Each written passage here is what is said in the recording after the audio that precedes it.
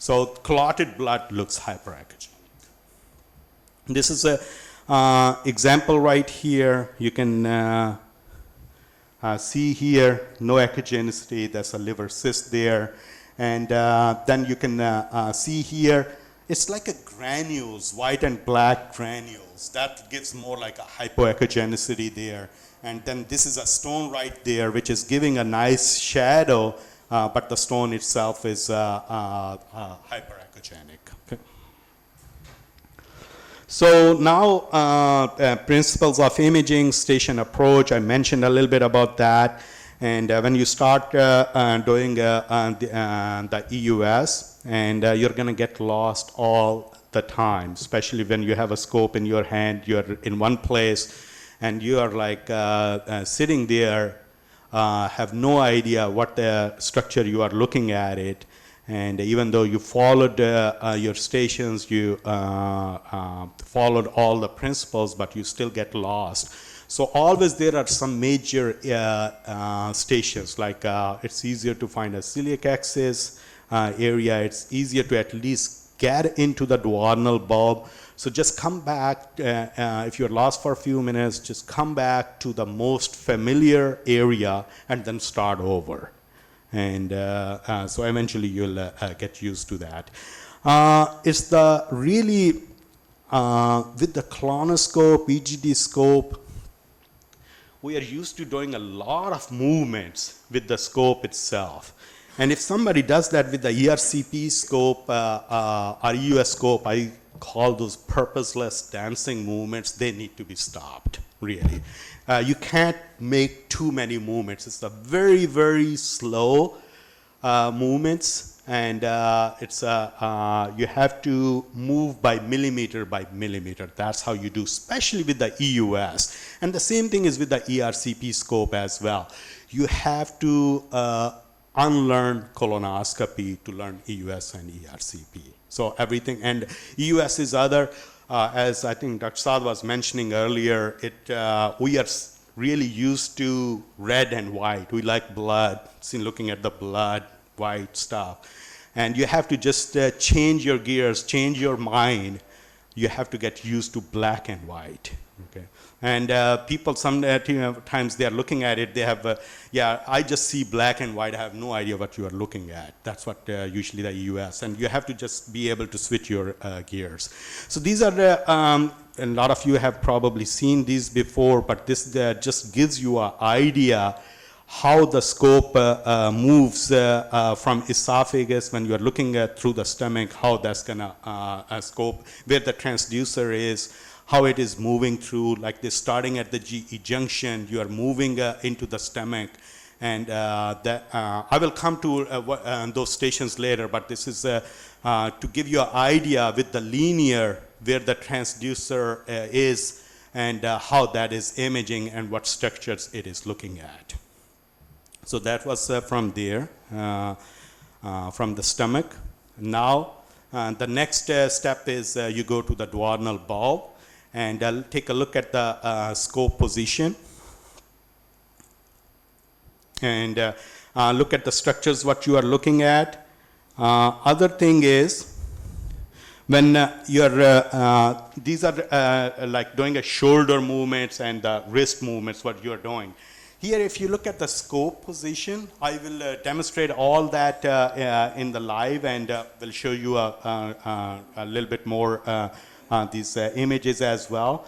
When the scope is in the stomach and you're looking at the pancreatic body, pancreatic tail, pancreatic neck, by the way, you can do a whole exam pretty much of the whole pancreas from the stomach. You don't really have to go into the duodenal bulb.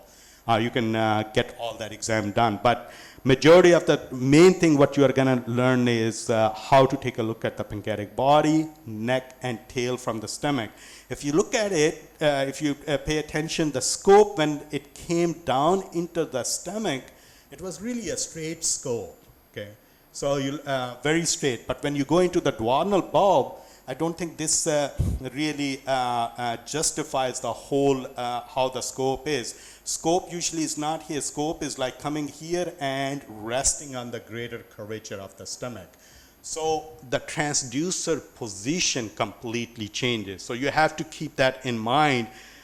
Different areas of the stomach or intestine and different places, the transducer position is totally different. Sometimes it's looking from the top, other time it's looking from the bottom. So it keeps changing, and based on that, you have to be able to recognize what position you are in, and what structures that you are looking at, and what is the position of the scope itself. So this is station 1 and 2, what you read about station. Those are not for me, those are not. But I'm going to go through the book stations first, and then I'm going to go through the stations the way I do it.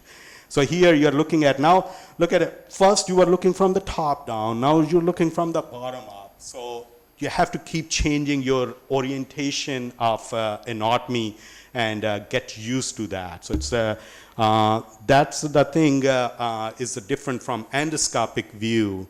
You know, you do a AEG, you know exactly where you are. But this with the EUS, every time you're looking at one structure from different angles, and it's going to be in a different position in the from the other angle. Okay.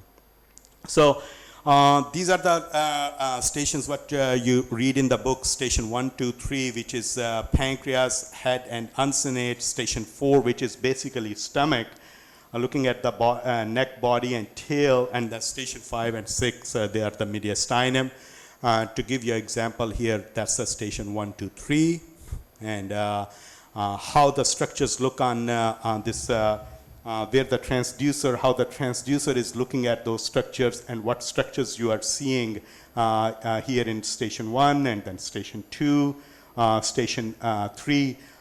Basically, all this is really in the duodenal bulb, second part of the duodenum. You go a little bit into the third part of the duodenum, which they call the station 1. When you are in duodenum D2, I think majority of the people usually have that problem with the D2.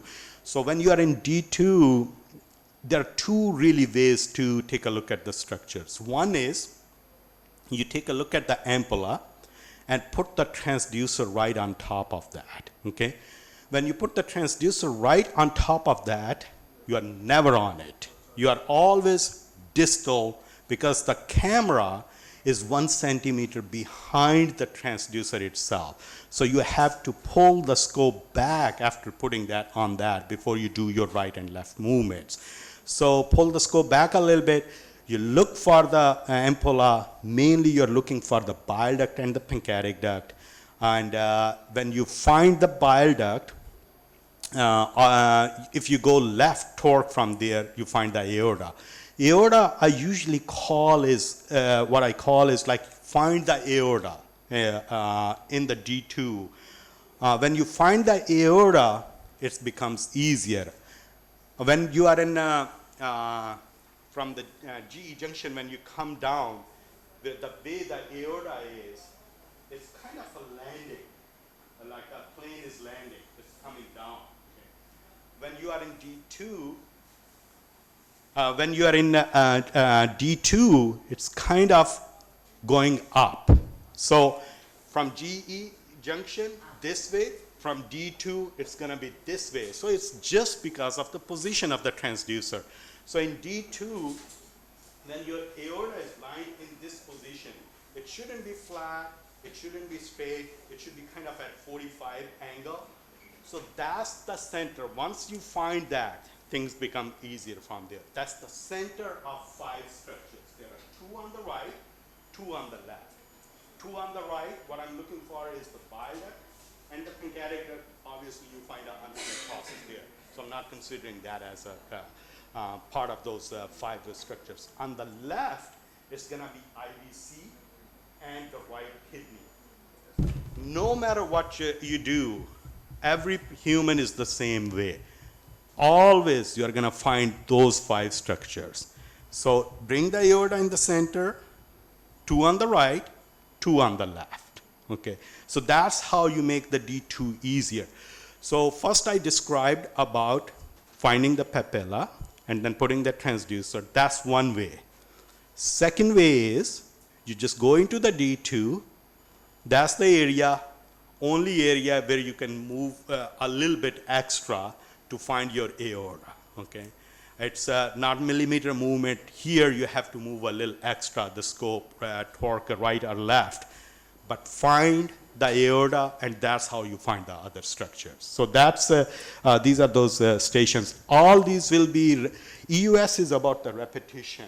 Nothing has changed. Body hasn't changed, and EUS hasn't changed much. It just, the functionality of the scopes is getting better, but nothing has changed. It's the same ultrasound images, the same human body, nothing else has changed really. So that's, it's going to be a repetition.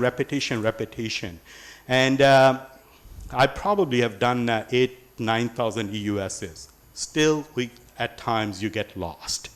And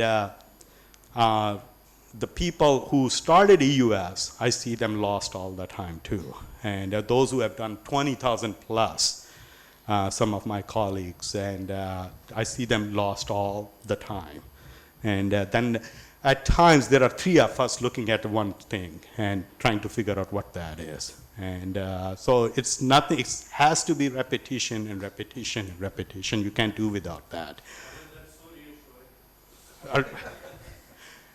Yeah, I guess in that sense. But that is going to happen 1% to 2% of the time.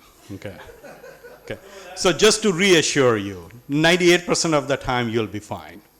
Okay.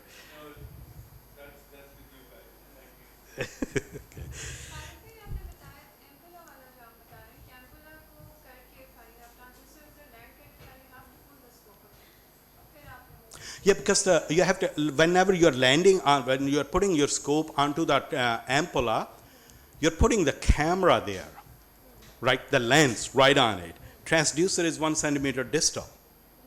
But scope, the endoscopic view is of the ampulla, but the transducer, EUS ultrasound transducer scope view is not of the ampulla because it's 1 centimeter distal to that. So you have to pull it back to really take a look at the ampulla. Okay? So this is that station 4, which is really from the stomach G junction to the stomach, and you can take a look at those structures, what you find. First you look for the celiac axis. From there you follow the celiac axis, and I think not the surgeons. Who's going to tell me about the branches of celiac axis? I hope the surgeons know. Okay. So celiac artery divides into how many branches? Which are? Okay. So usually what happens is the left gastric, which comes off as a branch first. And other thing, remember, everything on the EUS on the right of the screen is the left of the patient. Left on the screen is the right of the patient. So even though it's a left gastric artery, it's going to come to the right. And then it divides into common hepatic and splenic, but a lot of times you're going to see what I call a trifurcation. So they all come out at the same time. Other trick question, I think probably a lot of you heard before. What is the first aortic, what is the first branch from aorta under the diaphragm? Phrenic artery. So majority of then you don't see that. The only thing as soon as you're below the diaphragm, you see the celiac, but that's just for fun. Okay. Yeah, so here you can see that actually in this picture.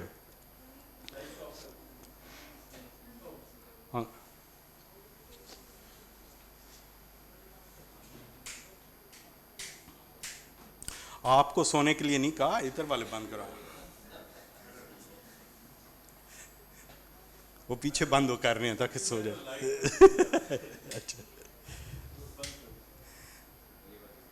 Other thing, yeah, here you can see that there's a celiac, there is a SMA. SMA almost always comes right in front of the aorta. Surgeons can correct me if I'm wrong, but the celiac doesn't do that. Sometimes the celiac is coming off the right or left of the aorta. So when you go down below the GE junction, you find this nice branch coming off the aorta. Don't assume that's a celiac. Okay. So a lot of times you're going to see it's a SMA. You have to pull it back. You follow SMA and you're like, oh my God, I followed it for like 5 centimeters. It's still not dividing into anything. You realize that, okay, you are on the wrong artery. So you have to just pull back a little bit. And for celiac, you have to go a little bit right or left. Other thing is, same thing is, when you follow that, you get to the splenic artery. You see a splenic vein as well. When I come to that, it's again, I'm going to keep repeating a few things. So sometimes you see the splenic artery on the top, splenic vein at the bottom, pancreas is on the left side of those, and you see that there are 3 vessels, like instead of 2. So splenic artery has a zigzag course sometimes, and you may be looking at the splenic artery from 2 different planes, but it's really that one vessel. So that's another thing which you, when you are looking at the pancreatic body, always bring the splenic artery and vein to the right of the screen. So that means you're in the right place. Sometimes people are looking at the retroperitoneal fat, and my fellows who do probably 5 to 7 EUSs every day, and every 3rd day they're looking at the retroperitoneal fat and looking like that pancreas looks really nice, but that is not the pancreas. Okay, so you have to have those main like landmarks in the right place to take a look at the right organ. Mediastinum, you won't be much doing a EUS of the mediastinum, but main thing you are looking at is subcarina, AP window. I have done a FNA of the thyroids too through this, lung masses, but usually I don't think you're going to do majority of those. I think it would be best to show you that in a live case, and I'll show everything from the thyroid, AP window, trachea, and subcarina, all that stuff. So when we can get to that, then we'll talk about that.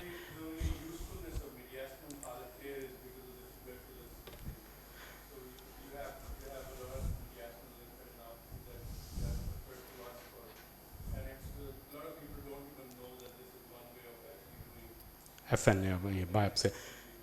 Yeah. And for us, it's majority of the time it's a lung cancer and the lymphoma. That's where we end up doing that. Before I go to this video, I want to go back and take a look at the stations, the way I do those stations. For me, I start at GE junction, right? Okay. So for me, I don't know who named these stations. Actually, I don't know what state of mind they were in at that time. So they started from bottom up, which is fine. Then it looks like nice numbering, but that's really not how you do the EUS. So in my opinion, the station numbers should be the way you started. Okay. So for me, these are the stations how I do it: GE junction and stomach. Stomach itself, GE junction, that's station number 1. So everything you do from stomach is station 1. Okay. So what you see from that station 1, you see the celiac axis, you see a pancreatic neck, body, tail, as I mentioned. You can take a look at the head too, majority of the times.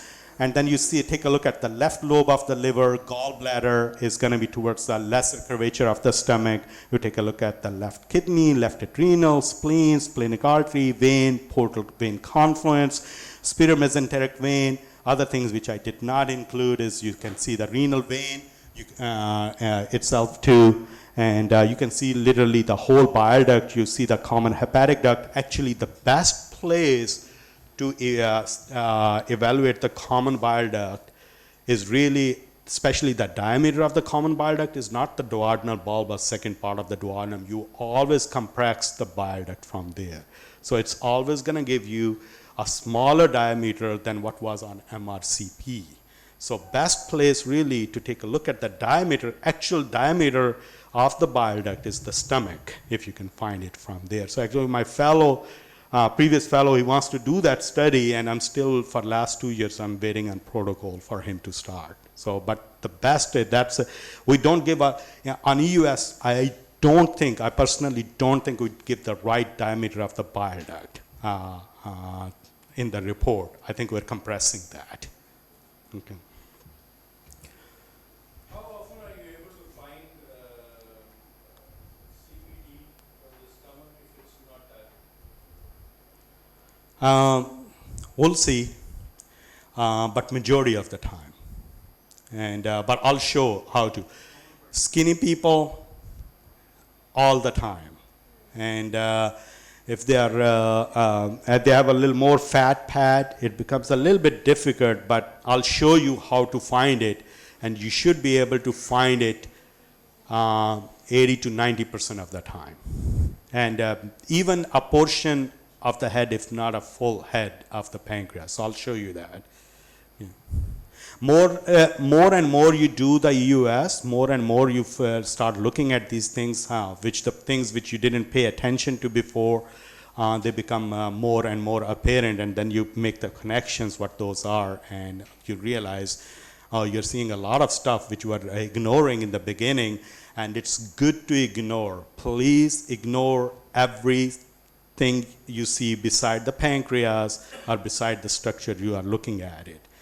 Don't keep asking what is that branch, small branch coming from that certain artery, because I really have no idea what that is at times. Okay, eventually may be able to make a connection, but if I'm looking at the pancreas and you see some small vessel capillary coming there and asking me what that is, I have no idea. Okay. So other.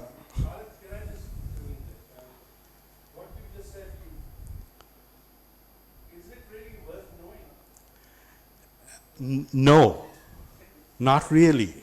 Yeah, and the people get lost into those small details looking for the zebras, and they can't see the elephants there. This is something that actually makes this very relatively simple procedure into a very complex procedure, because you start digging out or looking for things, especially when you see those real experts who just spend like hours on vascular anatomy, of which we have nothing to do with. Usually I don't listen to those experts. Majority of the time, they really have no idea what I shouldn't say that blunt, but majority of the time, when you ask them a simple question, they may not be able to answer you that. They can tell you what branches those are because they have memorized many of those, and but they cannot demonstrate that. It's easy for me because I can't understand. Okay, good.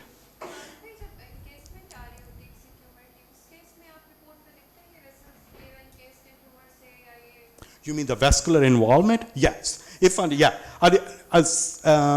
What I do is, actually, that's a part of the talk. So let me come back to that, where I mentioned that. So I'll show the image of that.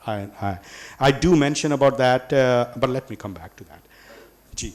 I want to make a comment. Referring back to the comment that is being made by Sar, I think the stage where I and Sar, or the way we have been trained, I think for us it is like looking at the CD, looking at the MR, and going right after relation, and then looking at the things which are pertinent or relevant to that particular thing. But for the young people, for the new people,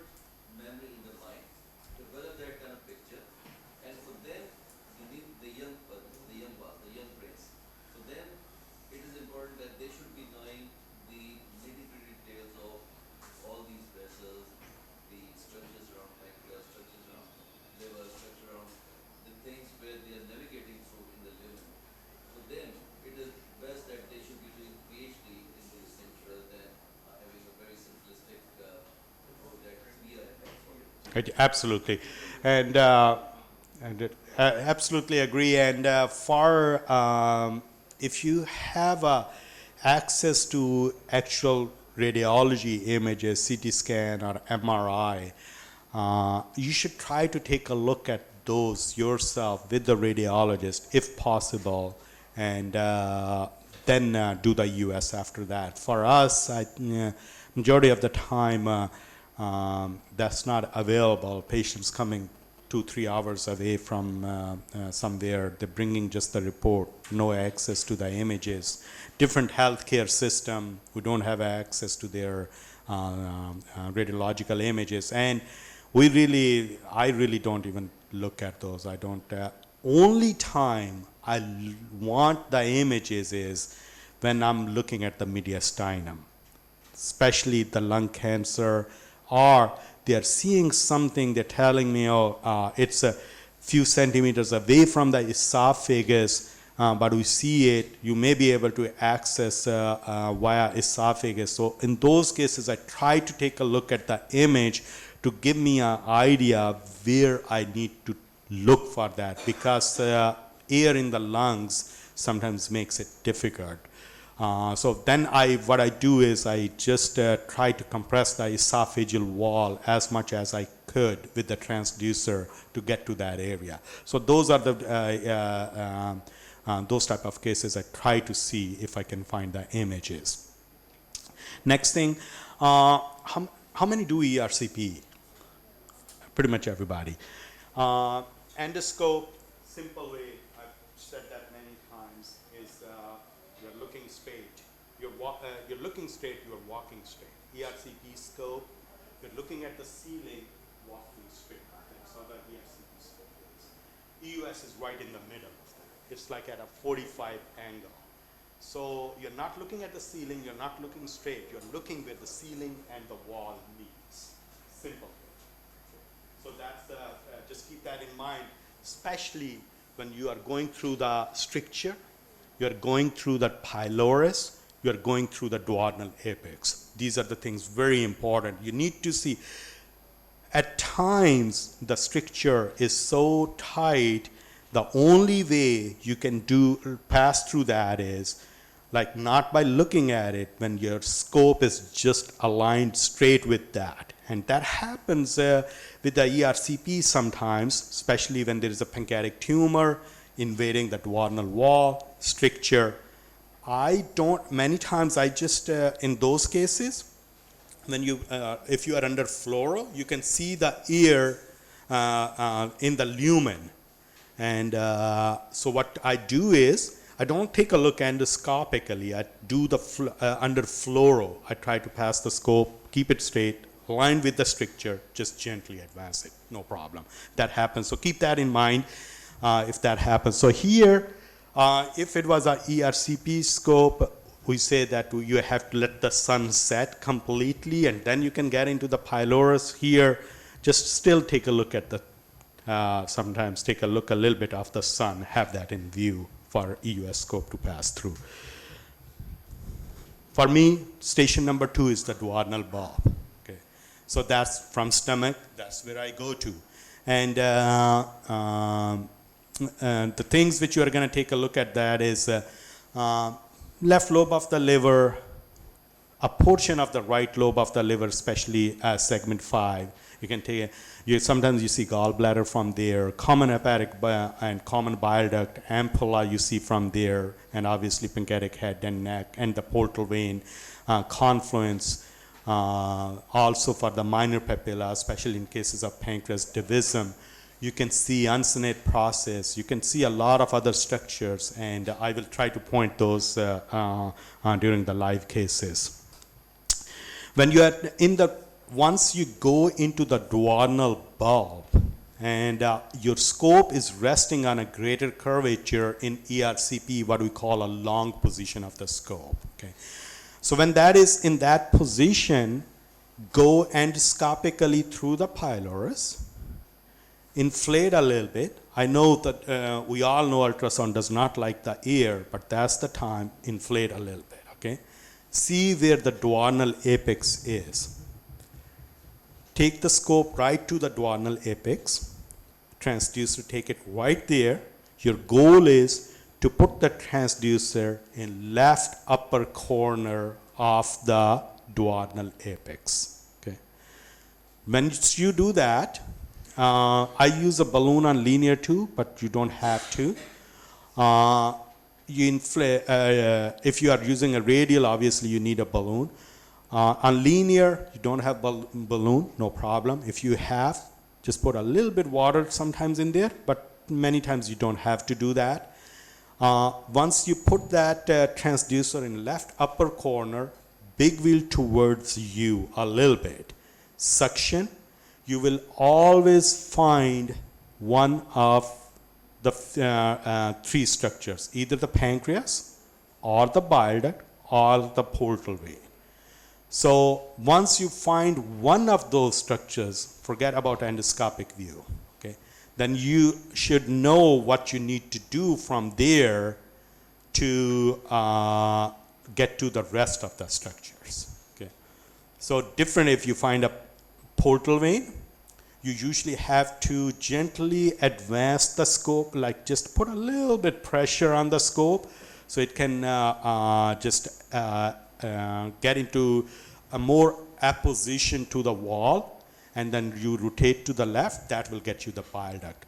Once you find any structure you want to examine, your goal is to keep that structure between 4 and 7 o'clock position. And then just follow that, keep that in that position, rotate your scope. Your movements should be in a way that structure stays between 4 and 7 o'clock position. It doesn't move from there.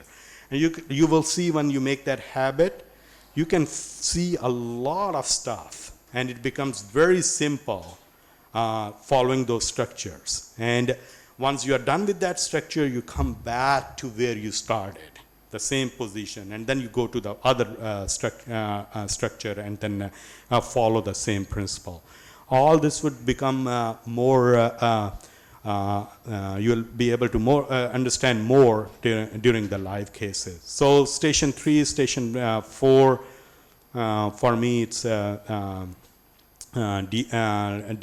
and D2. These are the structures. You can see the when I mentioned about D2, when you're at the aorta, IVC, right kidney, sometimes you can find the right adrenal as well. Obviously, you see the IVC. The best position to take a look at the SMA and SMV together is D2. Remember that when you're at the G junction, aorta is coming this way, and the vessels are going that way. When you are in D2, aorta is coming this way, and vessels are going this way. So that's how you keep in mind. That's how you're going to find those, especially mesenteric vessels. It becomes opposite just because the position of the transducer itself. This one I already mentioned, so I'm going to go back to the other one.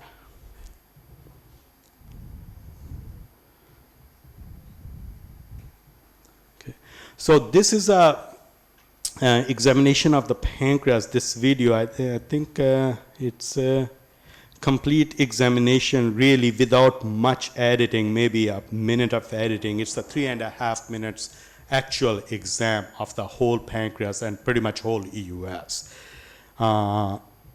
Here, if you look here, you can see, actually hold on. Let me make it bigger. Okay.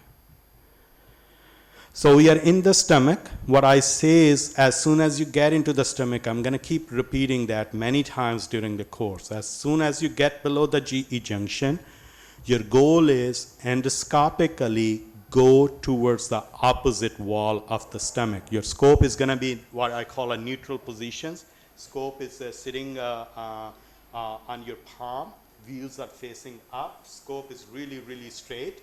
If you're really tall, you can get close to the patient. If short, step away from the patient.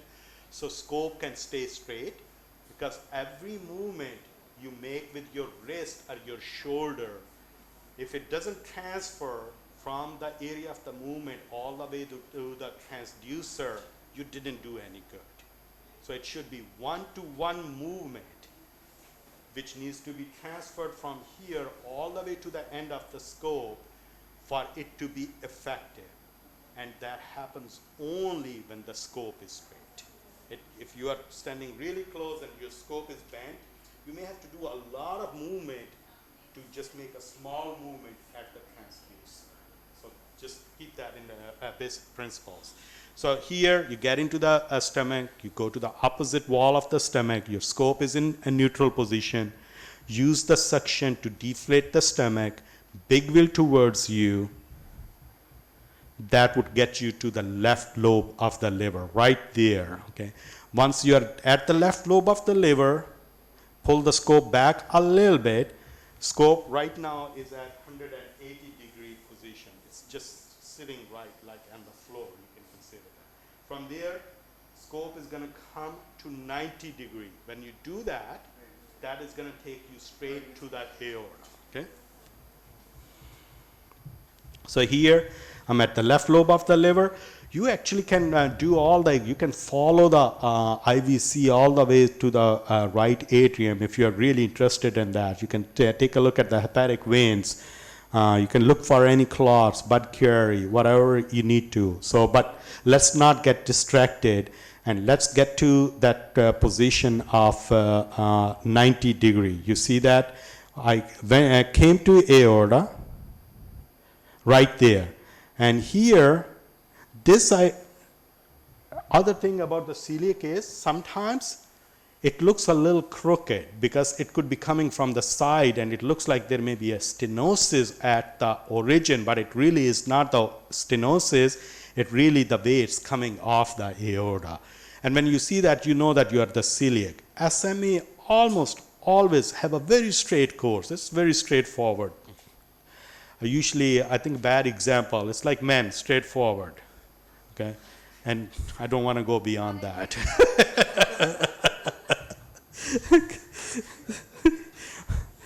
Okay, so here, you can see that right there. I wasn't wrong. Okay, anyway. So here, you can see the that celiac right there, and hopefully at the left gastric came. Other thing is people get confused with this thing is like when you find the celiac, that I have to follow the celiac. You don't like follow the celiac, it's never going to stay celiac. It's going to turn into branches. So your goal eventually is to find the splenic artery. So you just keep following until it keeps dividing and until you find the splenic artery. After you find the splenic artery, the goal is to bring that to the right side of the screen. Okay? So here you can see that it's on the right side of the screen right there. Pancreas is right here. Okay. This is the left kidney right there. This nice looking pancreas right there. To go to the tail of the pancreas, you have to pull the scope back and keep rotating to the right. Here, tail is always tucked in between the left kidney and the spleen. And sometimes they CT scan, MRI says there is a lesion in the tail of the pancreas and you're struggling to find that. The reason is you're not following the tail which falls off, like it falls away from the stomach, but you keep looking at close to the stomach. So you have to follow the pancreas and you have to kind of push the transducer to go deep a little bit to have a deeper image to get to that lesion in the tail of the pancreas. So here left kidney. Now from there I'm going to the opposite side, left torque, and rotating the scope to the left. You can see right here. So here this is a splenic vein. This is a SMV right here, and you can see that it's making a confluence right there, and right there that's a pancreatic duct. Ooh, sorry.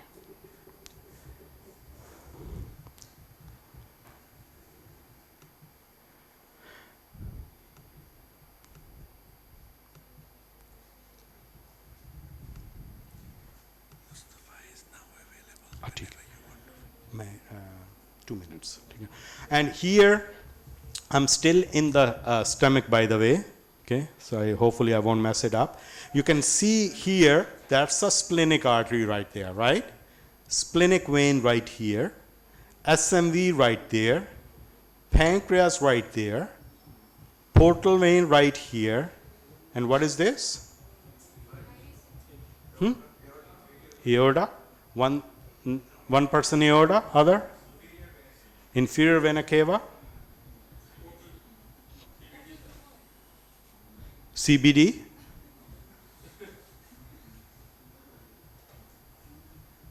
One of those is correct, by the way. It's a CBD. Okay. So that's what I was saying. See, every time you will learn, yeah. I'm looking from the stomach right now. So portal vein is here, CBD is there. These structures, imagine you're looking from the top down, okay? When you go into the duodenal bulb, your scope is in a longer position and you're looking upwards. That's why they flip. Bile duct comes closer to the transducer and portal vein moves away, okay? So this is the right diameter of the CBD because you're not compressing on it. So if you have to really check the diameter of the CBD, this is the place.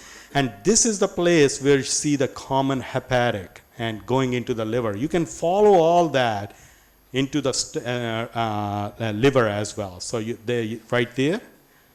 Okay. Anyway, so next is going into the duodenal bulb. You can see that I moved the scope to the duodenal apex.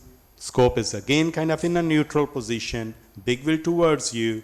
You will find one of those three structures, bile duct or pancreatic duct, portal vein or the pancreas. Once you find one of those, then you can follow the rest. So here the bile duct to go towards the liver hilum, rotating it to the left. And after I see the whole bile duct, then I'll come back to the ampulla. And from there, now I follow the pancreatic duct. That's an ampulla right there. And you can see the portal vein there. And then you can follow really the pancreatic duct all the way into the neck of the pancreas from there. So here you see those aorta came to the right, bile duct and the pancreatic duct. And from there, I don't know if I have to the left or not, but if you go to the, okay, actually this is what I'm doing, what I call a pull through. You see the whole pancreas in one movement from all the way from the ampulla to the tail. Did you see that? The pancreas stays underneath the transducer the whole time. So the way you do is, for the uncinate process of for the genu or the neck of the pancreas, always take a look from three stations. Take a look from the stomach, take a look from the duodenal bulb, take a look from D2. That's the area a little bit critical sometimes. You may miss one portion of it from one. So from when you are in D2, other thing before I forget, don't ever lock the wheels on the scope. Almost never, certain conditions, certain exceptions. But when you're moving your scope, the wheels should not be locked, especially in D2. Let the transducer, let the scope free, because if the wheel is locked, and if you somehow fell back, you lose the control of the scope, you may run into trouble. Okay. It can just rip off and the duodenum. So when you're doing what I call a pull through, you're at the ampulla D2, you just you can't follow the bile duct. You can only follow the pancreatic duct through its entirety from there. So you just let all wheels neutral. Keep the goal is to keep the pancreatic duct right into the underneath the transducer. Follow that from the ampulla, and you should be able to trace the whole pancreas from the duodenal D2 all the way back into the stomach, just with one movement in 15 seconds. Okay, or maybe even less than that. So that's So you take a look at the pancreas from different angles. You can take a look at the whole pancreas from the stomach, then portion from the duodenal bulb, portion from the D2. So I think I'll stop there with this, and the next part is going to be the vascular relationship and tissue acquisition. Okay, I think Mustafa is available, so we'll go with him. Okay. Khalid भाई, आपने जो stomach से देख रहे हैं वो आप इंट्रम से देख रहे हैं CVD को, या फिर आप सब जी जंक्शन पे ही हैं? It's in the middle of stomach. It's in the middle of the stomach almost. It's just wherever it gives me a view. That's it. Okay. इसको मैं निकाल दूँ? जी.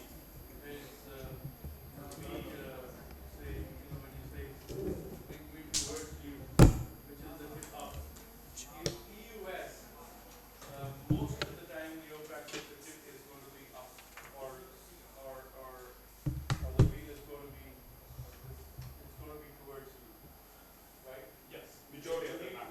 Because you need to approximate to the wall. Absolutely. Yeah, otherwise you're not going to have a view. This is important here because your tip, most of the time, the big wheel tip is up towards you.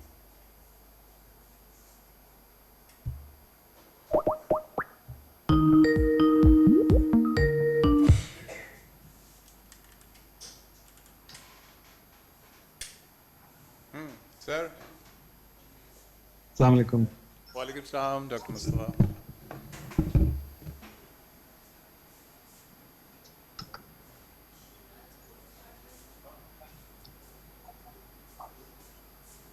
Dr. Mustafa, how's the audio? हाँ जी. Audio ठीक है क्या? हाँ जी, आपकी side पे ठीक है audio? जी, बिल्कुल ठीक है. Good. Sir, we are online. Yeah. So, ठीक है. Can you see my screen? yes, we can. Can you see us? Tariq Mustafa? Yes, I can. Walaikum salam, Saad bhai.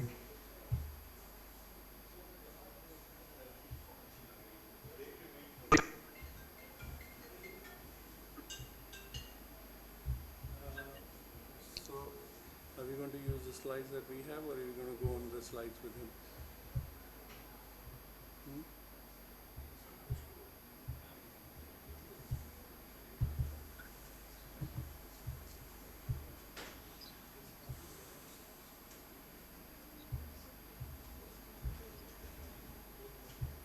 Yeah.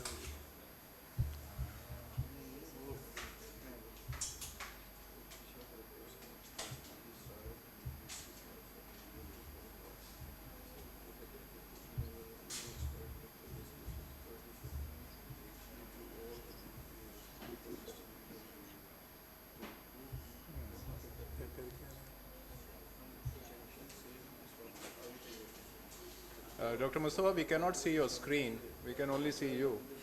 So screen of slides यहाँ लगा दें. Give me one second. हमारे पास वैसे वो slides हैं ना. शरिया मैंने आपको भेजी है. आपने एक मुझे भेजी है, वो ये है.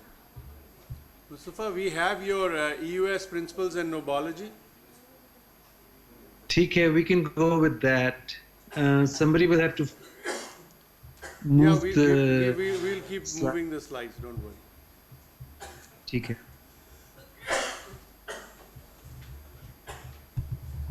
अगर if there is a way to share the desktop, I could do that, but मुझे नजर नहीं आ रहा. Oh, this is okay. Okay. We can see you, and so you can. Can you? We've got the first slide. I just don't see my slides up though. If there's a way for me to see the slides, then I can. Do you have your slides on your laptop? I do. So if you can get them on your laptop, Mm-hmm.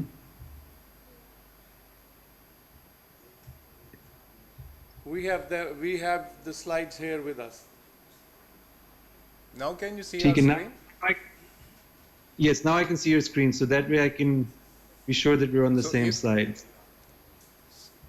So if you start sharing your screen, we can see your screen then. Yes. Sorry for my ignorance, but how? Oh, it's a share screen. Yeah. ठीक है, now, I think then you'll be able to see my slides, right? Yeah.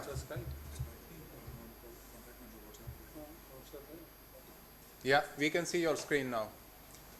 ठीक है. And let me just go to full screen. Okay, great. So now we'll go off my slides, right? Mustafa, before you start, Yeah. let me just, we've got, I think what we'll do is we've done the basics of EUS. Khalid has covered quite a lot of Good. things already. So what we'll do is we'll do this EUS principles in knobology. Okay, and Mustafa Arai, for those who don't know, is in San Francisco's University of California. He is the director of Advanced Endoscopy Fellowship, associate professor there, an excellent teacher. We are sadly missing him on this course. So I think for those who don't know Mustafa, we are missing a very good teacher here. Other than the fact that he's an excellent interventional endoscopist. Mustafa, over to you, please. Thank you. Thank you, Saad bhai. Firstly, thank you for inviting me yet again, and I apologize for not being there. I do miss this course, and I honestly look forward to this. This is one of the highlights for me throughout my year. With that said, I hope that inshallah in the near future I can be there. So I'll get started on this. Just to clarify, has Khalid bhai already gone through these basics of ultrasound, or shall I go through this? Just briefly, you can go ahead and do it. Okay. So you just go ahead and I think for it's a. Mustafa, whatever your presentation is, just keep going. Yeah. Repetition is always helpful. So just keep going through everything, whatever you got. Yeah, you Okay, just thank you. stick to your presentation. Okay, so we'll just start with some basics of ultrasound, which hopefully most people in the audience already are familiar with. But ultrasound essentially is generated by, or is defined as high frequency sound waves. So whereas the audible sound waves are in the 20 to 20,000 hertz range, when we talk about ultrasound, it's a much higher frequency of 2 million to 20 million, and that's why it's called megahertz. And that's where those waves are then used to generate a signal. So basically, an electrical current is applied to these small crystals called piezoelectric crystals that generate these sound waves. The waves are transmitted to the tissue of interest, and then the reflection from these waves is converted back into an electrical signal, and that is viewed as an ultrasound image. So some basic principles: any resistance to the waves will lead to the reflection of the waves to come back. If something offers no resistance, the waves will transmit through. And secondly, the best reflection is at 90 degrees.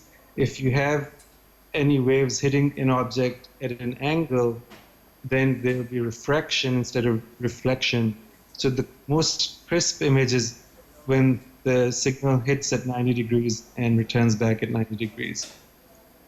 Whereas if it's at an angle, we will get imaging artifacts, which are important to recognize, of course. So the other concept to understand is scatter. Mustafa, can I just stop you there for a second? In case there is any question from here, you can interrupt and ask, okay? So please, I'm sure Mustafa doesn't mind that. Of course not. Please feel free to ask. Yeah, so you go ahead. Sorry to interrupt. No problem at all. So the other concept to be familiar with is fraction. So scatter.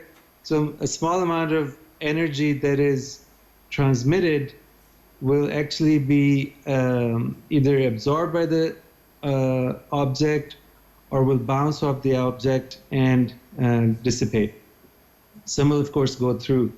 Now, in a physiological setting, any structure will have a combination of different materials or different components. So whether that's liquid, solid, tissue, fat, and all these will have different characteristics when it comes to scatter.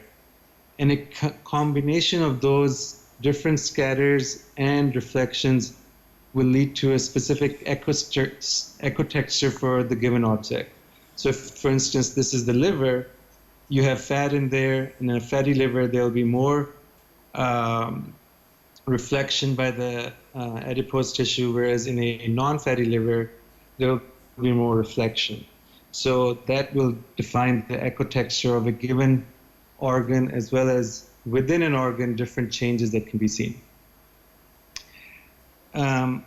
So in terms of how the ultrasound waves are displayed, if they're displayed as a waveform, that's called an A mode. The B mode is actually converting the ultrasound waveform into an actual image. And the B in there stands for brightness. So the cumulative results as displayed in the form of the B mode are what form the image of the object being evaluated. So if a transducer was to be passing in this direction from left to right over different areas, if we had just the A mode, we would just see scatter in terms of waves. With that conversion of those waves into the actual image is the B mode, which allows the wave to be converted into an image. And the brightness of that can be adjusted, and that is known as the gain of the B mode to make the image brighter or duller based on what the appearance is as we see it. So in terms of the brightness, as the signal passes through an object, the further it travels deeper, the less penetration there is, and there's more attenuation. The lack of penetration means attenuation or signal loss. And that's where the gain can be adjusted, even if you, for instance, feel like if you look at the screen with the red box, the closer it is to the probe, the higher it is on the panel. So the dials at the top are closest to the panel, whereas the dials at the bottom are most distant. So if in the middle there seems to be some signal loss, there can be fine adjustment of the settings for brightness within a given image. And this is known as spatial time compensation or time gain compensation. Both terms are used interchangeably depending on which machine we use. Other important principles are axial resolution and vertical resolution. So axial resolution is the discrimination of two objects that are in the same plane. So for instance, if we look, this is the transducer, and we're looking, say, through the esophagus at lymph nodes. So the esophageal wall and a lymph node will be in the same plane. The ability of the ultrasound to differentiate between these two things. And the important factor here is the frequency of the wave. The lower the frequency, the less we are able to discriminate between two different structures. The higher the frequency, the better the discrimination. On the other hand, it's inversely proportional to the depth of evaluation. So the higher the frequency, you can imagine that they just are stronger waves, but they lose their energy quickly, so you can't go very deep. Whereas at a lower frequency, they're not as energetic and they can go deeper. And this table sort of summarizes it. Frequency of 5 megahertz, you can actually penetrate up to 8 centimeters, whereas at a frequency of 20 megahertz, you can only go up to, say, 2 to 3 centimeters. And this may be relevant for evaluation of structures that are within the luminal wall versus deeper structures. So if you have a submucosal lesion in the esophagus or the stomach, you may go to a higher frequency, 10 or 12.5, whereas if you're trying to get deeper, a lesion in a deep portion of the liver, then you may want to increase your frequency, decrease your frequency to get deeper. Whereas for a submucosal lesion, you would stay at a high frequency. The 20 megahertz frequency is not on the scopes. That's usually a different mini probe that can be attached for direct evaluation. So that's the frequency. And the lateral resolution is simply if the two structures are side by side, the ability to distinguish them. You can think of it as being in focus versus out of focus. And this is a combination of factors related to the scope, the size of the wave, and the frequency. And this is something that's determined automatically by the scope. We don't really adjust for this. This is a built-in feature of the scopes when we use our echo endoscopes.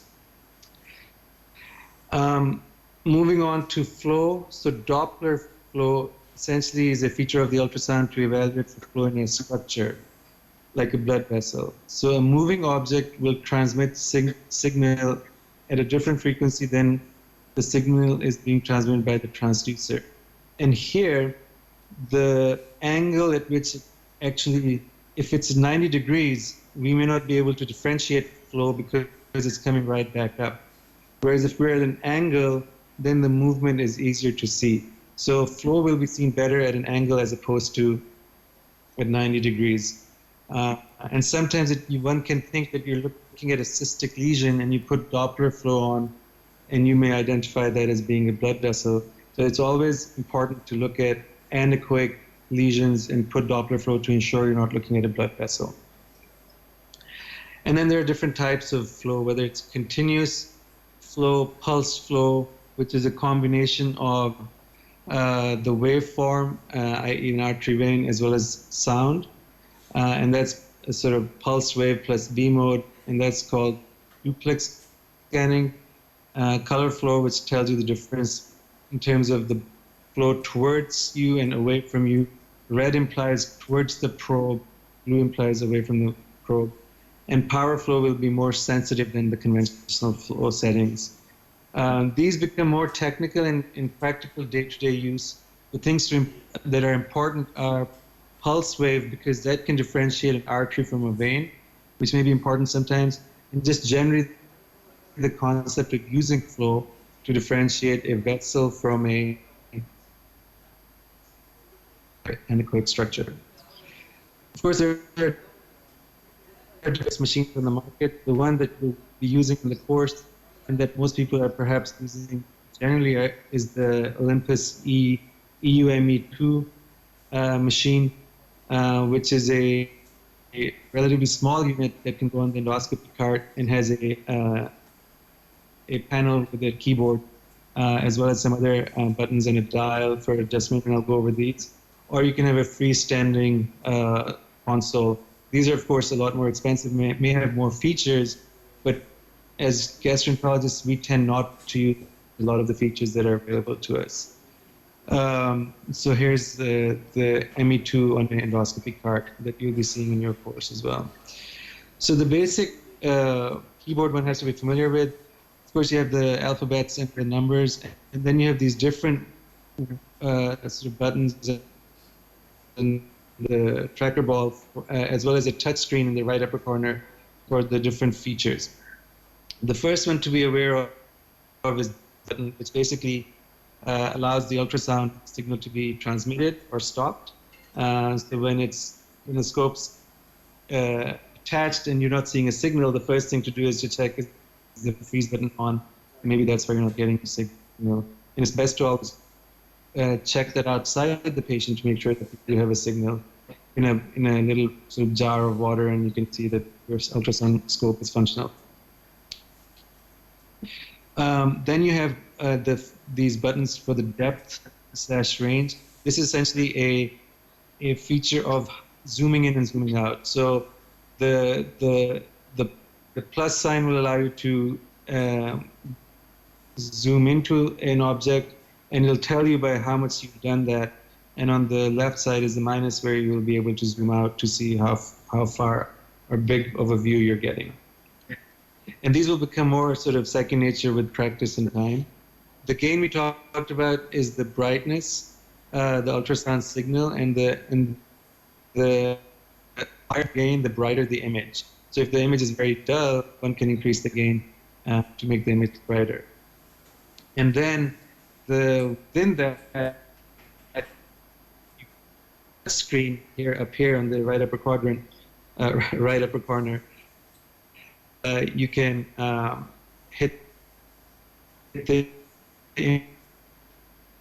image, and you will have that sort of graph where you can fine adjust the signal as well. Again, in the bigger console, it's easier to do because you have dials in front of you. Here you have to go through a couple of steps, but it's doable. You have the image contrast, which is the black and white difference, which can be adjusted if needed. Again, a feature to make the image clearer and more. So if you have as an example, this is ultrasound of the liver, and if it's too bright, we can turn down the gain, and we get a duller image. And at high frequency, we may not be getting, we may be seeing it too superficially, but with the adjustment of the balanced view. And here, of course, you have some like this image can be optimized to this. So in terms of the frequency, as I mentioned, the linear and the radial scopes will go up to 12 megahertz. Submucosal lesions oftentimes will evaluate with these scopes using up to 12 megahertz. Standard, at least on the machine I have, is 7.5 megahertz. And if I want to increase my resolution, I may go up to 10. For higher frequency, 20 megahertz, would have to use a special mini probe. And that's usually for small submucosal lesions. For a radial scope, this is more applicable. You can split the image from a complete circumferential image to split upper half, lower half, and back, so you can cycle through these. And then moving on to the flow, on the main panel, there is the flow button. And from there, you'll get different types of settings for flow that one can use to get the type of flow you want. And here are the three different choices: color flow, high flow, and power flow. And then you have different settings for the probe. If there's elastography, you will have that option on the screen too. So again, color flow will just differentiate blood flow towards the probe, which would be red, away from the probe, which would be blue. Power flow actually will give you brightness of the signal based on the degree of flow. So high flow will be much brighter, whereas low flow will be duller. And then the high flow is a sort of a composite of these with less blooming, less brightness compared to the power flow. And again, it doesn't really matter which of these three one uses. The main point is to use this when trying to blood vessels to differentiate anechoic vascular versus non-vascular structures.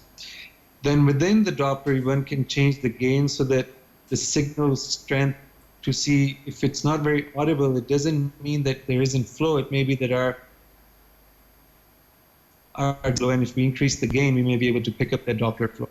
So it's important when you don't have flow to make sure that you change the gain to ensure that there's it's not an issue with not being able to. And then you have the option, if you're about to FNA, to split the image so you have flow as well as no flow, so that you can see where your needle track. This is a radial, of course, but on a linear you can do that too. But most of the time we'll just make sure we don't have any vessels in the way, and then turn the flow off and go with our sampling. In terms of the waveform, if you hit the power flow button, then you can actually see the waveform and get the audio for that. And for that, you can also adjust the range for which the vessel in which you want to monitor the flow. Because if these bars are too wide, wider than the vessel, then you won't be. directly within the Mustafa, we got a little cut off there. pick up the scope. Mustafa. Thodi si aap Yes. yeah, we just got a little cut off here. So the important thing about this is that if you have a structure that you want to know whether they're vascular or non-vascular, you use the flow. Exactly. Pulse wave or pressure pulse Doppler you're going to use when you want to differentiate between a venous and an arterial structure, which is generally speaking required much less. But the more important thing is obviously if you want to know whether it's pancreatic duct or bile duct or it's a vessel, and quite often you will think that this is a ductal structure, but it turns out to be a vascular. So that's number one. And number two, like Mustafa said, when you're doing an FNA, FNB, you're doing a therapeutic procedure, you want to ensure that you're not going through a vessel. So you can actually adjust yourself, your position in such a way that that vessel is out, and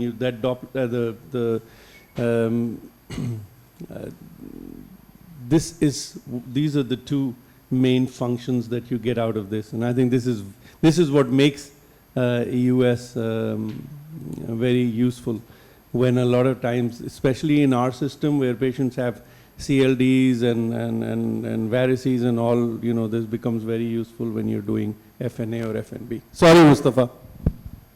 No, you're absolutely right. Thank you for that. But those are the two main functions. And then you can make, the point is that if you don't have what you're looking for, it may be an issue with the settings, and it's important to be familiar with those concepts of adjusting the volume and adjusting the setting to get the flow, audio volume as well as sample volume. Otherwise, things to know about picture-in-picture.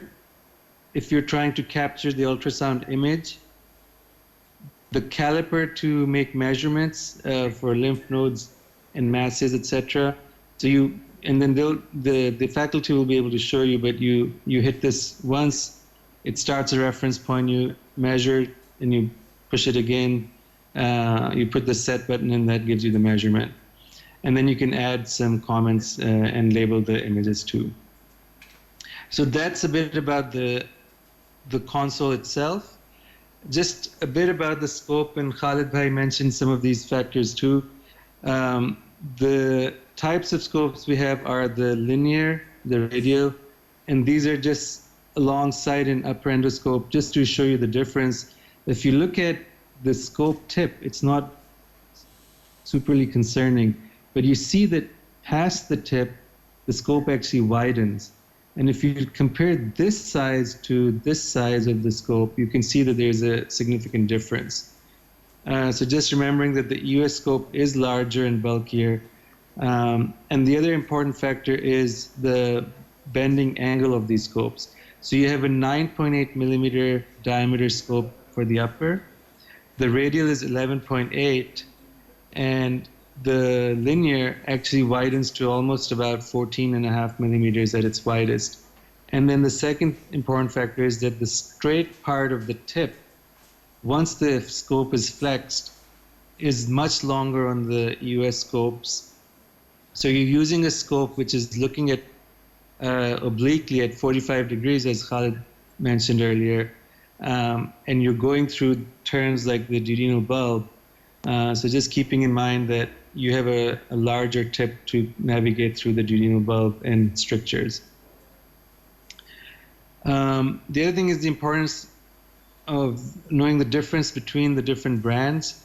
The ultrasound probe on the Olympus scope is much smaller, and the scan area is a bit smaller too, whereas the Pentax scope has a much bigger tip, and at least on the current model in the US, this tip is somewhat sharp, as opposed to here it's rounded at the top.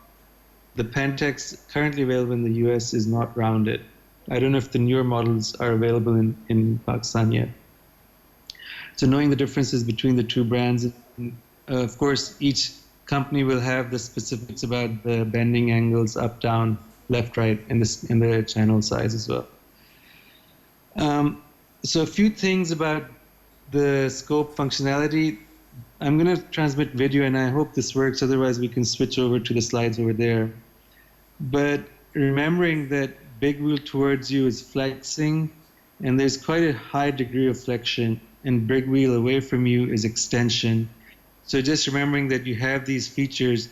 So if you're in the stomach and you're getting a lot of air artifact, what you may need to do is just do a bit of big wheel towards you to get against the gastric wall.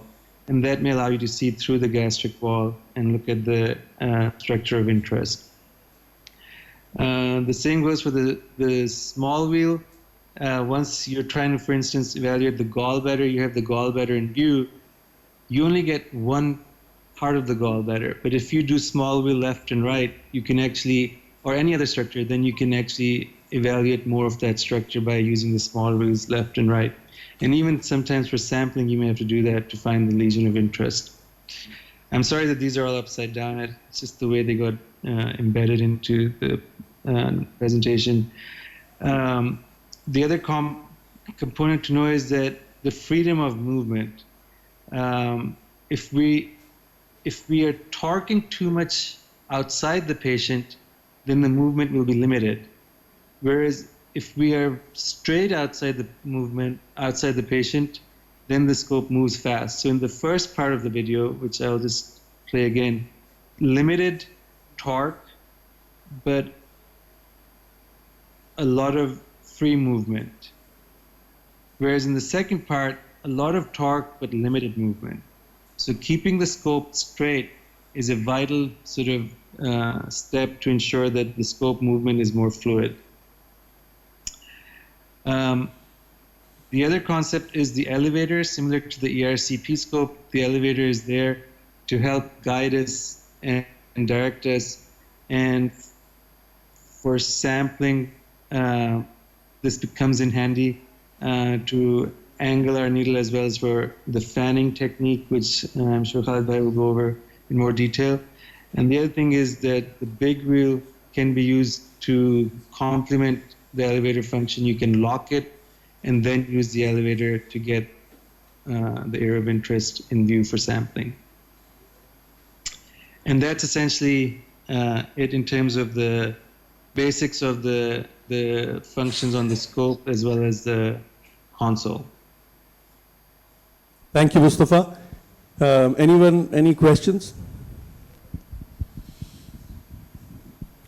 Thank you, Mustafa. I didn't know you can do EUS upside down while standing on a head. Yes, no, it's an issue with my PowerPoint. I'll try and I'll try and fix it, but it's I've tried it once or twice doing it upside down. It didn't turn out very well. So you are being missed very much here. So we miss. Thank you. Likewise. I inshallah next time I will be there. Thank you once again, Mustafa. We'll now proceed to a live case. Khalid, you've had enough tea.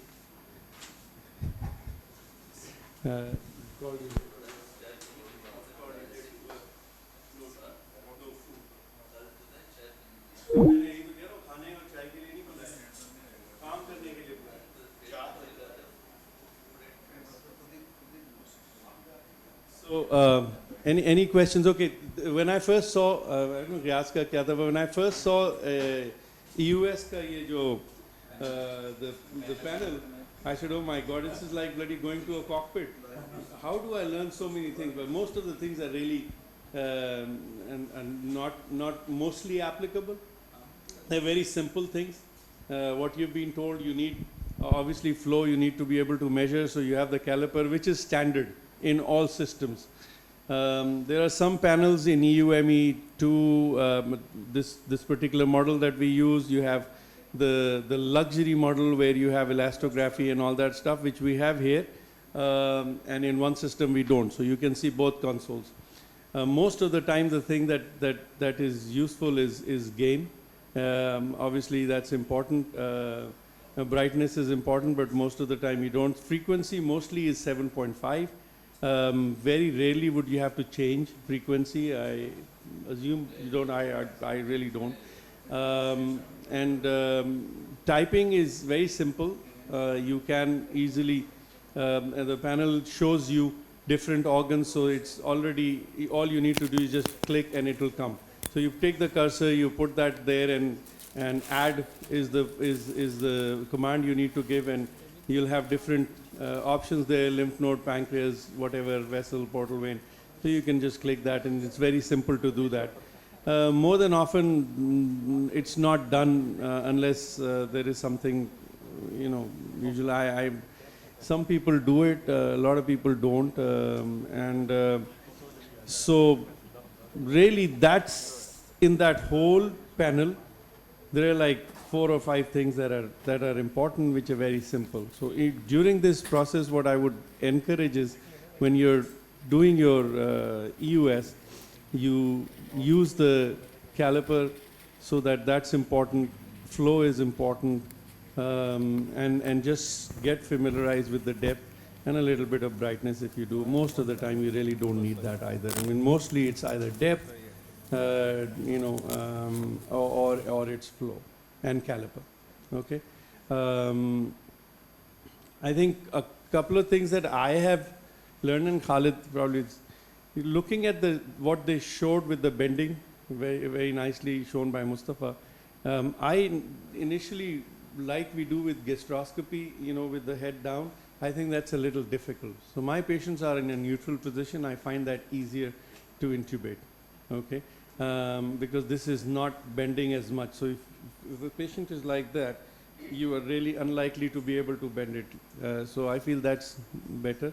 If you have slight difficulty in intubation, it's best to take the scope out, put a gastroscope C, because even slightly strictured thing will have difficulty putting through a 15 mm. Okay, so your threshold has to be low, but most of you, because you've done a lot of ERCPs and endoscopies, it's literally nothing different, except the size is a little bigger. We haven't touched one thing here, we do most of our case still under sedation. Only patients that I don't do under sedation are the ones who cannot tolerate it. We tried with sedation and they don't tolerate it at all, or we are doing therapeutic procedures. Therapeutic, when I say it's biliary or celiac plexus block or something. FNA and FNB, we just do it under sedation. And it's amazing once the scope is down how easily patient tolerates this. And that's something that I have noticed. It's much better than other procedures that we do. Why, I don't know. I have no explanation. Khalid, sorry, just before I come to you, one question.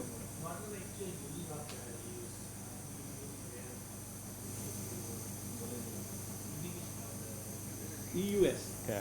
Okay, well, that's a slightly longer question, so we'll cover it up during the course, but I will address that. Before, Khalid, can you hear me? Khalid? I can hear you. Okay, we can hear you and we can see you. Okay, so do you have me on the screen? You have a US and you have a endoscopic picture, right? At the moment, we only have you, because the endoscopic picture is not there. So yes, now we have endoscopic picture and we have a small EUS. Okay. For now. Okay. But we can shift to large EUS or endoscopy depending on what you do. But now you have me as well with those? Yes. Okay, perfect. Okay. So now we have your screen and you both. Okay. So we're going to go ahead and present the case first, and then I want to go over the scope a little bit, and intubation and how to start and everything. How much time I have? Well, for normally you take about 30 seconds to do the case, but I would request you to take a little bit of time. No, I'm going to take some time. It's going to be 20 minutes or so. Yeah, we'll give you half an hour for the case if that's perfect. okay. That's perfect. So we'll go ahead and present the case first, and then go from there. So our patient is a 21-year-old male with no known comorbids, presented to us with a complaint of jaundice, pruritus and weight loss for 8 months. CT scan was done, which showed a well-circumscribed lesion at the confluence of the left and the right main hepatic lips. Now we proceed with the EUS. So, can you hear me still? Yes, we can hear you. Okay. So I think we'll take a look at the that area as well, but I think the whole goal is going to be do the whole EUS and show all the steps. So obviously first you do is whenever you start the procedure, just make sure the equipment is functional and it's working. So we have checked it, the air is working, water is working. On the linear, many people may not put a balloon on the transducer. I prefer that, and I think they know that, so they already put that. One of the reasons I prefer that is especially if I'm in a D2 or I'm in an area where I'm not able to get rid of all the air or air bubbles, I have something to fall back on, and I put the water in the balloon to approximate to the wall or opposed to the wall. So that's why I prefer that. But you don't need a balloon on the linear if you don't want. So here, do you have a comment? So I normally, just to look at the structures, it's not a problem. Very rarely you need to use the balloon.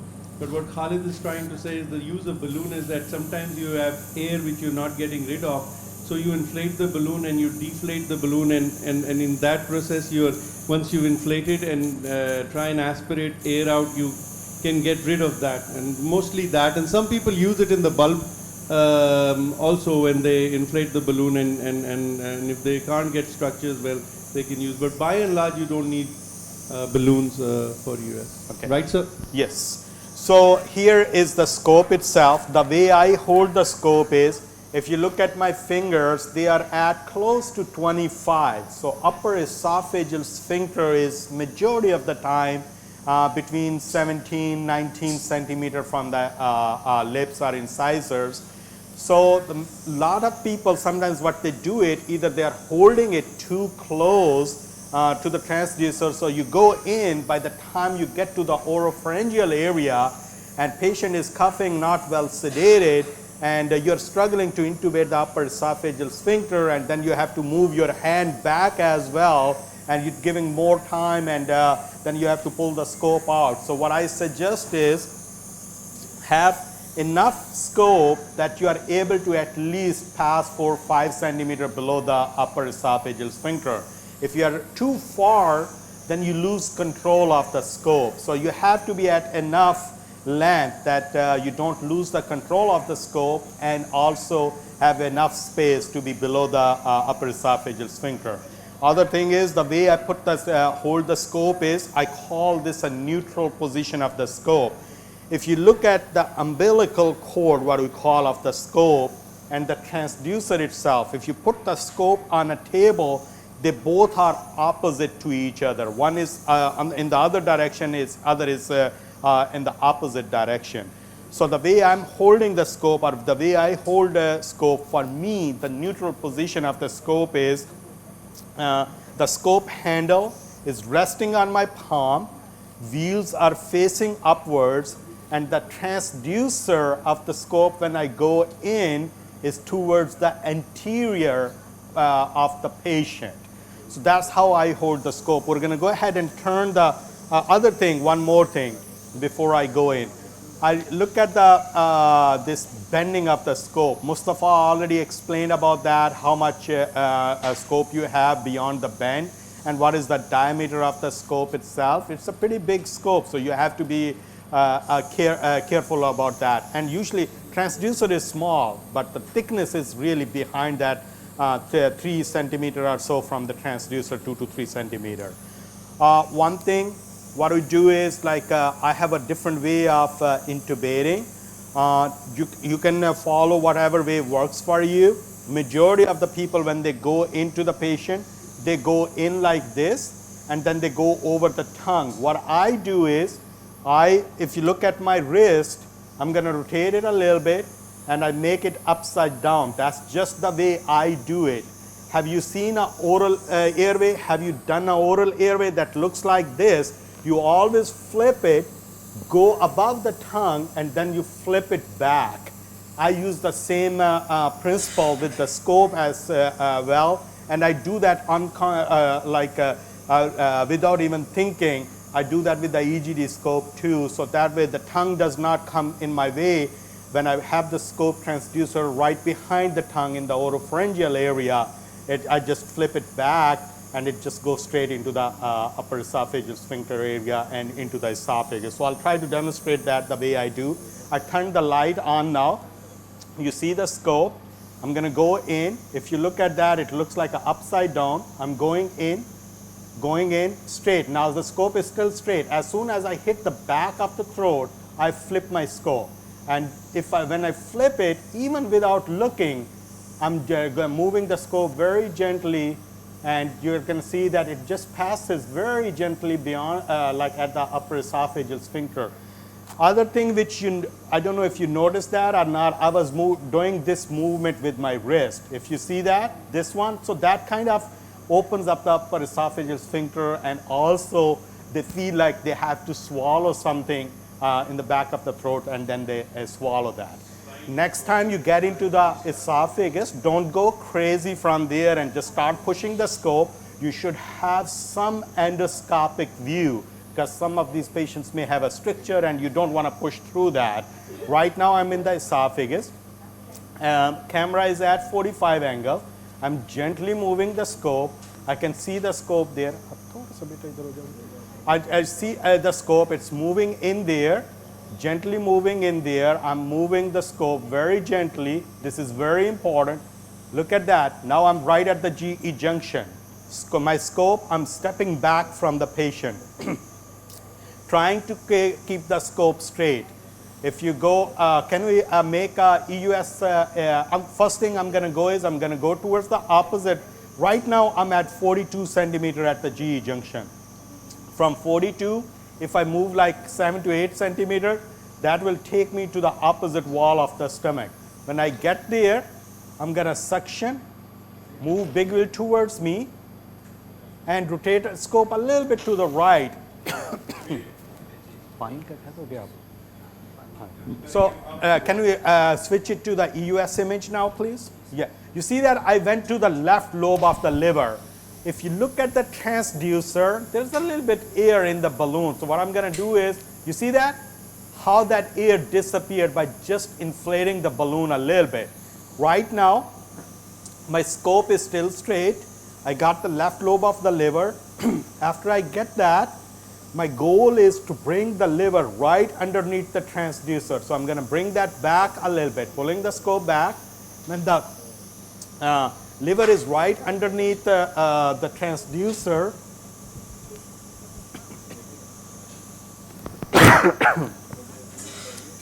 somebody noticed something in the liver? What do you see? Anybody wants to comment? Anything unusual, usual? They say a biliary dilatation. Yes, exactly. That's why I put a Doppler on there. So this is, I'm looking at the liver, I'm thinking, okay, there is some problem somewhere there. There is, here is clinical presentation, and looking at the liver, intrahepatic ductal dilation, so there is some obstruction at some level. But anyway, so right now, I'm like my scope is really, really straight. I pull the scope back a little bit. Liver is right underneath the transducer, and I'm going to put a little bit water. You don't have to go crazy on that in the balloon. You can see the liver is there. Now from earlier I was at 180. From there, I'm going to pull the scope back a little bit. I'm rotating to the right, my scope. So if I want to take a look at IVC, you can see that IVC right there going into the right atrium, but that's not what I'm interested. So I'm going to go a little bit further to the right from there and find my aorta. You see that? From 80, I came up pretty much all the way to 90 degrees. You look at the aorta. Aorta is kind of falling nicely downwards. I follow the aorta, trying to keep that underneath the transducer, doing a little bit right and left. My goal is to look for celiac. You see right here? Okay, let me. Right there is the celiac right there. This is a diaphragm right above that. That's the diaphragm you see right here, this blue structure. Aorta, celiac. If I push a little bit further, I may be able to see that SMA. It looks like it's coming underneath. But right now, I'm most interested in the celiac, so I'll pay attention to that. I will bring the celiac right underneath the transducer. Now I will just follow the celiac. When I follow that, sometimes you can see that the left gastric is coming right here. It's a little bit to the right of the screen. So I'm not interested in that. I'm going to just follow the main one. Just follow, and that should take me straight to the pancreas. The only thing I really did is, I'm going to get some water.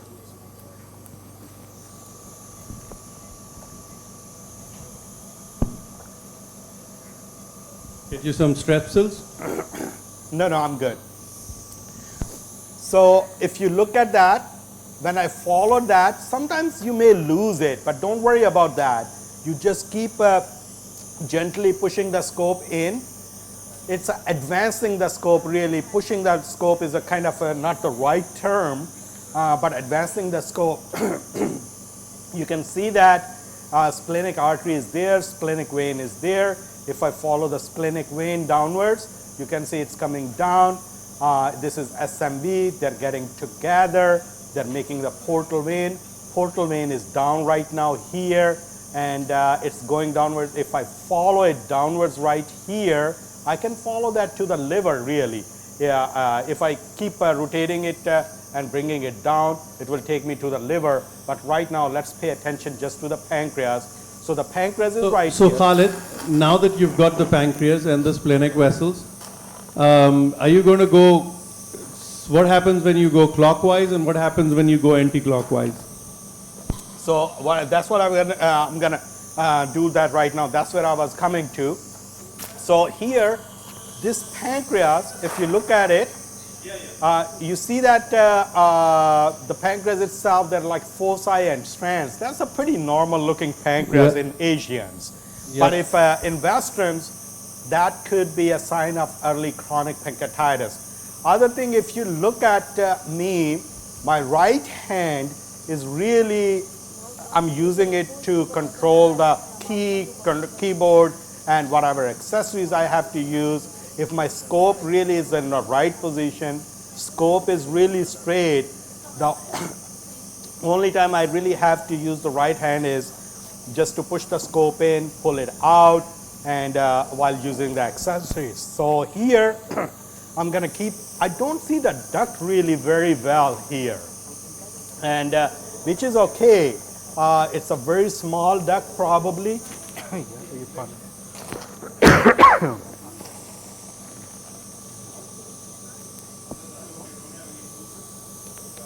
So probably very small duct. What I'm going to do is I'm going to rotate the scope to the right, rotating it to the right. What I'm trying to do is go towards the tail of the pancreas. So keeping the pancreas right underneath the transducer, right underneath the transducer. If you look here, I see a structure coming. So that's the left kidney. So the first thing which is going to come is the left kidney, but I still see the pancreas. I haven't seen the spleen. So I'm going to keep pulling the scope back. You see the pancreas right here. Keep pulling the scope back a little bit, rotating it to the right. And now you see that the pancreas is kind of falling in down there. That's the tail of the pancreas. And the spleen is right here. So sometimes if you don't see a lesion in the tail of the pancreas, you really are not looking at that. So here the tail ends right here. Nice and beautiful looking pancreas, spleen here, pancreas there, and left kidney there. That's the pancreas. So you have a question? The tail of the pancreas. The kidney is just right here. Khalid, I know you're having problems with your throat, but from where you were, the station, all you did was moved clockwise? Yeah. So pull the scope back a little bit and move it clockwise. So I kept pulling. And other thing is sometimes you don't really always have to pull the scope back. Yeah. Sometimes you really may have to push a little bit or rotate right or left. The main goal is whatever structure you are looking at is keep that right underneath the transducer. So to keep the structure right underneath the transducer, all you need to do is advance the scope if you want to, if you want to move along with it or pull back, and then obviously just use the clockwise. So you only have 4 movements here. You have anti-clock, clock, and you have advancement or a little bit of pullback. But what we are talking about here is, like Khalid said, is just literally millimeters. You're not talking about major movements here at all. The moment you make a big move, you've lost everything. I just took over while you were having water. Okay, thank you. So and other thing is, it's a very, very controlled movement, right and left. If you see that, I'm not even using right So hand. we just saw the pancreatic duct. Yeah, yeah, we did. I think that's a vessel. That's not a pancreatic duct. Let's see.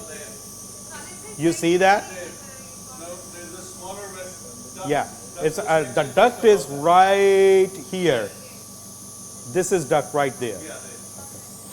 Now you see that duct right there. Okay. So now what I did is I went to go towards the tail and distal body. I rotated the scope to the right and pulled the scope back. Now what I'm going to do is I'm going to do the opposite of that to go towards the neck of the pancreas. Here I see the duct is right there.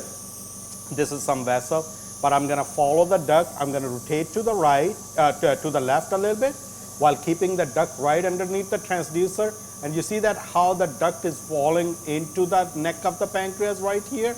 That's a nice looking neck of the pancreas right there.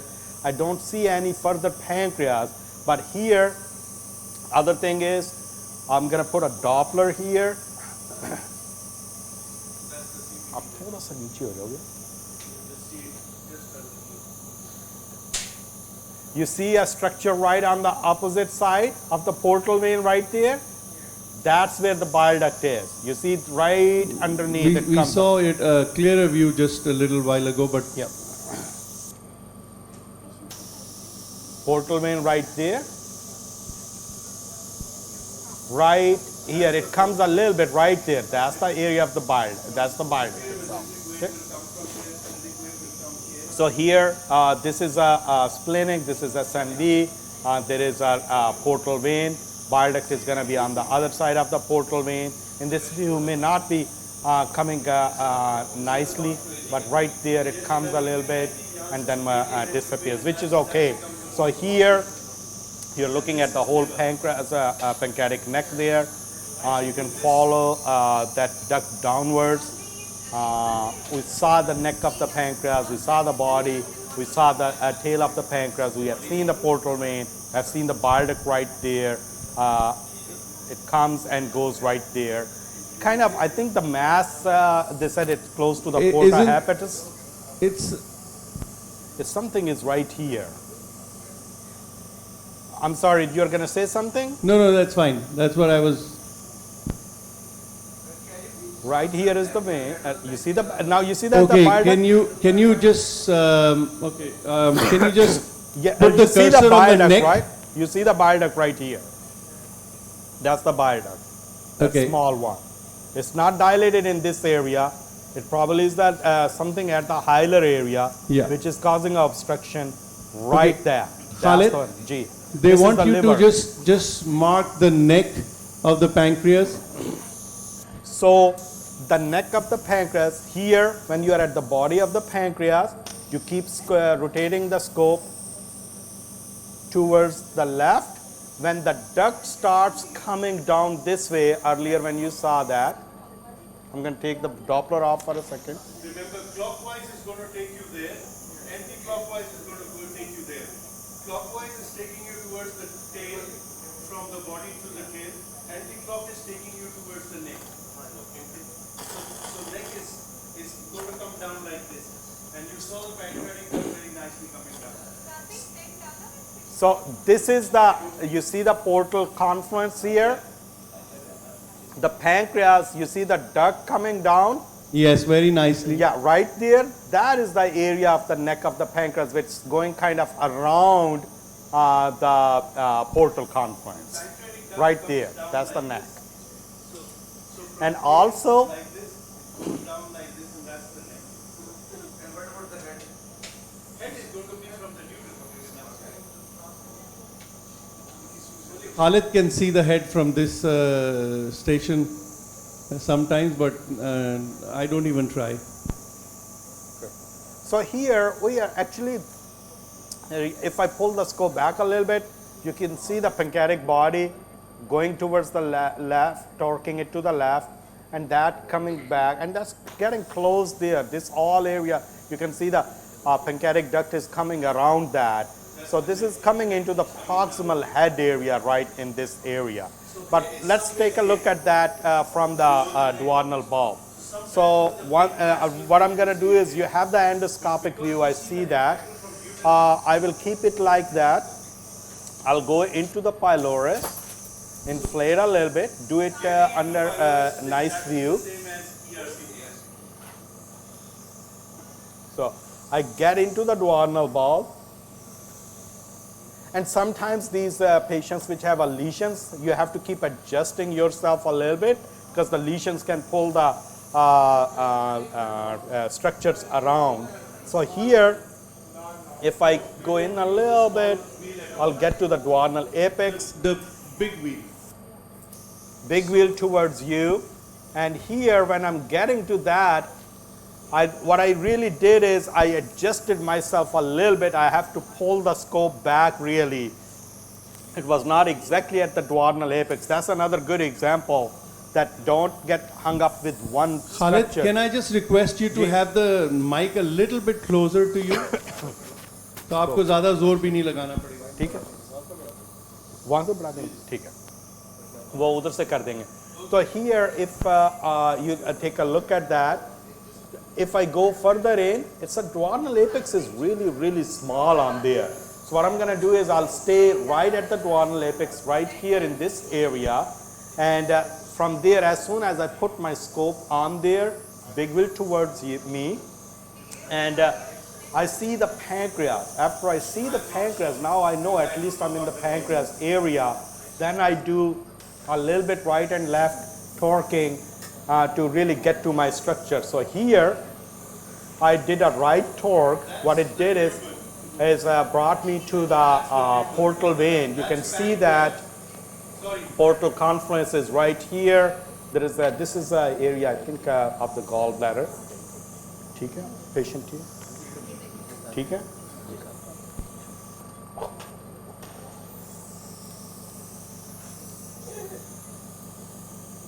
So when you see a confluence, I'm going to put a Doppler here. What do you think right here? What is that? Right there. Looks like stent. Comes a little bit right there. Do you see any flow in there?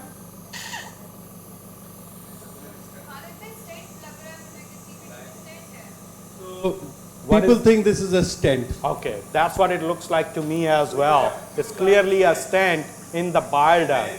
And I did not get that history, but I do see a stent in there clearly, nicely, right there. And when the patient coughs a little bit, it changes the position, which is okay. So here now we have the stent in the bile duct, and I did not see that stent actually maybe from close to the common hepatic duct area. But if I go back into the stomach, I may be able to find it better now. So I'm just rotating the scope right and left in the duodenal bulb, following the stent towards the ampulla, rotating it to the right. From there, and if sometimes you have to just really approximate the scope to the wall. So if I'm going to take the Doppler off for now. If I rotate a little bit right and left, moving the wheel a little bit away from me, and this is all the way to the hilar area right there. You start seeing the portion of the liver right there, and stent, bile duct stent is right there. Bile duct is kind of decompressed possibly. Portal vein is right here. You can see the confluence right there, portal vein. Here, the other thing is what you need to pay attention to that is, this is splenic vein right here, and this is SMV. So they kind of flip when you're looking at those from the D1 as compared to the stomach. pancreatic duct is right here, and if I do a little bit right and left torque, I may be able to get to the neck of the pancreas. This is the neck of the pancreas right here on the other side of the portal vein. Perimesenteric vein is coming from this side, splenic vein is coming from here, and then the confluence, and then going towards the liver that side. From stomach, the liver was this side on the right of your screen, whereas when you're in the duodenum, it's reverse. So here, I like to go towards the ampulla. I'm rotating the scope to the right, and I'm getting close to the ampulla. I think it's just because of the lesion itself There's a, and anatomy there's a itself. lymph node there, Khaled? Just at the, where the stent was, just there? This is a porta hepatis lymph node, absolutely, right there. You see that? But this does Yeah. not look like Malignant. does not look like a malignant. It Yeah. looks more inflammatory lymph node. But anyway, so here, if you look here, this is all the air into the duodenal lumen, and I think that this is the muscularis propria. You can imagine that it's kind of falling down right here, and that's where the ampulla ends right here, and that's a duodenal lumen. So if I gently advance the scope to straighten it, you can see it better right in this area. You see the stent giving a little bit shadowing, but no problem. And rest of the pancreas. This is the duct itself, pancreatic duct right here. He may even have a partial divisum actually. One of the duct branches, you see that duct is going upwards, it kind of crosses above the bile duct, so possibly could have that. And here stent ends, rest of the pancreas here. I'm going towards the left side now, and right here, if you look at the duct, it's pancreatic duct, it's crossing to the left and taking and going towards the tail of the pancreas. When you look at pancreas from the duodenal bulb, just remember that pancreatic neck is here. Now the pancreas is like this. So head is here, uncinate comes here, neck is right here around the confluence, portal confluence, and the rest of the pancreas goes here. Pancreatic body is going to be in this area, pancreatic tail is going to be in this area, which obviously we don't see. After I've looked at that portal vein, bile duct, pancreatic duct, all these structures in this area, now I'm going to go into the second part of the duodenum. The other thing is what we do is, like in this case, to take a look at these structures, I really have to come back to the pylorist to get all those structures. So just remember that all the anatomy is not same, even though all the structures are there, but anatomy may not be the same in every patient. I don't know if you notice that or not. When I go into the D2, what I did was, like, majority of the things I did it in under endoscopic view. It's a little bit different anatomy. What I have to do is I have to rotate the scope quite a bit to the right. Usually you don't have to do that. So once I get into the D2, I'm gonna make the big wheel towards me. I don't see the ampulla, and so I'm gonna rotate right and left so I can get to the aorta. So right, you see that aorta now? Right there. So I did not see the ampulla, so instead of doing that, I used my other second maneuver to find the aorta. From here, I'm standing, I'm moving back a little bit further. If I go torque the scope to the left, let's see what happens. You see the IVC right there? If I go further to the left, you may either see the right kidney or you may see the right lobe of the liver itself. So here, I don't see that, which is, there's something coming up here, which it's okay if you don't see that. So, but aorta, you see, actually the kidney is coming right here. Aorta, IVC, and kidney is in a little bit different position in this patient. Right here, just giving a little bit halo there. But we're not interested in that. What we're going to do is, I'm just going to pay attention to the aorta, bring the aorta into the position.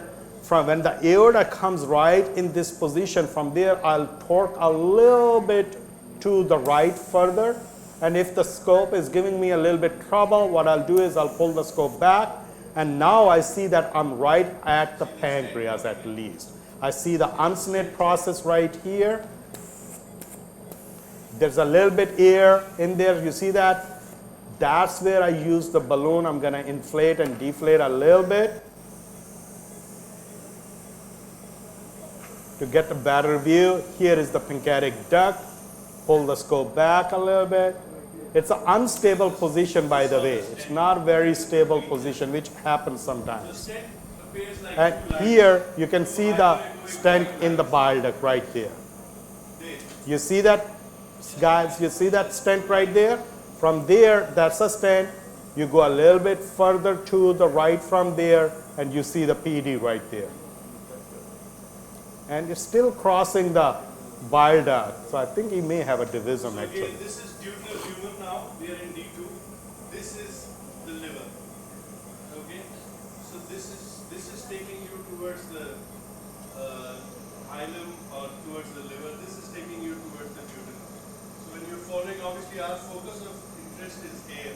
This is your uncinate, and this is the duodenal human. So you've got the ampulla here. Okay. So here. You see the stent right here, you see the uncinate processes at the bottom, and I'm trying to get to the PD here, I don't see that, then I go a little bit to the right, and there is the PD comes. So it's not close to the bile duct, so he really does have a pancreas divisum right there. You can see that it's opening separately above that, right there. So this is the uncinate process right here. It's going like this. Bile duct right there. Pancreatic duct is totally separate from the area of the bile duct and opening separately right there. Once I have that, what I'm going to do is I'm going to make sure all my wheels are unlocked. I'm going to keep the pancreas in my view and slowly start pulling the scope back. Once I fall into the stomach, I would know that. I fell back into the stomach, but pancreas is still there. Pancreas is still there. Pancreas still there. Now I'm getting close to the body. Now you see the left kidney right there, coming back, coming back. Now you see the tail of the pancreas right here. I can adjust the scope a little bit and the spleen here. So you can see that the whole pancreas, starting from the D2, you can come back all the way back and take a look at the whole pancreas in just a few minutes. This was not a very friendly anatomy, just to let you know, especially the duodenal bulb, especially the duodenal anatomy. So next is actually one more thing before I go there. You see the celiac right here coming off. Usually the way you do is like you bring the celiac right to take a look at the left adrenal. Bring the celiac right underneath the transducer.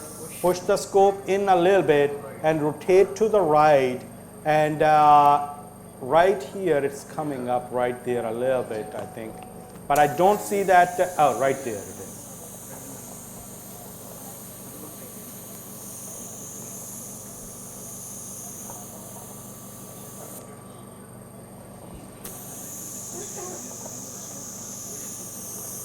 I think this is the left adrenal. It just keeps coming a little bit, but not clear, very clear. There it is. Right there is the left adrenal, right here. You see the left kidney right here? Right above that, there is the left adrenal right there. So the way usually it comes is, majority of the time, when you find the celiac, right there, celiac, bring that underneath the transducer right here, and it's giving anatomy is giving a little bit trouble to get underneath. Right there it is. After that, you push the scope in a little bit, like 1 to 2 centimeter, and rotate to the right. And if you see the left kidney, and right above that, you might find the adrenal. Right here, left kidney, you see one of the wings of the left adrenal right there, and the rest of the left adrenal is right there. It's like a seagull shape. Okay? So from there, what I'm going to do is, I'll bring that to look at the mediastinum. What I'm going to do is I'll pull the scope back, make the scope in neutral position again, pull the scope back close to 30 or so. When it comes close to that, just a little bit rotation of the scope. You can see that here, I think my balloon is broken. That's what's happening. That's why there's so much air. It's not inflating very well. Khalid भाई आपसे question करना था जो patient की CBD है वो ठीक लगी आपको स्टेंट के अराउंड उसकी वॉल या So no, what you have to understand, when the stent is there, it's looks a little bit thickened, but that could be all because of the stent itself, inflammatory process. I think balloon is broken. We kind of lost the view there completely.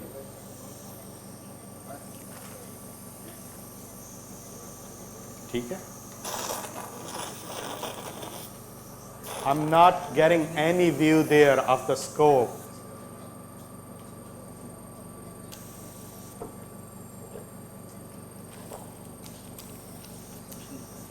Suction. I think I can demonstrate that in some other patient. We're having a little trouble here with the patient itself. Yeah. So I'll pull the scope out. Oh, you know what? That's another thing. There is no water in the balloon one. That is empty. I see that because when I inflate it, it's just the air coming out. So you have to know the problem. That's what was happening. Every time I thought it's a broken balloon, but there's no water in there for the balloon. उसको fill कर दो मेरे में. बिल्कुल खाली है.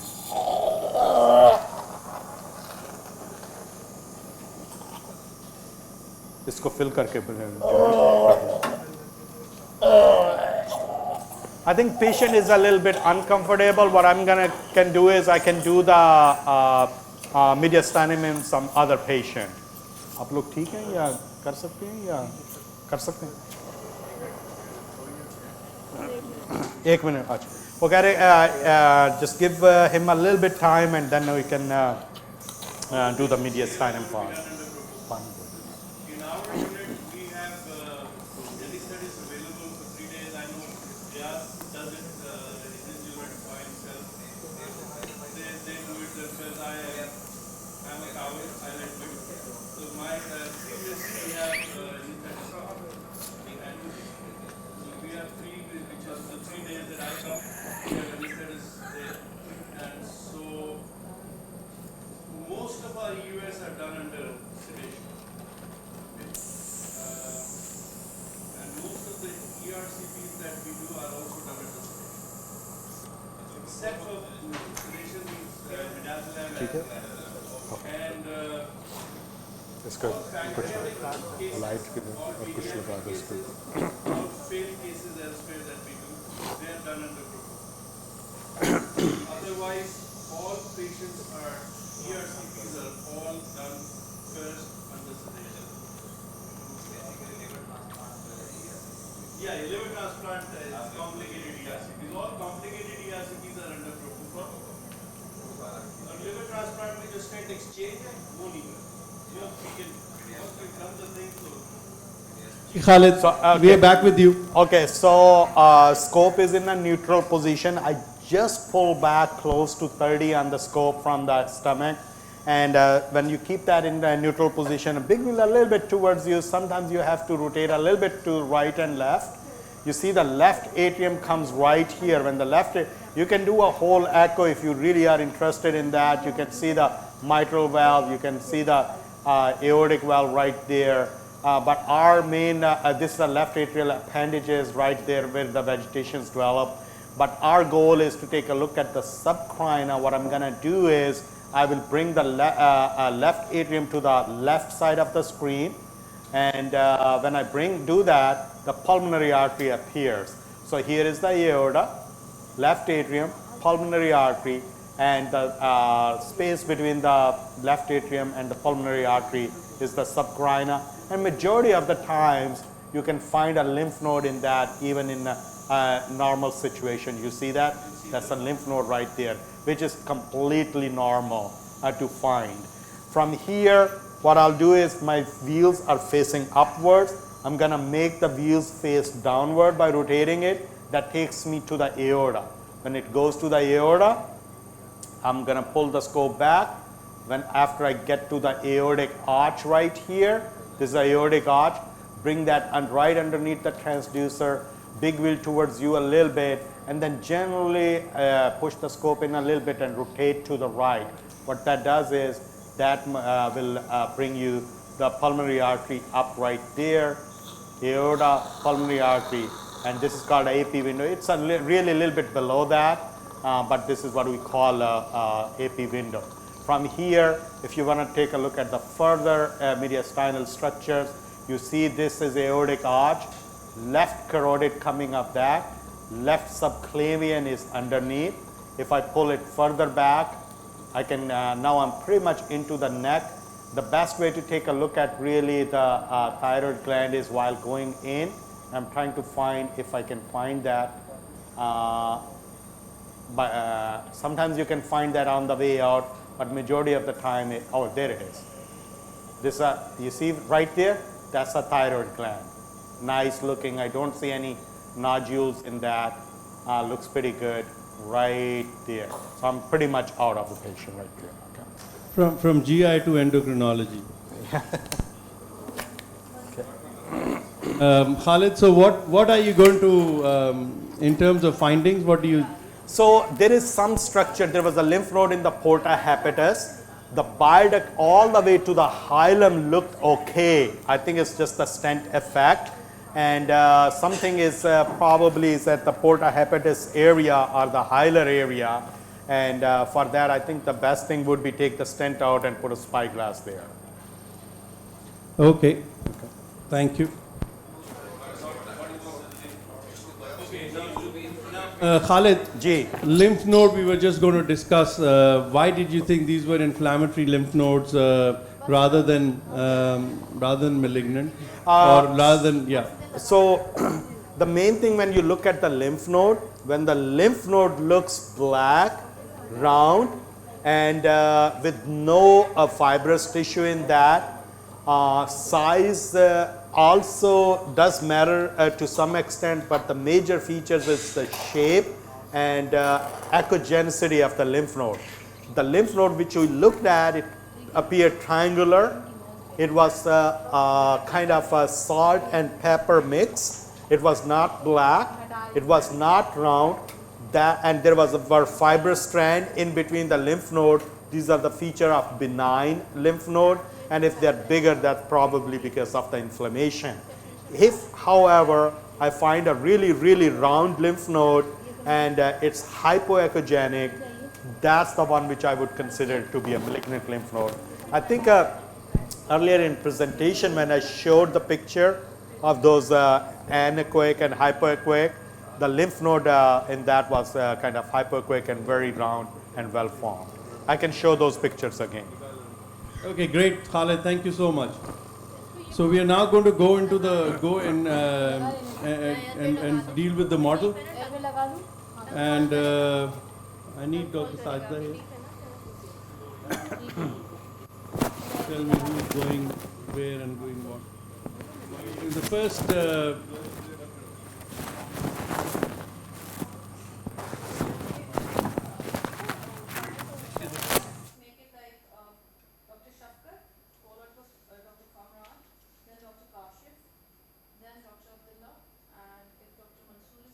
No, he's not here yet.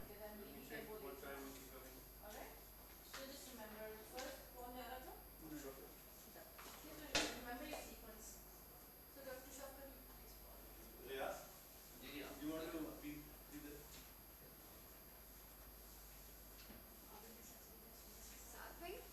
Sometimes it becomes very difficult to differentiate between tuberculous and lymphomatous in the patient in a node. Oh, you cannot. If you're suspecting TB, then you need to just do FNE, FNP, whatever you have. So in this case, If, for example, this patient you were suspecting tuberculosis, then you could not differentiate. Although the more pathological lymph node is going to be more dark. Okay, the malignant lymph nodes, real clear malignant, those will be really dark. Okay, तो मैं model के मुतालिक बता दूं. Model अभी आपने live demonstration देखी. Let me warn you that model is not exactly like the way you see inside the body. It's a basic model. The new model, the KIDA model or the other model, they are very much simulating the actual human body. But this ECOM model, this is a basic model where it gives you a differentiation between how does a vessel look like, how does a gallbladder look like, how does CVD look like. So just a major structure, a basic understanding. Don't try to expect the kind of imaging that you've seen while Khalid was demonstrating. It's going to be just a basic differentiation at say point 1, what are the structures which are likely to be seen and how do they look like.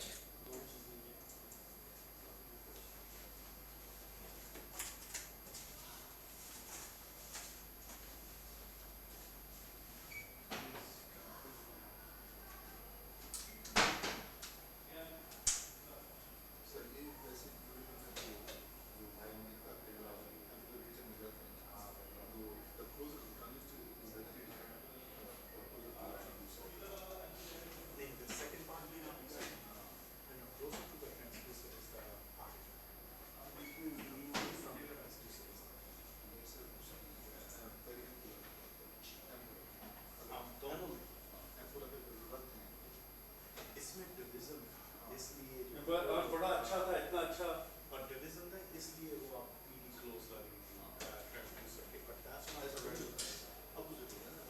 Regular में opposite direct close होगी और PD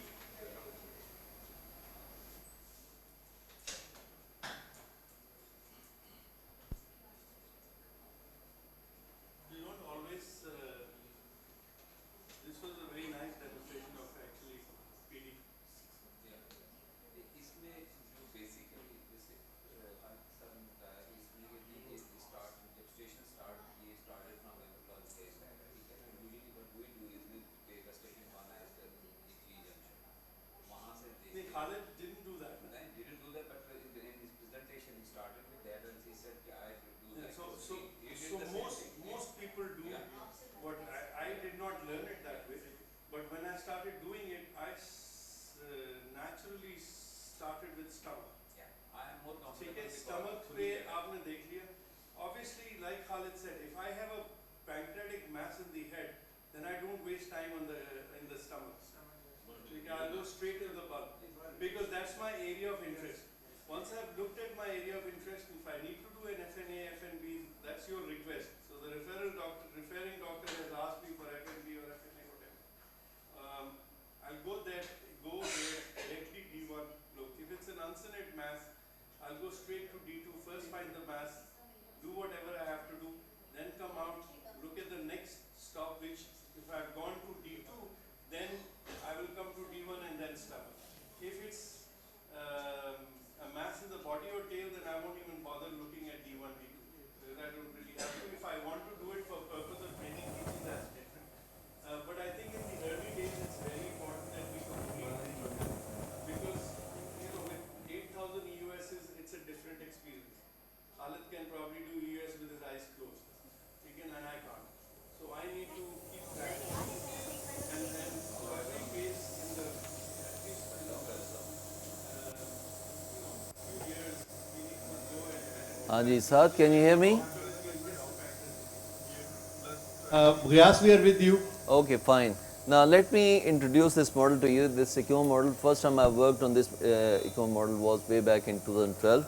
That was the time when they were trying to develop this model and they had done a workshop in Lahore in one of the PSG. And then later on, over the years, they have developed it, but then the development is only up to the D1 level and it's just a basic model. The idea of development of this model is not to give the exact simulation as it happens inside the body, but to teach the students the basic maneuvers and the ability to understand the basic structures the way I've just said in the conference room. So Shafqat is here with me. He has done quite a few endoscopic ultrasounds. Now, if you look at this model, it is like going inside the oral orifice, and from here on, this is the point from where the E junction and rest of the structure starts. So for the demonstration model, Let me start. We have done the lubrication. Riaz, Yes. you are able to, however, understand the clockwise, anti-clockwise Yeah, that's movements right. and The what happens basic- when you advance or, that or pull back the scope. So that that's is the that is concept. exactly, yeah, that's the exactly idea of this model, that you can able to understand the basic model, the amount of movement that that is permissible, and the kind of structures that you can see in the black and white imaging.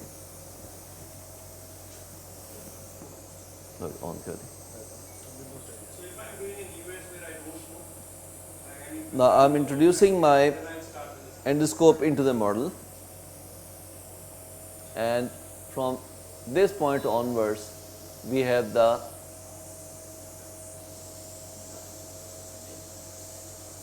जरा दीजिए यहाँ से नहीं button operated नहीं कर दे okay the light to come here.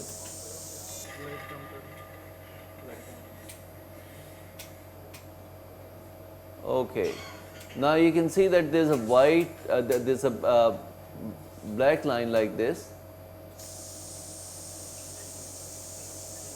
This is supposedly the abdominal aorta with the uptake, with takeoff of celiac right here.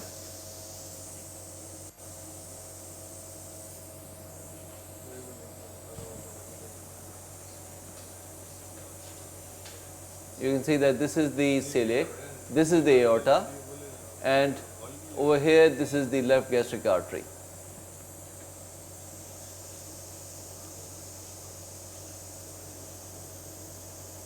Little further down you can see that here we are on to the pancreas and the two blood vessels. The one close to the transducer is obviously the splenic artery, the one away from us is the splenic vein. And my cursor is right on the pancreas. One can make the movements, one can slightly adjust right and left, go a little further back, little further down, rotate it while keeping it under the view, clockwise, counterclockwise movements. It's not about getting just the structure, it's also about understanding what you're doing. What happens when you advance the scope?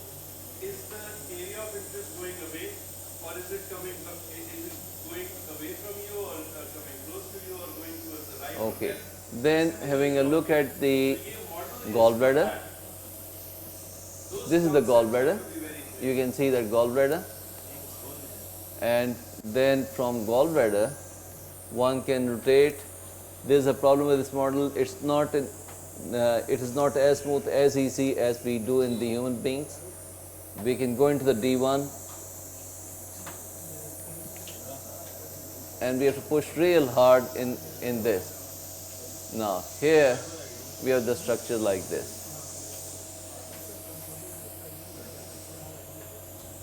So for example, if I was doing this model and I would want to know what happens. Now this is the simulation of D1. This side, move it, bring it here. Okay, what happens when I advance the scope? So that's the concept you get. You really don't get so much time on the patient. You can't spend ठीक है? चलो.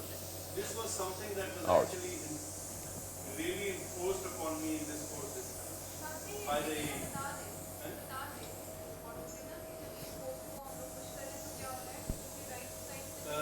Each jump. Riaz, जी. just जब आप let everybody here, they want to know what happens when you do a clockwise rotation to a structure. You pick up a vessel or whatever gallbladder you saw, and what happens when you do a clockwise, what happens when you do an anti-clock, what happens when you advance to the actual structure in relation to the transducer. Okay. When your transducer is at an X place, when you are trying to rotate to the Got a clockwise. structure right now. Yeah. I know where exactly he is. Let it just pull back a little right here. And this is the aorta, right? Now, when we rotate, when we make a clockwise rotation, obviously we are going to the right. when we are going counterclockwise, we are going to the left, and this right and left is basically in relation to the screen. Actually, when we are making a clockwise rotation, we are going to the left of the body. So one has to have a imaging inside the brain that this is a surgical and radiological anatomy, and we expect the structure, say we are in the midline, we expect, what kind of structure do we expect on the right of the body, what kind of structure do we expect on the left side of the body. So if we have picked up, say, abdominal aorta, descending aorta, going to the clockwise side, we expect that we are going to the left, and we should be, this is the celiac takeoff. The cursor, you can see that the cursor here, this is the celiac takeoff, and this is the abdominal aorta. Now, if we have to follow if we want to follow the celiac, we just have to slightly push along the celiac, and we are advancing along the celiac, and a slight further push, and we are there at the pancreas.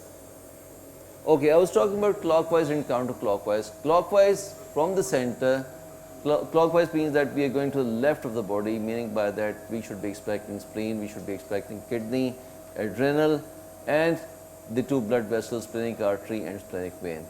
And then if we go counterclockwise, that means that we are going towards the pancreatic body, pancreatic head, and then towards the hilum of the liver and various segments of the liver.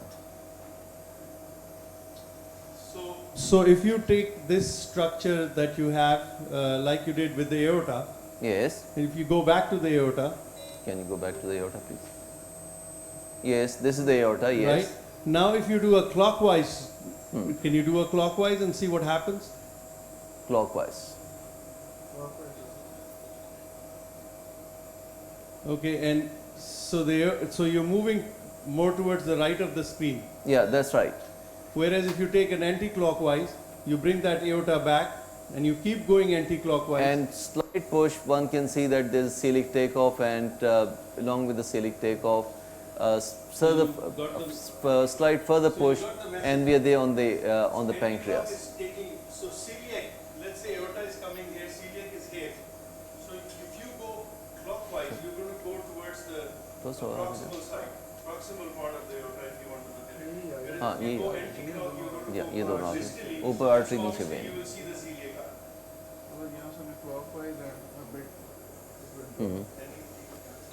अब आप counter clockwise जाओगे ना, क्योंकि clockwise वक्त देख लिया. हाँ, big wheel, up and slide. If a structure is like this and you're moving, so you're going to go Yeah, that's right.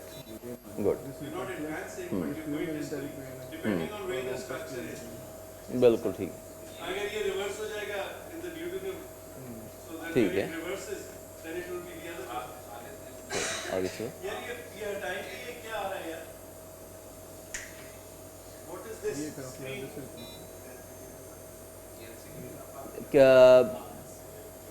Can you appreciate in the audience that the conference that they have shown?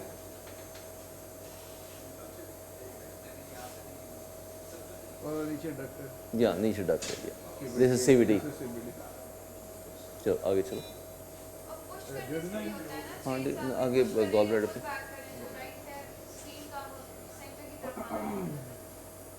Just at the pre-pyloric region, you can see that the bulge, and at the bulge they've shown the gallbladder. This is the gallbladder. If you're advancing in the structure, This is another cyst that you've shown. distally, you will start looking at it. If you pull back, you're going to go back to the proximal part of this.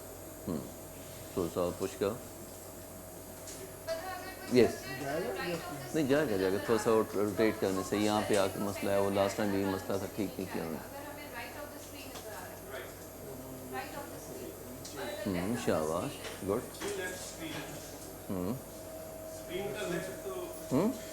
Resistance है, लेकिन ये कि वो थोड़ा सा rotate करके तो you able to go इन. पहले मूवी में देख के गया हूँ. ये एक लिवर दिखाया ना उन्होंने.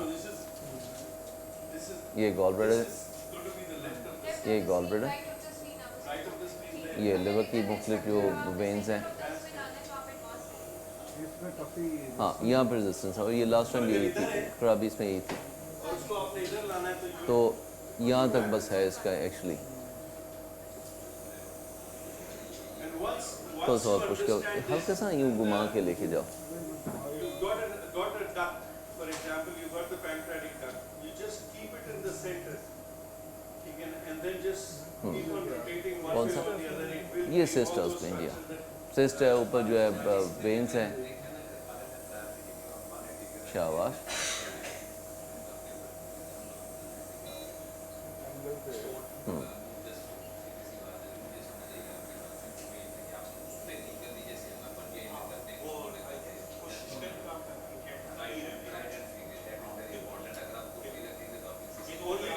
only if your scope is straight.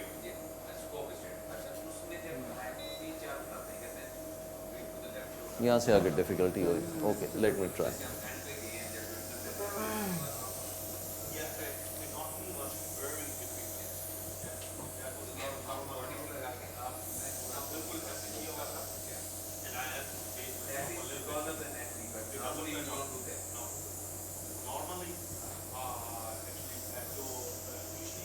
Okay. There you go.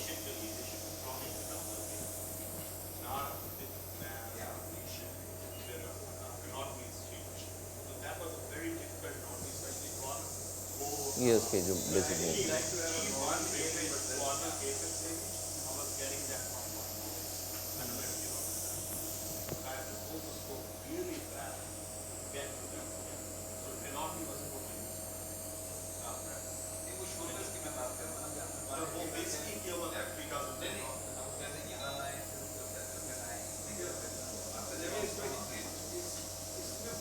Low.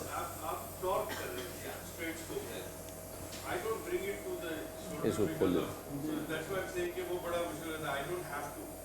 I do it from here because of my. You understand what is that? कौन सी? The concept CVD? is that this is वो exactly what model खराब हुआ तो इसलिए हो. ERCP में भी यही करते हैं. या ये किधर गए इनको लंपस वाले? But बशर्ते कि scope आपका straight हो. Quite often what is happening is we are trying to do this, but our scope is not straight. So when you're rotating, it's actually not rotating. So the key thing that Khalid was saying is that you know you have to ठीक है. keep telling yourself. हाँ, इसमें इतना ही है basically. यार इसमें तो वही पुरानी वाली खराबी है. वो अभी भी देखना यहाँ से डिफिकल्ट है मैनेजमेंट. जो लास्ट में मसला था वो वैसा ही है. हाँ हाँ, नहीं इससे आगे रखा जाएगा क्योंकि D2 का उसमें है ही कोई नहीं. This is the maximum that या ये कैप है. This is the maximum that you can go. ठीक. चल नेक्स्ट कैंडिडेट को अब और करना कुछ आपने. नेक्स्ट ग्रुप बुलवा दो. हाँ हाँ, स्कोप निकाल रहने दो. स्कोप अगले को बुलवा दो. Okay, Dr. Shafkat is done. Can we have the next candidate, please? Yeah, we can send the next candidate. जो डॉक्टर साजदा ने ऑर्डर बता दिया, उस ऑर्डर में जाते हैं. Okay, जो डॉक्टर साजदा ने ऑर्डर दे दिया, follow that order. They all experienced people.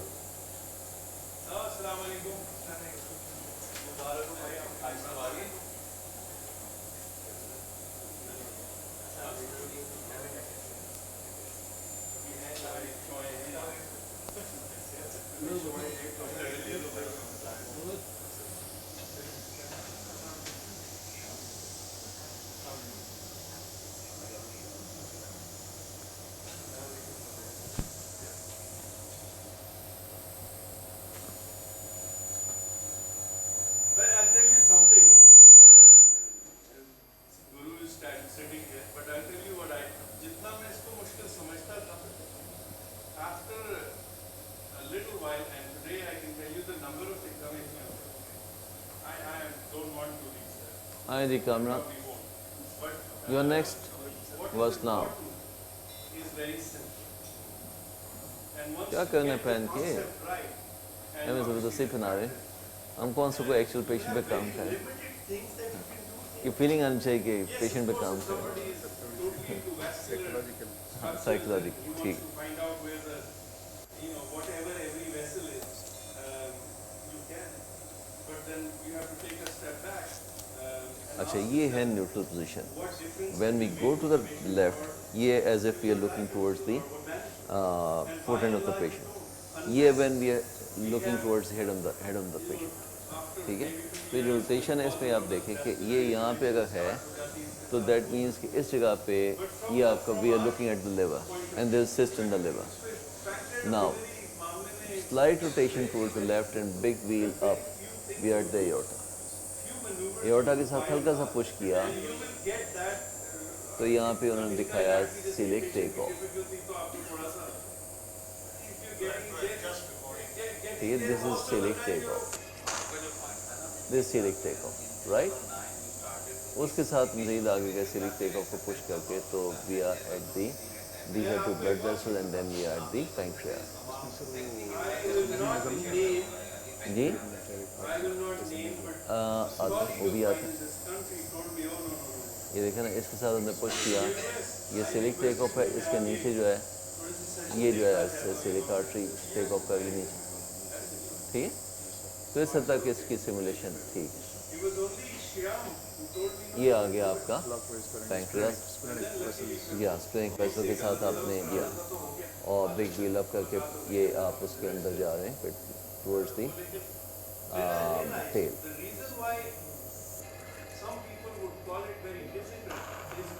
ठीक है, एंड देन क्लॉकवाइज रोटेशन, ये किडनी आ गया. Clockwise rotation and slide push, big wheel away from you.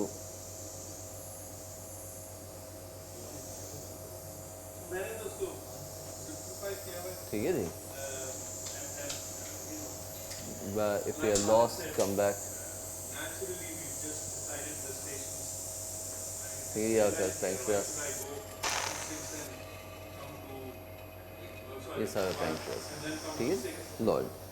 Personally, I am not even sure that you need to have those 3 stations because you have one D1 and the D2 actually covers. नहीं, थोड़ा सा पीछे आओ ताकि जो landmark है वहाँ से अब स्टार्ट लो. थोड़ा सा पीछे, कम बैक.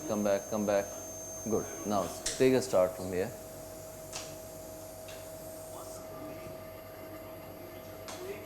ये ऑफ है ना. This is liver. Turn right. Keep turning right. Clockwise. Further clockwise. Further clockwise. और घूमे. Clockwise. हाँ, शाबाश. Keep turning.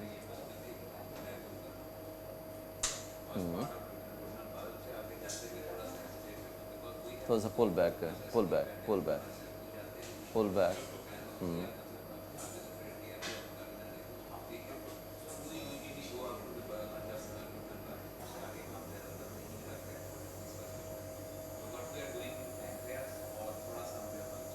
This is aorta, and typically aorta appears like this. Truck से सामने आती.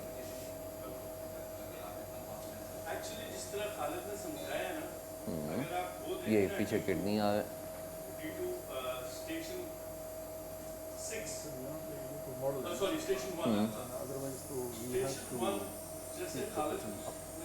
नहीं, not necessarily up.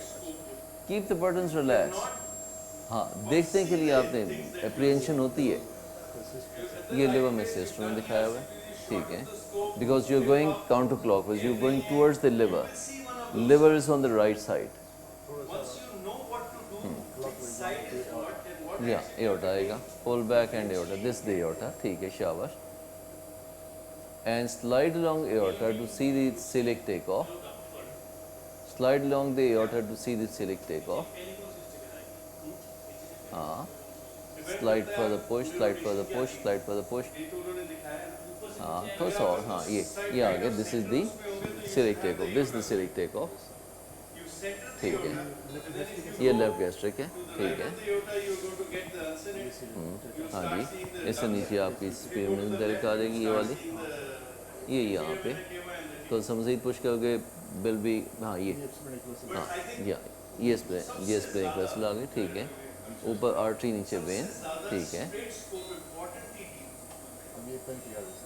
हाँ जी, ये पैंक्रियाज, हाँ जी, इस साइड पे लेफ्ट किडनी, लेकिन ये कि आप ब्लड वेसल को नीचे लेके then turn clockwise, break the blood vessel underneath your transducer, so pull back, bring the blood vessels under your vision, हाँ, थोड़ा सा और पीछे, pull back, this is the kidney, नीचे, ठीक है, हाँ, keep pulling back and turning right, turn right, okay, this is the kidney, okay, और यहाँ पे spleen आएगी, ठीक है, turn, yes, this is the tail of the pancreas in this model, okay, turn back again, हाँ जी, हाँ जी हाँ, ठीक है, हाँ जी, ये पैंक्रियाटिक डक्ट है जी, ये पैंक्रियाटिक डक्ट, राइट, हाँ जी, इसको फॉलो करते जाएं, ये हम फिर इसके जाएंगे यहाँ पे जो डाउन आता है हाँ जी, थोड़ा सा अब now since you are lost, come back to the big vessel and then trace again, हाँ जी, बिल्कुल ठीक है, बिल्कुल ठीक, fine, ये स्क्रीन आ गया सर, बिल्कुल ठीक, ये ठीक है, आगे चलो, अब मैं सर थोड़ा सा आगे जाऊँ,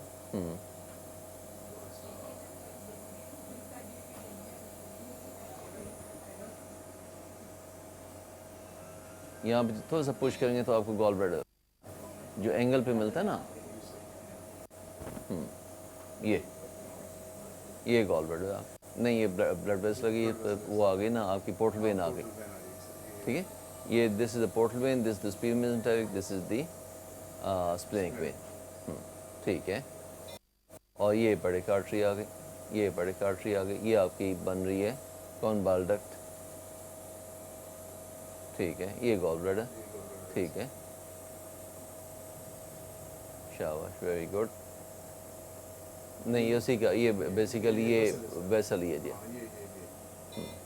वेसल है ना सर, इसके साथ मिल रहा है, जी हाँ, ये वेसल है, बिल्कुल जी वेसल, और ये जो ऊपर है सर वो सीबीडी नहीं है, ये सीवीडी है जी,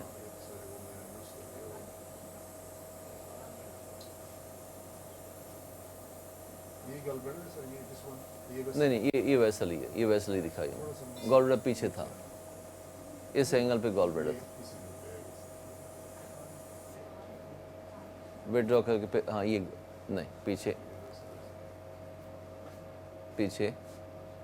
हाँ, नहीं ये वेसल है, थोड़ा सा पीछे आएंगे ना तो आपको गॉल ब्लैडर, अच्छा सर, अब ये जो नीचे स्ट्रक्चर है ये वाला, हाँ जी, हाँ, ये सर क्या चीज़ है, ये आर्टरी, ये वेन है, ये सीवीडी, ये डक्ट, और ऊपर सर वो भी वेन, ये इसी की जो वेन का जो है, ये स्पीमेंटल वेन, ये सीधा जो है स्प्लेनिक वेन, इसमें सर जब हम इधर आएंगे ना इस साइड पे, तो ये हम लिवर की तरफ आ रहे हैं ना, लिवर की तरफ इधर, नहीं ये आप इस साइड देखो, जब आपने लेफ्ट साइड पे जाना then you are going towards the liver, यानी इधर से port vein is going to this way, you got स्पीमेंटल vein and splenic vein, meaning by that you're going to the left of the body.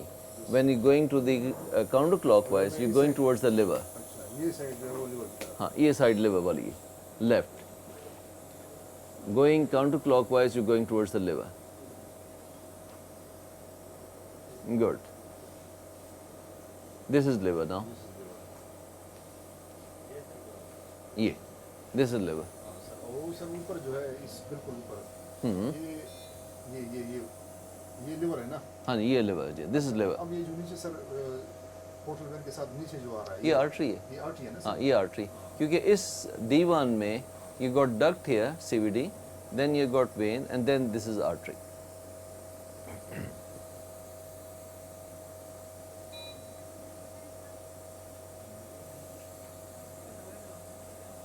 This is liver.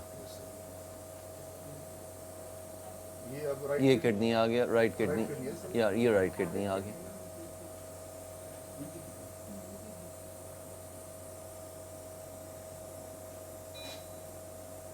Right kidney, जी हाँ right kidney, लेकिन जब kidney देखें तो kidney का मतलब ये होता है कि this is a different structure now, हाँ, उसमें ये जो बैकी है they must have shown as vein, and this smart one this is aorta, अब ये जो है तो सर ये एओर्टा है ना, ये हाँ ये एओर्टा जी, ये aorta ji, Aorta say turn smartly, turn clockwise, and over here you should expect unsned process.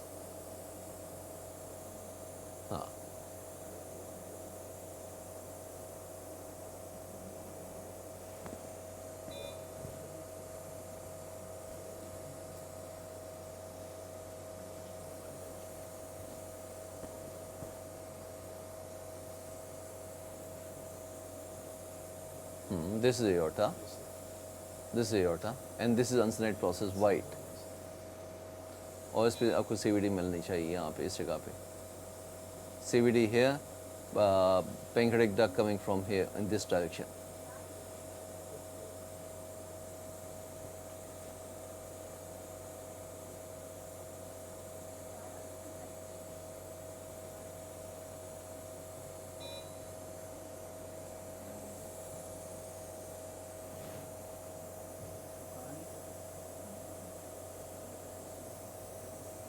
इसमें सर वो ड्यूडेनम वाले स्ट्रक्चर्स तो नजर नहीं आते. हाँ उस तरह के नजर नहीं आएगा. वही मैं कह रहा कि जो स्ट्रक्चर है बिल्कुल बेसिक स्ट्रक्चर है.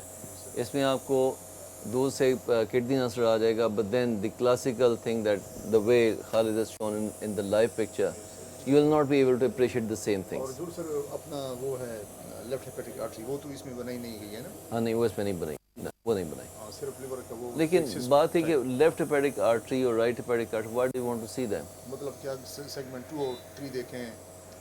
Segmental, हाँ. that is fine, but right now at this level when you're just getting the introduction, at this level it's a basic model. This model is not going to show you all those advanced things, and that is mainly on the computer model and not in this model.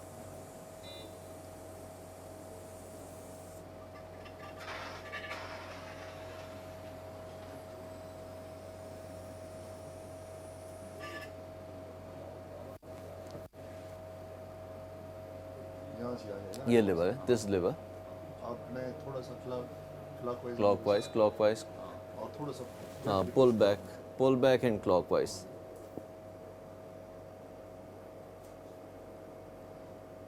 ये port लगाए हैं ना sir ये this one. हाँ जी जी हाँ. हाँ ये.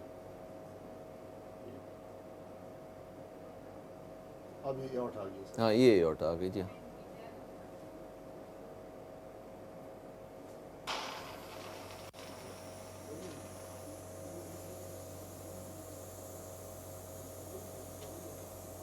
वो इनफैक्ट पोर्ट में नहीं थे, वो वीना की बात थी, क्योंकि जिस जगह पे आप वो ईस्ट जंक्शन पे दिया IVC दिया, बेयर एरिया पे जहाँ पे IVC एंटर होती ना वो थी.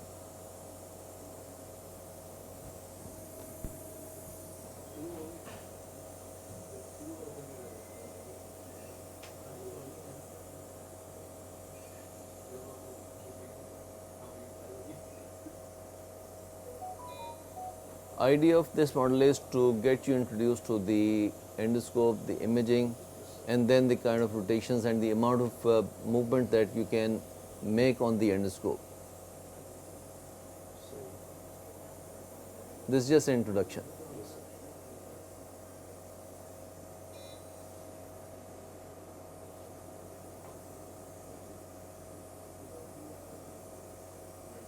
लिवर जब सर नजर आ जाए ना हमें, मतलब इनिशियली तो जाए लेफ्ट लोब भी नजर आएगा जैसे हम एंटर होंगे. उसके बाद हमने थोड़ा सा पुश करके Clockwise rotation जानी है, and you will be there on the aorta. मतलब थोड़ा सा हम पुश करेंगे. Gentle push, turn right.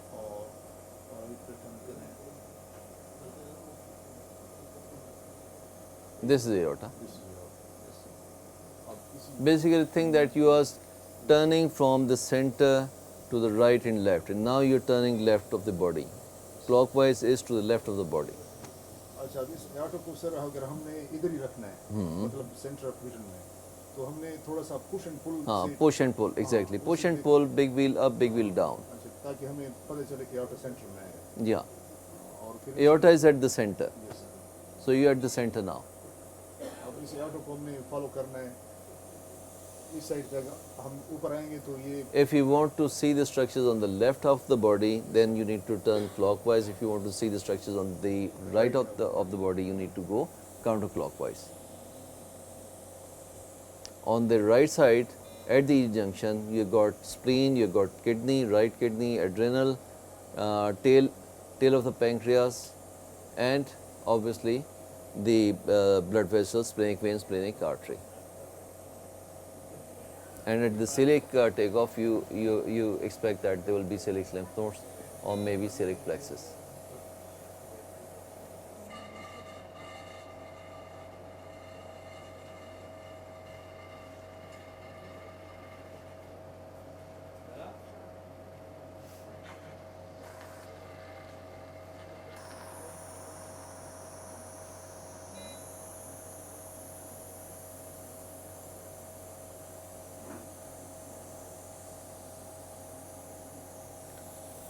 If you're going 90 degrees on the opposite side, for example, this was your neutral position at the EG junction.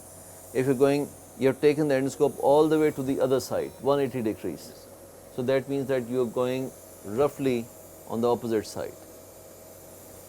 left lobe से आप Just think that maximum the structure, if this is the center, up to 90 degrees you should be expecting that the structure will be there. Otherwise, you're going into the retroperitoneal tissue where there will be spine or there will be nothing else. मतलब sir हम इधर से शुरू करेंगे, हम जब इधर आएंगे तो स्कोप उधर जाएगी. Yeah. उधर. नहीं, scope is going to the left. Vision उधर जाएगी ना. हाँ, vision उधर जाएगी. Yeah. लेफ्ट साइड देखेंगे हम. Yeah. अगर हम राइट पे आ रहे हैं. हाँ. If you're going to the right, you're looking at the left half of the body. Left lobe से हम जा रहे हैं पीछे. aorta, फिर spleen. Look, this is the center. Yes sir. If you're turning clockwise, you're looking at the left half of the body. मतलब ये वाला जो. हाँ, ये वाली side, where you expect that there will be spleen, there will be left kidney, there will be left adrenal, and then body and tail of the pancreas. ठीक. और अगर हम उधर जाएंगे तो फिर हम हाइलम की तरफ. हाँ, you will be going towards the liver, towards the hilum, and all the structures there. Yeah, yeah. Next candidate sir बुलाते हैं कि हाँ, आप कहते जाओ, up to you. जब तक आप करना चाहते हो करो. Satisfy yourself. अच्छा, ये जो सर खालिद साहब कह रहे थे ना कि 40 जैसे आप ये जंक्शन क्रॉस करते हैं. हाँ. मतलब हमारे यहाँ पे ये है ना, ये एरिया है. Now this 40 can be 37, this 40 can be 42 as well. हमारे लिए तो मॉडल में तो ये है ना सर. हाँ जी हाँ. हाँ. अब यहाँ पे ये न्यूट्रल पोजीशन है ना सर. हाँ. ये इसको बिल्कुल न्यूट्रल में है. अच्छा, स्कोप के neutral, let me show you. This is the, अगर बुक के हिसाब से this is the neutral. When this scope is facing towards the feet, this is open left, this is open right. ठीक है? तो ये जो है ये है आपका centre. This is open looking towards the feet. This is open looking towards the head. Sir जब हमारा हाथ इधर होता है ऐसे, ये इस तरह, तो ये स्कोप तो इधर देखते हैं ना. This is looking towards the feet. ये जो विजन है, जो लाइट वहाँ से इलिमिनेट होती है वो तो ऊपर होती है ना. स्कोप ऐसे होता है और विजन ऊपर होती है. हाँ जी, हाँ बिल्कुल. तो हम जब लेफ्ट लोब को देखते हैं. अच्छा, इसका लाइट का नहीं, इसका तो ट्रांसड्यूसर की गेम है. ट्रांसड्यूसर की जो है वो जो रेंज है, जो रफली अबाउट 60 डिग्री है, उसको हमने ज़हन में रखना है. मतलब हम जब इधर से अब हम रोटेट कर रहे हैं क्लॉकवाइज या towards the right, it means that we are moving the transducer toward the left of the body. देखिए ना, this is the center. We are looking towards the feet. We are looking towards the head. ठीक है? ये है इसमें. आओ sir. Follow gloves. ओ पहने gloves. जी ठीक है, तो ग्लाउंड का कोई काम नहीं. तोड़ दे गाँव में आप. मिट्टी पाओ गाँव में. पानी तो नहीं छूटेगी ना. हाँ, नहीं पानी नहीं छूट दी.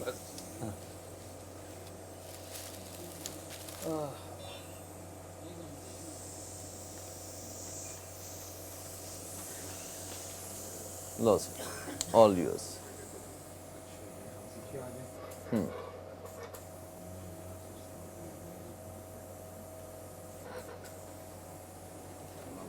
हो थोड़ा कुछ. This is the EG junction now. सामने देखोगे, if your scope is right in the center. इसमें मैं सक्शन करूँगा तो तब नजर आएगा मुझे ये व्यू. हाँ, मतलब सक्शन करोगे, जरा पुल अप करोगे, लिवर आगे सामने. This is liver. हाँ. अच्छा ਉਹਦੇ 'ਚ ਨਾ ਇਹ ਜੋ ਨਾ ਇਹ ਵਾਲਾ ਨਾ ਰੱਖੋ you need to step back this is the thing ਤੁਸੀਂ ਬਿਲਕੁਲ ਇਹਨੂੰ ਇਹ ਕਰੋਗੇ ਨਾ you'll be looping नहीं आप ठीक नहीं हाँ बिल्कुल ठीक now you perfect हाँ you going towards the right side of the body now this is the center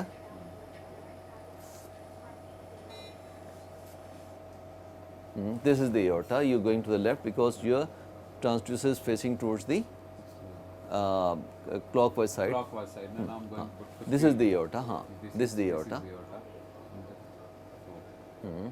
push along the aorta big wheel towards you and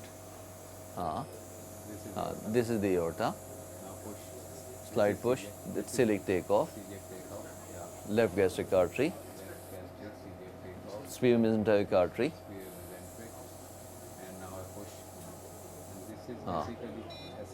थल्ले अपना portal vein SMV portal vein this is the SMV portal vein pancreas and now I go to this is the spleen splenic artery this is pancreas no now you need to pull back slightly if you want to go towards the tail you need to pull it this is the kidney this is the kidney this is the kidney so I have to pull back more or just stay here नहीं ऐसे stay का हल्का minor movement this is not like ERCP this is not like upper GI lower GI the movements have to be in millimeters not in centimeters आप एक station पर पहुंच गए हैं तो वहाँ पे उससे ऑनवर्ड आपकी मूवमेंट जो है बहुत सटल माइनर ये आपकी एओर्टा आ गई वापस अब हम जाएंगे यही जो जो गेम है ना सारी वो है ही मिलीमीटर्स की हल्का सा आप एंगल चेंज करोगे तो आपका जो व्यू टोटल चेंज हो जाएगा ये आ गई रिपोर्ट है ना जी जी हाँ दिस इज पेरिमेसेंट्रिक एंड वो आ गई और दिस इज पैंक्रियास ये एओर्टा देखा ना ये नीचे आया था aorta this is aorta this is celiac this is celiac थोड़ा सा मज़ीद पुश करेंगे तो right here between the two स्पीन फंस के जाती है ना वो उससे गड़बड़ होती है हाँ ये आपकी सेलियक है लेफ्ट गैस्ट्रिक या लेफ्ट गैस्ट्रिक आप पुश करूँगा थोड़ा सा पुश करें अंदर ये आ गई हमारी हाँ ठीक है SMV और उसकी आगे हाँ जी हाँ ये अभी अटा हाँ ये आ गई splenic artery splenic vein in between the two you have got pancreas pancreatic duct आ गई ठीक है अब हम उसको करेंगे जो है हाँ ये ठीक है ये and big wheel towards you you going into the tail ये किडनी आ गया ठीक है किडनी आ गया ये स्प्लेन आ गई ये आ गया आपकी पैंक्रियाटिक तेल ठीक है ये पैंक्रियाटिक तेल में आप घुस गए अच्छा आपका ना ये अंगूठे की मूवमेंट हाँ ये शाबाश ये हो गया ना ठीक है अब हम वापस आएंगे अब वापस आओगे ठीक है ये ठीक है नहीं अब वो जो वेसल्स हैं उसके दरमियान में आपने पैंक्रियाटिक डक्ट को ढूंढना है keep the pancreatic duct underneath your transducer and then slide counter clockwise and you will be at the genu you will be at the bend ये हाँ ठीक है slight push further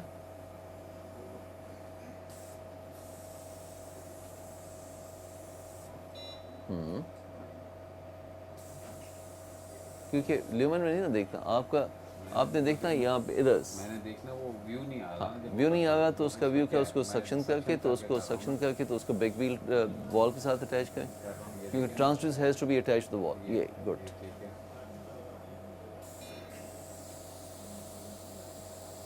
लीवर नहीं हाँ जी ये इसको थोड़ा सा वापस वापस हाँ जी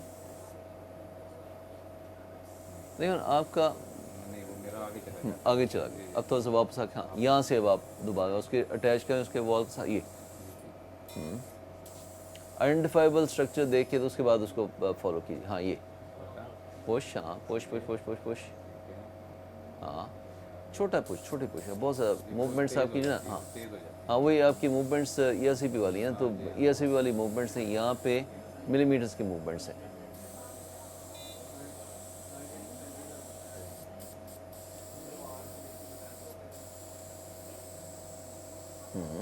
ठीक है।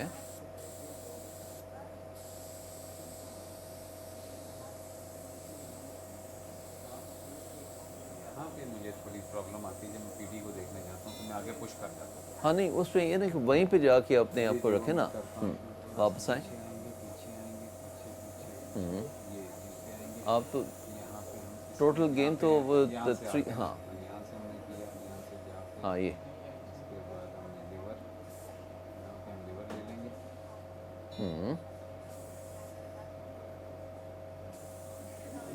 ठीक है। दिस इज लिवर, लीवर घुमाएं टू द क्लॉकवाइज साइड। अभी IVC आएगी, IVC के बाद आपका ये IVC है बैगी, हाँ ये IVC आ गई। मज़ीद टर्न करें और पीछे जाएं, ये से ये आ गई आपका, ये ऑटा आ गई। थोड़ा सा पुल बैक करें, हाँ pull back pull back pull back pull back, नहीं आप ज़्यादा पुल बैक पुल करें, बैक से झटका लगता है, यहाँ फंसता है ना हाँ मुझे, वो मुझे उसका प्रॉब्लम आ रहा है। हाँ ये देखिए ना वो इधर हाँ तो कोई बात नहीं, हल्का सा पुश करें, हाँ ये पुश, ये IVC हाँ ये IVC, ये एओर्टा, हाँ ये एओर्टा आ गई। को स्लाइडिंग कैसे करूँ? एओर्टा का जब स्लाइड करें हल्का सा इसके साथ रिलीज करके slide long, gently slide long.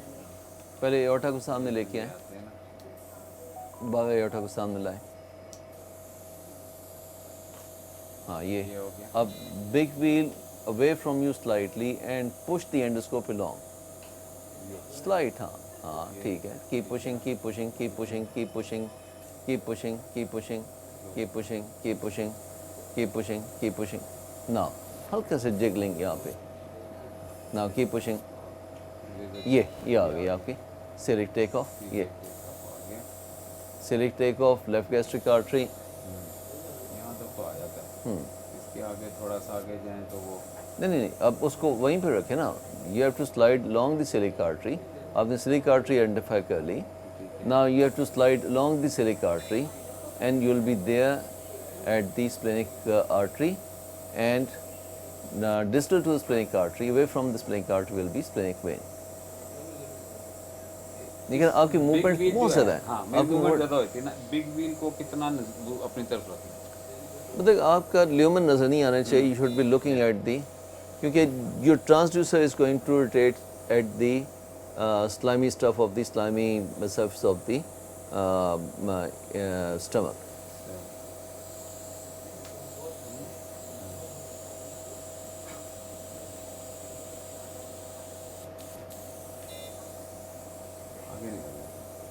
आगे निकल जाते हैं। अब आपकी जो मूवमेंट्स है ना वो हैं उसकी अभी ERCP वाली।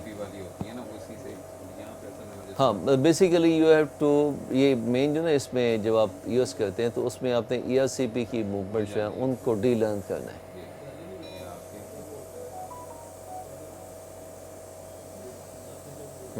ये आ गई आपकी एओर्टा, स्लाइड लॉन्ग एओर्टा, नहीं एओर्टा को अंडर विजन रखें, हाँ keep it under vision, slide big wheel away from you and slide along the, हाँ ये now, हाँ ये सिलिक टेक ऑफ आ गई, yes that's right good। अब सिलिक टेक ऑफ आ गई तो follow सिलिक टेक ऑफ, follow सिलिक now। नहीं जब आपने टेक ऑफ करना, हाँ ये तो big wheel slightly away and keep this thing under your transducer, slightly away and keep slide push,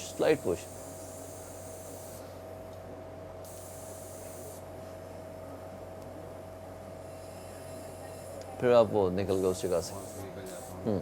हाँ ये जगह ना, हाँ यहाँ से पैंक्रियास के लिए जाना है, वहाँ भी प्रॉब्लम आती है कि वो जिस वक्त मैं उसकी तरफ जाना, इसको जो है ना स्मॉल, इसको बिल्कुल टच नहीं करना, इसको नहीं टच करना।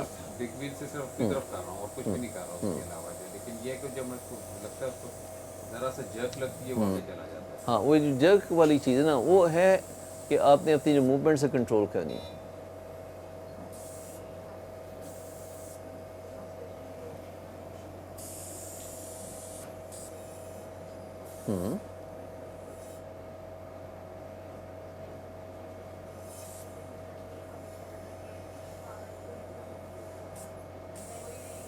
Is Sajda there? Dr. Sajda, no, she's not here. Dr. Sajda, Okay, Waseem? nahin. Waseem hai. We'll after Kashif साहब के बाद फिर then break ले लेते. We'll have lunch and then restart. Okay? नहीं, अभी भी देखो आप बहुत आगे चले गए. दोबारा स्टार्ट लें, ठीक है. अब आप देखें कि हाँ, बिग व्हील को लगाएं, ये लेवर आ गया. टर्न राइट, क्लॉकवाइज इसको कहते हैं. ये आ गया आपकी आईवीसी. हाँ, कीप टर्निंग, ये आ गया आपके aorta. Now when aorta is visible, slight push along the aorta. नहीं, keep the aorta under vision. ये keep the aorta under vision. ठीक है. हाँ, ये नहीं, आप उसमें एओर्टा को अंदर, हाँ, एओर्टा को अंडर विजन रखें. इसमें जो आपको स्ट्रक्चर नजर आए ना, उसको आपने अंडर विजन रखना होता है. You should not let it fall. हाँ,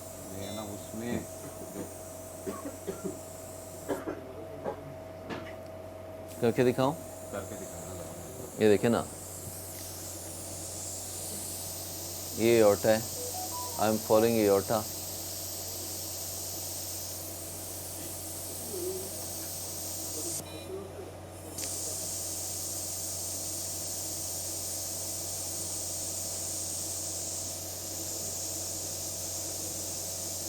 ठीक है.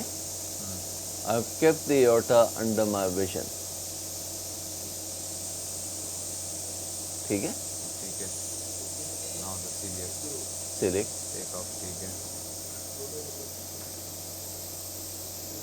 इसके साथ हल्का सा push.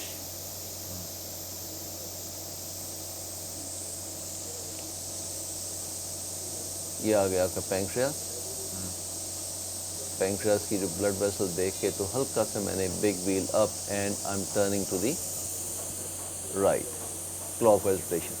And this is the kidney down and this the tail of the, ये किडनी नीचे, this is the pancreatic tail. वापस आया मैं, बिग व्हील को रिलीज़ किया और जो वेसल्स हैं उनको वापस मैं अपने इंडोवेशन लेके आई. यहाँ पे मैंने ये जो दो वाइट लाइंस हैं, जो bright lines, they are the pancreatic duct.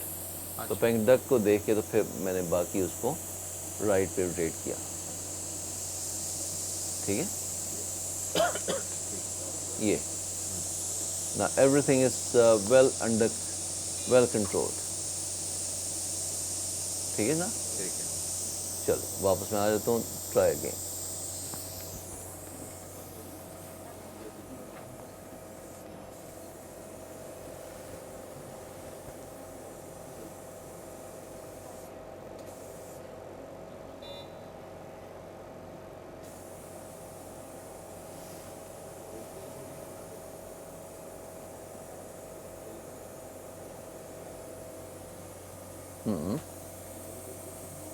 IVC, aorta.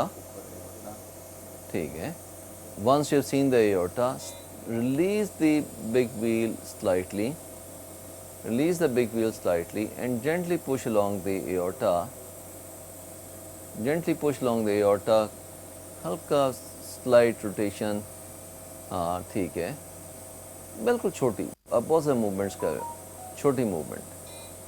Keep pushing along the aorta. ना आप फिर वो निकल गए. निकल जाते. ऐसे में थोड़ी फंसती लगती है, जग के चली जाती है. नहीं, वो जग नहीं, बेसिकली हाँ, उसमें इशू ये हो रहा है कि मुझे जो हो रहा है ना, उससे ये होता है कि वो ऑब्वियसली ये उसकी मूवमेंट उतनी स्मूथ तो नहीं होगी जैसे ह्यूमन बीइंग्स में होती.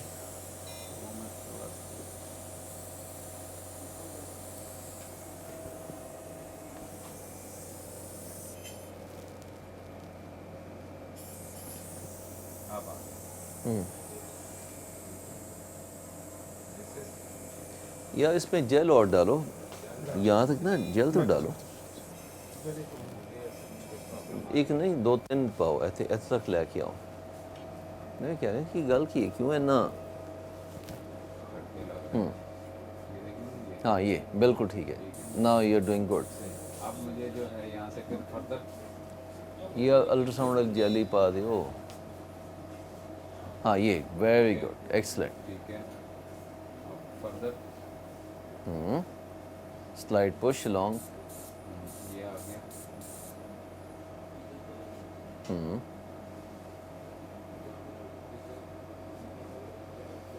नहीं आपने जो स्ट्रक्चर उठा लिया ना फिर अब उसको फॉलो। हाँ ये इसको नीचे रखें। हाँ तो ऊपर पैंक्रियाज दिस इज दी जी। ऊपर क्या है? ये this is हाँ ये स्ट्रैंड है, ये पैंक्रियाटिक डक्ट ये बनी हुई है। This is pancreas. जी बिल्कुल दिस पैंक्रियास, दिस ऑल अब पैंक्रियास। मैं इसको देखूंगा पीछे हाँ की दिस द तरफ pancreatic duct, this is the pancreatic duct. ये ठहरे, कौन ये सी? पैंक्रियाटिक डक्ट है ये वाली जी हाँ वाइट वाली। ठीक है, और फिर हम इसको पीछे लेके जैसे टेल की तरफ जा रहे हैं। नीचे ये हाँ किडनी आ गया। ये किडनी आ गया, ये टेल आ गया। ठीक है,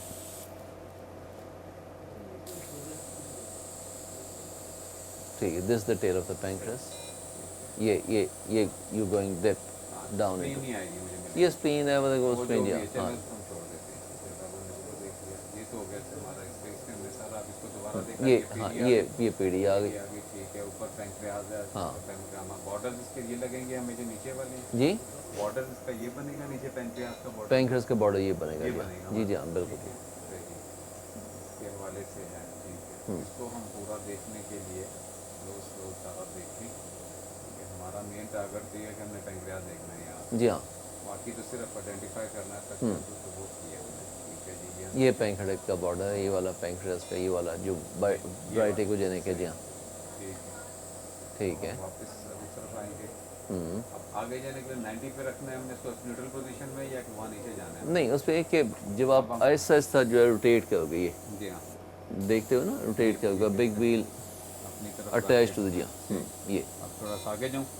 आगे जाओ। अभी हमने कहाँ जाना है? नहीं D1, हाँ। ये मूवमेंट आपकी ना आगे जाने का मतलब कि आपकी जितनी भी movement is not with Torque the होनी पुशिंग। चाहिए। हाँ अच्छा, टॉर्क टॉर्क हाँ टॉर्क, ये ठीक है, सही। ये तो आप उस पर क्लॉकवाइज जाओ ना तो अब you need to go counter clockwise. Clockwise के तो जो स्ट्रक्चर्स आपने आइडेंटिफाई कर लिए। ठीक है, विड्रॉ करना है, क्या करना है? Attach to the mucosa. तो हो हाँ गया ना, हाँ तो ये हो रहा है। ठीक है, हाँ अब हम एंटी क्लॉक जा रहे हैं। हाँ जी आप एंटी क्लॉकवाइज जाओ। तो ये अभी जो स्ट्रक्चर है ये क्या है? इसको ये पता नहीं क्या उन्होंने बनाया हुआ है लेकिन ये कि कोई ना कोई लिवर वाली साइड है या लिमिट है। इस साइड तो लिवर जब आप जाते हो ना उस पर काउंटर क्लॉकवाइज तो you going towards the liver. ठीक है, दिस इज लिवर बनाया। हाँ जी हाँ ये लिवर बनाया हुआ और अगर हम वापस आएंगे इसमें तो है। हम अगर इसको- देखो ना आप सेंटर से कभी दाएं जा रहे हो कभी बाएं जा रहे हाँ ये देखें ना, ये हम आ गए, ये अब हमें पैंक्रियाज मिल गया ऊपर। हो। जी हाँ ठीक है ना जी, ये पैंक्रियाज हो गया। पैंक्रियाज को देख लेना हम कहाँ से कर, तो ये हमने बॉडी में से ही करना। तो आगे अब हम जाएंगे हाँ D1 आगे में। जाओ जी जी हाँ अब आगे D1 जाओ। को हाँ देख के डायरेक्टली देख के चले हाँ जाएं। हमेशा अंडर विजन मूवमेंट एंडोस्कोप की ऑलवेज अंडर विजन। यहाँ पे आपको गॉल ब्लैडर मिलेगा। ये आपकी एसेंशली ये आपकी आ गई, ये गॉल ब्लैडर आ गया ऊपर। नहीं पहले थोड़ा सा वापस ये यहाँ पे लगाएं इस साइड पे राइट पे। हाँ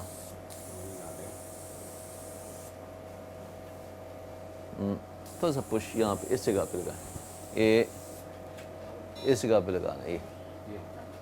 गॉल ब्लैडर नीचे है? हाँ जी कौन सा वाला? This is gall bladder. हाँ दिस इज गॉल ब्लैडर। ये तो आपका लिवर आ गया ना। ये आपकी नहीं ये आपकी वेसल्स आ vessel आ गई। गए ना, हाँ ये ऊपर वेन है, ये आर्टरी है। आर्टरी आ गई, ठीक है। लिवर की है, पर दिस इज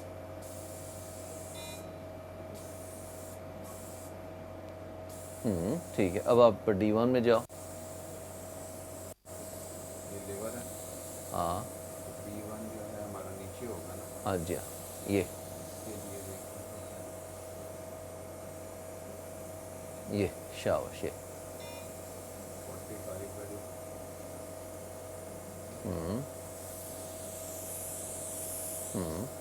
आपका लेफ्ट किडनी आया था अभी, अब थोड़ा सा नीचे डीप चले गए थे।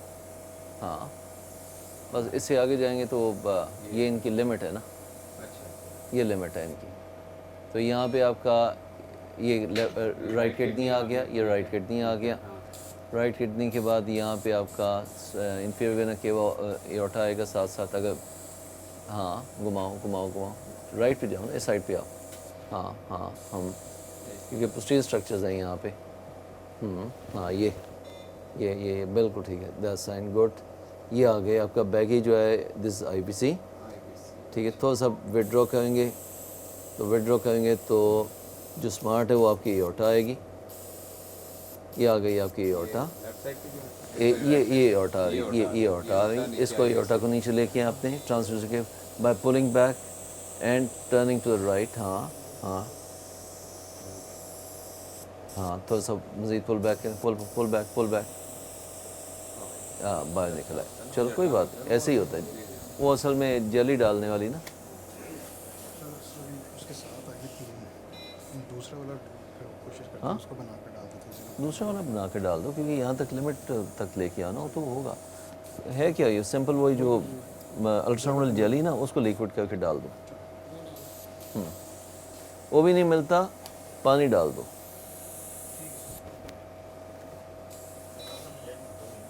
जल मुक गया सर, जी जी हाँ, जल मुके उसी सक कर लेते साथ। सरकार हो रहा है इसका किस्म? हाँ थोड़ी बहुत सक्शन होती है। मैं तो वो कर रहा था ना कि साथ लगाने के लिए उसको। नहीं लेकिन वो ऐसा ये तो मैंने बंद की हुई है। ठीक है, ठीक है। दिस इज बैगी आईबीसी, ऊपर एओर्टा है। आपने कहा था कि मैं से नीचे लाऊं। हाँ एओर्टा को, हाँ ये ऐसे शाव, हाँ पुल बैक ये तो वापस आए। वो मज़ीद जो वेसल्स होती हैं, स्पीयर मिलिटरी जो, हाँ स्पीयर मिलिटरी वेन जो आगे जाके ज्वाइन करती है। ये ऊपर से आई आपकी सीवीडी। ये तो आपके नहीं, आपने पुल बैक किया तो पुल करने से आपका जो पोर्टल वेन की कॉन्फ्रेंस वो आ गई ना आपकी। ये समझे कि आप D2 से D1 में फॉल किए, उसके बाद आप स्टमक में फॉल कर गए। ये किडनियाँ आ गया नीचे।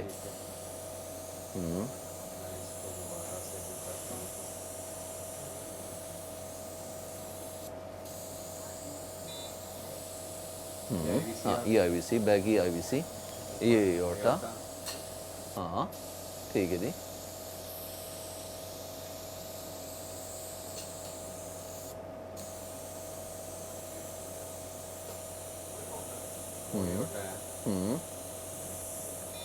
उधर से जा रहा है जब मैं राइट कर रहा हूँ, देखो ना। वो असल में उस बीच में है कोई नहीं, इनका जल है ही कोई नहीं। चलो फिर बस करिए फिर। नहीं देखो अपना, क्यों कहते एटलीस्ट मूवमेंट से अच्छी बन जाती है। वो झटके लगते हैं ना, उसकी वजह से गड़बड़ हो जाती है। मैं कहता हूँ अच्छा झटके नहीं दिखाओ, मैं स्कोप जो है ना वो मुझे बताइए, स्कोप ना डैमेज हो ना, मुझे उसका में कहता होता है।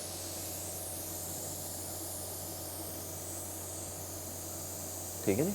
ये आप कहाँ पे हैं यहाँ पे सब? मैं वहीं पे जो दिस एओर्टा, ये लो।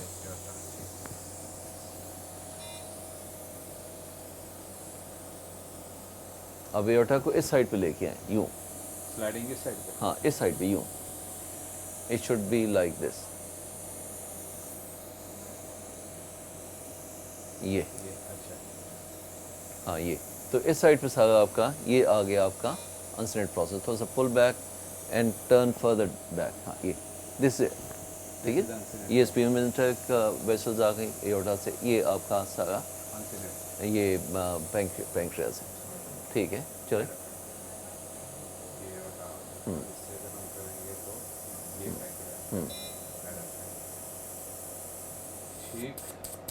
ठीक है। ये आप वापस फॉल कर गए। अंदर गए हुए थे बल में। हाँ मैं बल्ब के अंदर गया हुआ था। हाँ ये आ गया आपका आईबीसी है तो नहीं, आई नो क्या है, क्योंकि वो तो पोजीशन पे है कि क्या है क्या। ये हाँ गुड।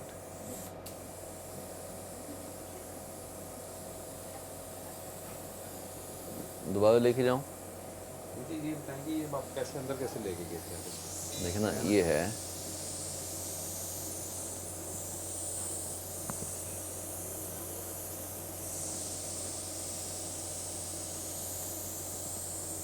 ये यहाँ से ये मैं यहाँ मिस करता हूँ, उधर चला जाता हूँ। मतलब एग्जैक्टली वही जो कि ईआरसीपी की मूवमेंट है वही है। ये कि अब ये आई एम पुलिंग बैक और ये एओर्टा बिल्कुल मेरे इस साइड पे आ गया। Now if aorta is on this side तो this side will be your pancreas, ठीक है।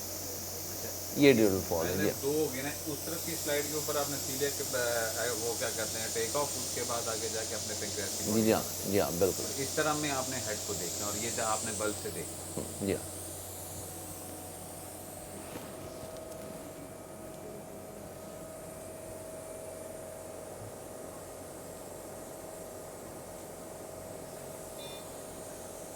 अभी दिख रहा है।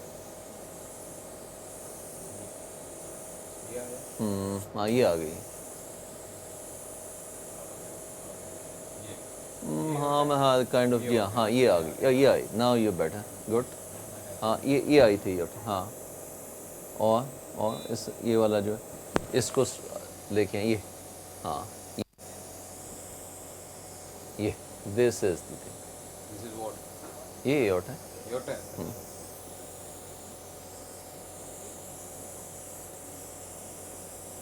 ये हो गया। जी हाँ। ये आपको दरमियान में ड्यूटल ल्यूमन ल्यूमन हो होना गया, चाहिए। और इस तरफ आप कहते हैं कि दिस इज हाँ दिस this दीजिए, pancreas. या दिस द पैंक्रियास, ठीक है। आखिर में दोनों हाथ यूज कर ही लिए, स्मॉल भी यूज किया। कोई बात नहीं, वो तो it's a matter of time. पुरानी आते हैं जो पढ़ी हैं उसको नहीं लेकिन यू हैव टू डी लर्न द मैं भी इसी चीज you के have to de-learn the ERCP and colonoscopy movements. मैं आने का मकसद ये था कि हम जब रिफ्लेक्सिस पे जाते हैं we go back to our previous rotation. बिल्कुल जी निकाल लिया।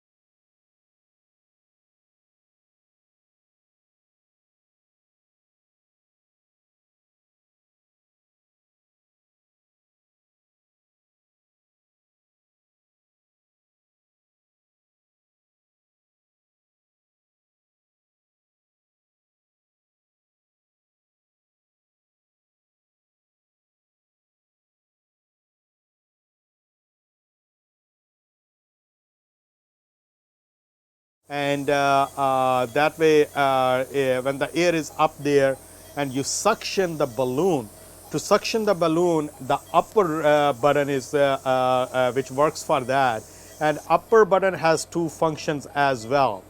To suction the balloon, you really press it all the way, okay?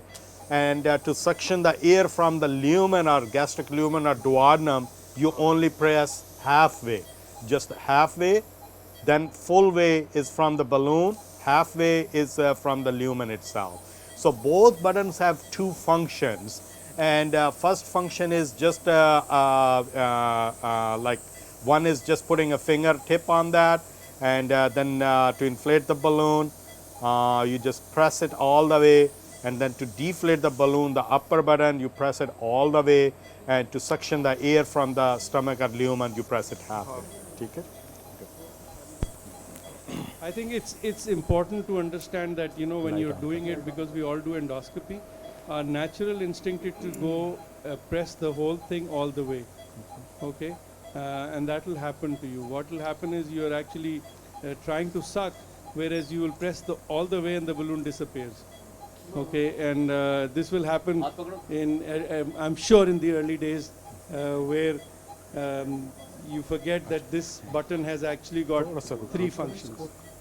Two of the original ones, which is, well, in case of suction only, you know, one is of the original suction, which is halfway, and then deep all the way suction is actually sucking the fluid out of the balloon. Now, with the air water channel, it has three functions. The two where one you press, just put your finger, air will come out. You press it halfway, you'll have water jet coming out, and you press it ठीक है वो full इस way, तरह balloon हाँ will बिल्कुल, लेकिन आप बहुत ज़्यादा unintentionally मूवमेंट कर रहे हैं इसके ऊपर, आपके सोच नहीं रहे और आप इसको जो है ना वो ऊपर नीचे किए जा रहे हैं इस वजह से. So other thing is what we need to do is when you go through over the tongue through the trying to get into the esophagus. Yeah, we have this. Okay, doesn't matter. We have a screen. I think that's in front of you. It's all right. We're okay. Okay. ठीक है. You want us to move that screen, I guess, right? I guess if it could go a little bit towards the right of you, so we can see you. Yeah, that's better. Now we can see you. Okay, fine. Thank you.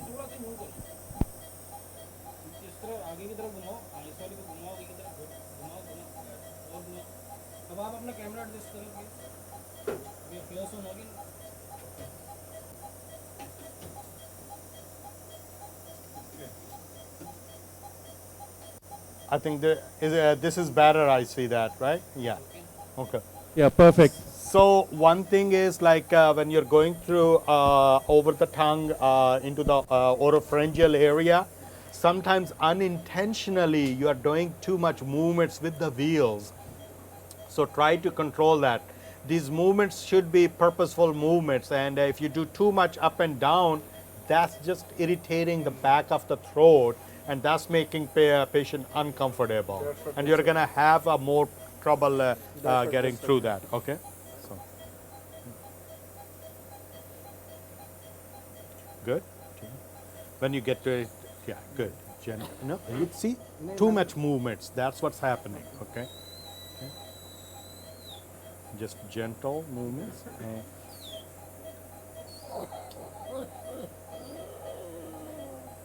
Good. Okay. And once you get through the oropharyngeal area, so you're going to stand back. Scope is going to be like this. Straight scope. Good. Right there, resting. Let's keep going gently. Keep going. Big wheel a little bit towards you. You should not be seeing the whole lumen of the esophagus, but still should be seeing some. You should be seeing the wall at least. So you see the GE junction. Okay. So cannot stress this enough. Okay. And right now you're in the stop there for a second. Now go towards the opposite wall of the stomach. Big wheel a little bit towards you. Stop there. Okay. Now suction that air out, and big wheel all the way towards you. Okay, Saad bhai, can you hear me? Loud and clear, yes, absolutely. See Okay, you, hear so you, you everything are is good. hearing me, okay? No, ये scope straight.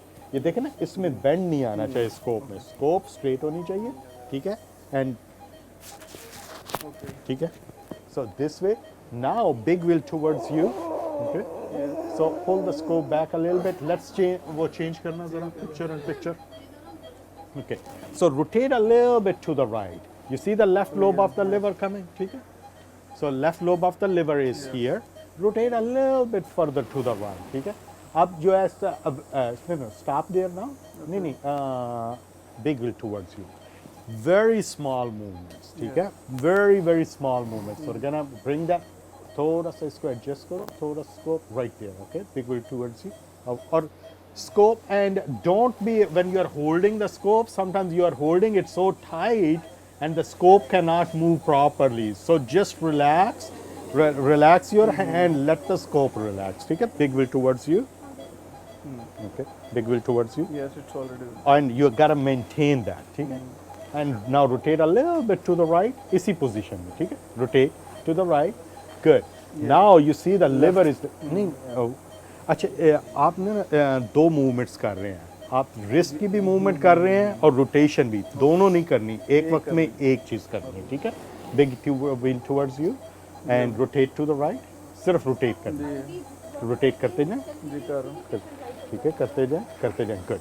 तो अब थोड़ा सा just push it in a little bit, नहीं, just push the scope in, या right into the centre. The majority of the liver now. Somebody sees something in the liver right there? Yes. What is that? There's some lesion looks like. So what is it? Doppler on that? Yeah, this is borderline. Anybody? Yeah. उसके liver lesions हैं? उसके ऊपर imaging के ऊपर. To me it looks more like a fatty sparing. Less fat in there. Fat sparing? Yeah. Anyway, so let's come back a little bit. ठीक है? Up now, rotate to the right. Keep rotating to the right. We have to get to the aorta. ठीक है? Keep going. Move back. पीछे, नहीं, पीछे हो जा, wonderful. And rotate. Keep rotating. Your rotation is. What's happening, you're doing here, but it's not getting to the end of the scope. This number should be moving, okay? ये देख रहे हैं? Right there? Yeah. ठीक है? All the movement should happen, okay? Keep going to the right, keep going, go. If you start from the bottom, then it's easier to come up, right there. And this is something, a lesion there, a big mass, big wheel towards you. You see Whatever that? it is, That's yeah, a mass there. That's but a we'll dark, hypoechoic, we'll come roundish. to that in a minute. We gotta get to the landmarks first. ठीक है? Aorta. किधर? This This is aorta. Okay. Now straight. Good. Excellent. Aorta को वापस. Small movements. ठीक है? जब aorta आ गया, ठीक है? थोड़ा सा push. पहले aorta को सीधा करें. Make it straight, and once it's straight, then you advance. Okay?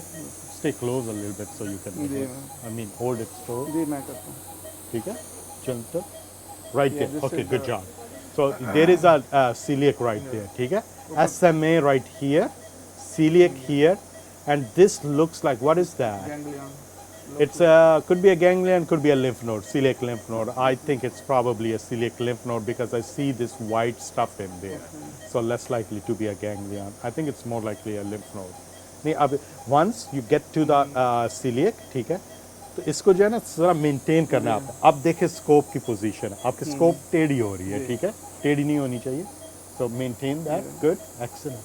A bit push. अब आपने फॉलो करना है सिर्फ सीलिएक को, ठीक है?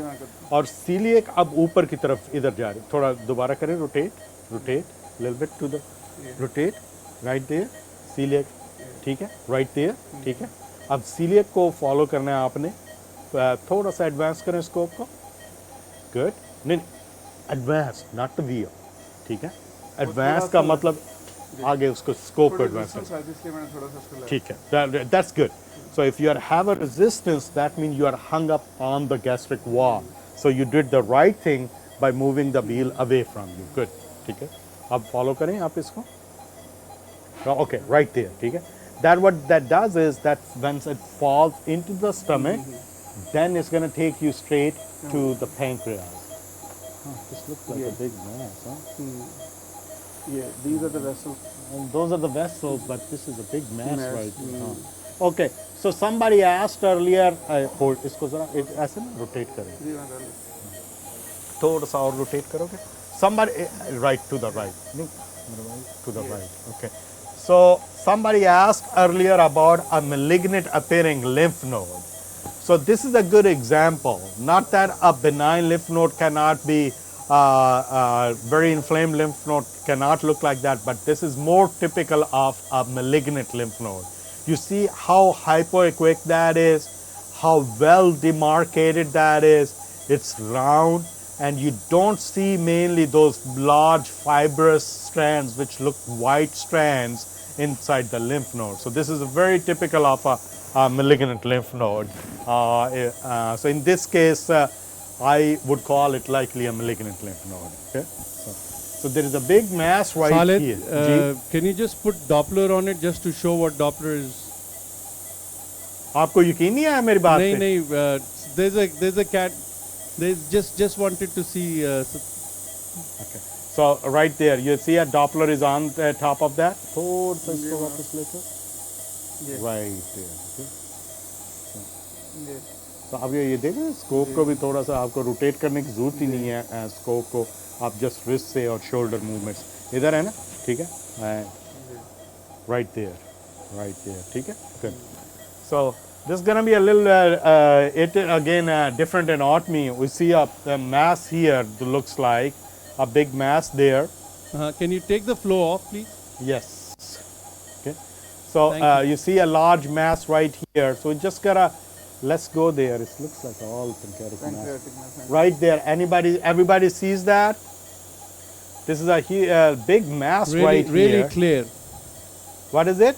I said we can see it clearly. Okay. Yeah, and also go a little bit to the, rotate to the left. Hold on. Okay. Yeah, rotate to the left a little bit, to the left ki taraf. Okay, I'm gonna stop it here for a second. And you see right here in this area, there's a little bit difference between the echogenicity here and echogenicity here and here. So this is becoming a little bit more black and more like a fluid in there possibly. So this is area which is kind of a necrotic area, and this is more likely a viable area. So if you have to target it with for the biopsy, you want to go to the viable area, not the necrotic area. Okay. Elastography in this one? I'm not sure. Is this EUME2 with the elastography? ये तो इसको wait भी नहीं कर रहा लग रहा है. हम उसकी तरफ आते हैं, पहले आप उसको rotate कर, gently push the scope. Okay, I think it's invading. You're right. Come back a little bit now. Okay. Okay. Let's pay attention to the mass for now. Okay. Try to keep that in the center. Take a big wheel towards you a little bit. Okay. Now rotate a little bit to the right. Okay. So here another thing. Shafqat did mention that. But do you see that the mass is right here? And this is a portal vein, portal conference there. Do you see there's some tissue inside the vessel itself? What I'm going to do is I'm going to put a Doppler on there as well. थोड़ा सा इसको rotate करो, right? And you see the okay, this is good actually. Hold on. You see the flow in the vein and the tissue, it's around that tissue. So that's a tumor either invading the vessel itself, or it's a clot. Likely it's a tumor. It's a tumor clot because it's in continuity with the mass itself. Okay. Let's go. Yeah, it's a look. And here another good example. When you're looking at the vessels, what you are trying to see is there should be an intact plane like this all around. You see this white? That's the wall of the vessel. It's intact here in this area, but it's a little bit intact here too. You can imagine that there is that white line. So tumor hasn't broken in this area at least, but I see the tumor here So if I go a little bit further to the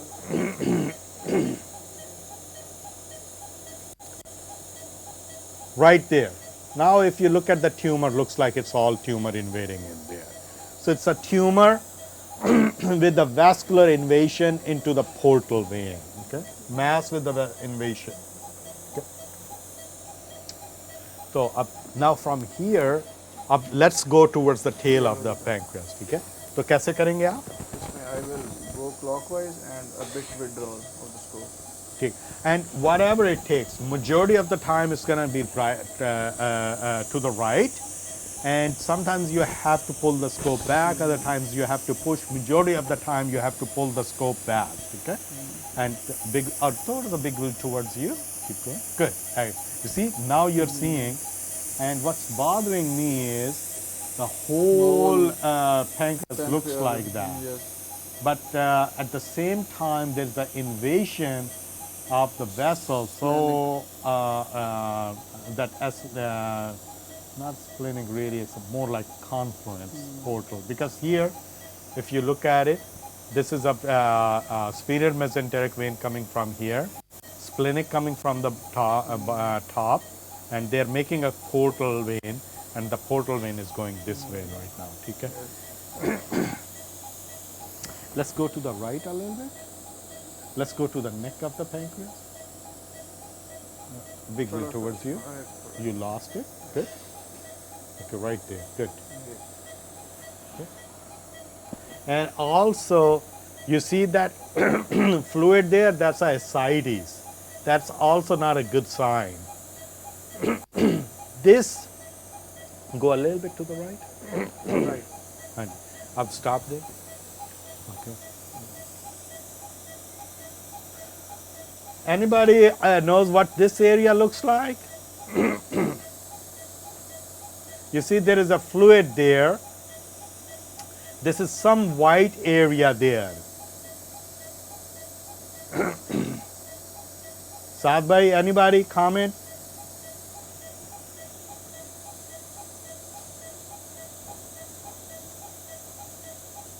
So these, when there are peritoneal mets, they can look like hyperechogenic. Even though you think it should be hypoechogenic, it could be a mesentery itself, could be peritoneal fat, but a met can look like a hyperechogenic, especially the peritoneal met. And with the ascites, I would be concerned about that if this, I won't be surprised if this is a met itself. Right there. Okay, let's go to the duodenal wall. Okay. मेहरबानी तेरी इन्हों खोल भी दे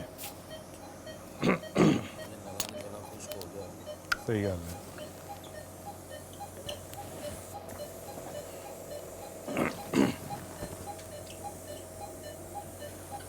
लड़ना नहीं है इसके साथ ठीक है ना अच्छा सही आगे तो you're in the duodenal ball ठीक है show me the duodenal apex gentle endoscopic view very gentle always with the scope very okay good pull back a little bit big wheel a little bit away from you little bit away little bit you see that where the duodenal apex is goal is to take the transducer in okay and put that in the duodenal apex in left upper corner okay this is the side a big wheel towards you after putting that suction now okay you see something comes up what is that portal vein okay good so you got one of your structures okay you got the portal vein so head of the pancreas good okay now follow it towards the left a little bit rotate to the left a little bit to the left a little bit big wheel towards you without losing big wheel towards you आप move नहीं कर रहे big wheel को slowly नहीं वो पूरा नहीं कर देना ना एक दफा ठीक है तो जब करना है तो स्लो करना है एकदम वो big wheel towards doesn't mean के पूरे का पूरा उसको रोटेट कर देना ठीक है नहीं पहले इधर दे हर एक वक्त में ठीक है तो big wheel a little bit towards you ठीक है rotate the scope a little bit to the right you see that how it comes like that ठीक है So gentle movement, a lot of lymph nodes and keep rotating to the right. Right, okay. ठीक है, अब scope को थोड़ा सा pull back करो, थोड़ा सा बस, big wheel towards you further, little bit more towards you, little bit more. Okay, this is now the position, okay? So now, that's a, I'm going to put a Doppler on there, ठीक है ना? वो आगे ना vessel आपके portal में, ठीक है? और यहाँ पे ये आपको नज़र आ रहा है कुछ आगे? Okay, so we'll move that. अच्छा, अब पोर्टल वेन को फॉलो करो टूवर्ड्स द लिवर. कैसे करोगे आप? Anti-clockwise. ओके, गुड, करते जाओ, करते जाओ. हाँ, थोड़ी जेंटल मूवमेंट, जेंटल, ठीक है? नहीं नहीं, एक वक्त में एक काम करना है हमने सिर्फ, ठीक है? हमने फॉरगेट एवरीथिंग एल्स, एक वक्त में सिर्फ एक काम करना है, ठीक है? हमने सिर्फ पोर्टल वेन को फॉलो करना, बाकी भूल जाएं आपको, ठीक है? आपको अगर जो है ना अंदर जो नजर आता है वो आपने नहीं उस पर बात करनी, ठीक है? Let's follow the portal vein towards the liver. So this is very important well during the process of learning, ठीक है? Pay attention to one thing at a time, ठीक है? So I'm doing it anti-clockwise. ठीक है, अब यहाँ पे हमने रुक जाना है 1 मिनट के लिए, ठीक है?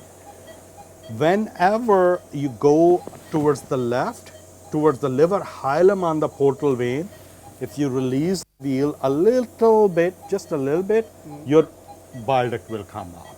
Okay, if you don't see that, now after you find the bile duct, then you can follow that either up or down, ठीक है? समझ आया? जी जी.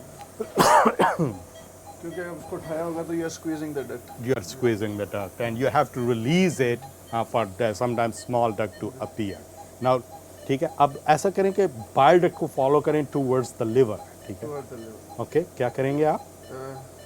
I'm Keep just going anti-clockwise. Anti-clockwise, keeping the bile duct in one position, just rotating the scope. Good, excellent. Keep going, keep going, keep going, keep going slowly. Keep going, keep going. Excellent. Keep going. Keep rotating. Keep rotating. Keep it. थोड़ा सा इसको जो थोड़ा सा movement ज़्यादा कर लें. So it's ending up somewhere here. This is a liver is coming up there. थोड़ा सा और rotate करते जाओ, करते. नहीं, आपने अपने आप को टेढ़ा नहीं करना, सिर्फ स्कोप को करना, ठीक है?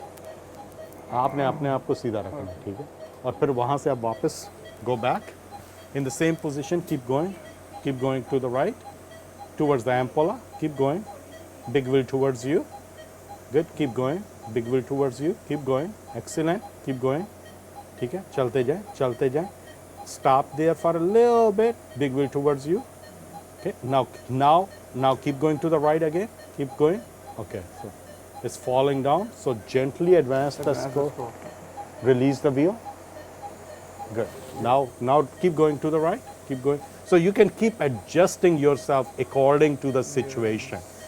ठीक है? Keep going. Good job. If it's falling down, you need to push a bit. Push the scope in, ठीक है? And you will learn that it's like riding a bicycle.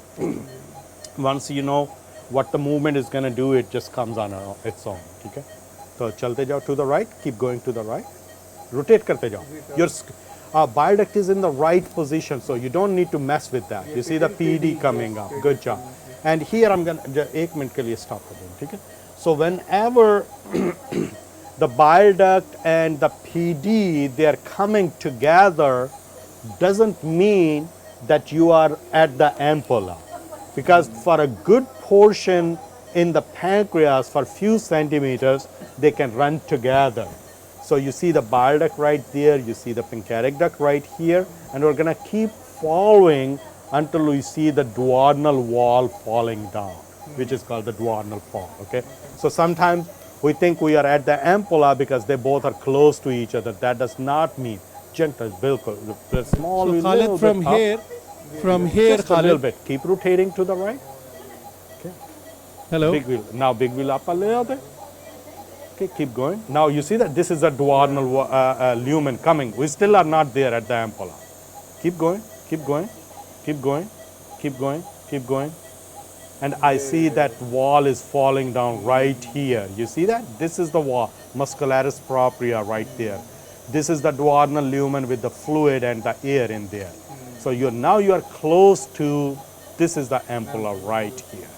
Because you see the muscularis propria right there falling down. Khalid, G? इस maneuver में all you did was just rotation. Just the rotation and adjusting with your wheel a little bit. And sometimes you have to advance the scope or pull the scope back. Goal is to keep those structure right where they are. Do not let them move more than a centimeter to the left or right, and just do whatever movement you have to do to keep those structures there. Okay. So yeah, okay. So it usually, majority 90% of the movement may be just the right torque, but some 10% of the movements is the adjustment, either by approximating the scope to the wall or moving the wheel a little bit away from you or towards you. If it starts moving away from you, that means you need to move the big wheel towards you to pull it up closer to the transducer, okay? Or other thing is like you just stay there, get the bile duct back. Other thing is from here, if I gently push the scope in, that will also bring it towards you because you are falling back your scope. So gently advance the scope and that will approximate for you. And then keep rotating to the right, keep rotating, good job. Keep rotating, keep rotating, keep rotating, keep rotating, keep going. So you are kind of close to the patient, scope is not straight, so it's not one-to-one, so not completely transmitting. Okay, this is good right here, hold on. So can everybody appreciate this muscularis propria going downwards here? You can. I think yes, I'm sure everybody can. This is the muscularis. So this is what's called the duodenal fall. So you see the PD here, you see the bile duct here. So now you are in a perfect position at the ampulla. Okay, so you need to see the duodenal fall. Okay, and otherwise they both may be starting here together and coming down, and you think you are at the ampulla, but you really are not. Okay? So now from here, we're going to forget about the bile duct because we already examined that. So we're going to follow the PD, pancreatic duct only. Try to maintain that there. Okay, keep rotating. We are at the ampulla, so where are we following? Towards the rest of the head. So pull the big wheel a little bit towards you. Little bit towards. Hi. That's it. Now rotate to the left. And the only thing you're going to pay attention is to the pancreatic duct. Nothing else. Okay, keep going. Keep that in view. Do whatever it needs to do to keep that in view. It will be anti-clockwise. Anti-clockwise, because clockwise is done. You already are there at the ampulla. So the only movement you can make is now from here is anti-clockwise. Okay? Keep going. Keep going. Big wheel towards you. It's falling away from you. Good. Keep going anti-clockwise. No clockwise anymore. Keep going. It's going to go this way. You see that? Right there where my arrow is. Keep going. Big wheel towards you. Big wheel towards you. And portal vein is going to come. Keep going anti-clockwise. Okay. And then it's going to fall down into the pancreatic body right there where that mass is. Yes. Okay? Good. So let's go to the D2 now. And every time you move from one station to the next station, please use endoscopic view. Please. Okay? Keep going. And here he had to come back towards the pyloric. You said use endoscopic view to get into D2 or get into pylorus? Any station. Yeah. Any station you change, use the endoscopic view. Okay? Okay, go in.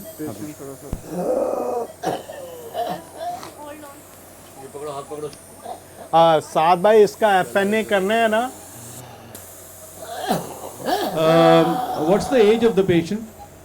आप जब यहाँ पे पहुँच गए ना तो then just small will और 49. ये 29 तो नहीं लग रहा मेरा भाई. Hold that now. 49. Now rotate. नहीं आप इतना ज़्यादा scope को जो है ना torque करने की जरूरत नहीं है. Just rotate a little bit to the right and pull the scope back. Ji. Sometimes it depends on the referring doctor. If it's an oncologist who is referred, और दूसरा ये पूरा जो है ना बांध के रखना चाहिए. ठीक. They think this might be, something other than pure adenocarcinoma. Then yes, if the patient is. It also depends on the patient's age and overall. You want to find the ampulla. must be.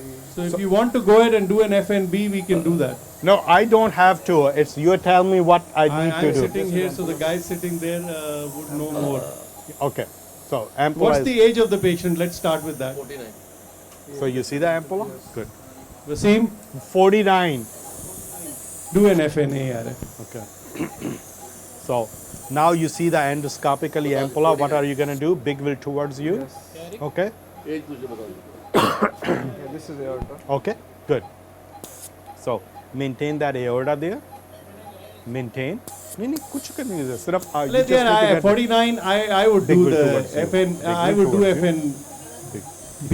If you've got FNB there, they and should pull the have. scope back. नहीं, You have to. There's a lot of fear. Big Issue- will issue, towards. So what do we do with that? Balloon, we can inflate the Okay, balloon. inflate the balloon then. Inflate करो. नहीं आप press नहीं कर रहे. Inflate नहीं हो रहा. हो रहा? Inflate, press कर रहा हूँ. मुझे नजर नहीं आ रहा balloon. या सही तरफ. नहीं हो रहा, inflate नहीं हो रहा. चलो ठीक है. अब ठीक है. काफी है. ये आप pancreatic tissue पर आ रहा है. हाँ. Let's go back to the right. ये Okay. ठीक है. Go to the left. हाँ. Pancreatic tissue यहाँ पे नजर आ रहा है. ठीक है. तो अब आपने क्या करना है? इसको थोड़ा सा clockwise करेंगे. ठीक है. Okay. Let's do it clockwise. Good. Excellent. ठीक है. Middle vessels. नहीं नहीं let's एक चीज़ एक वक्त में. ठीक है. एक वक्त में एक चीज़. Cannot stress that. Pancreas पे है तो pancreas की बात करेंगे. ठीक है. तो मुझे pancreatic duct और bile duct दिखाओ. ठीक है. ये pancreatic नहीं नजर आ रही. Okay. ठीक है. तो इसको और bile duct किधर? Pancreatic में थोड़ा सा anti clockwise करूँगा. Okay. Right नहीं नजर आ रही. ठीक है. नहीं नजर आई ना? ठीक है. तो ओके बिल्कुल. और पुल करो थोड़ा सा. और इसको मेंटेन रखो उसको. Now go a little bit to that. ये ऊपर वेसल आ रही है. तो आपका क्या ख्याल है यहाँ पे है या अभी आप वहाँ तक पहुँचे नहीं? थोड़ा सा और ऊपर होना चाहिए. थोड़ा सा और ड्रॉ करना चाहिए. Rotate the scope to the right. Good. this is Bile duct का. ठीक है. और वो जो आप पहले देख रहे थे वो डी थी duct ये है PD. ठीक है. तो bile duct is right there.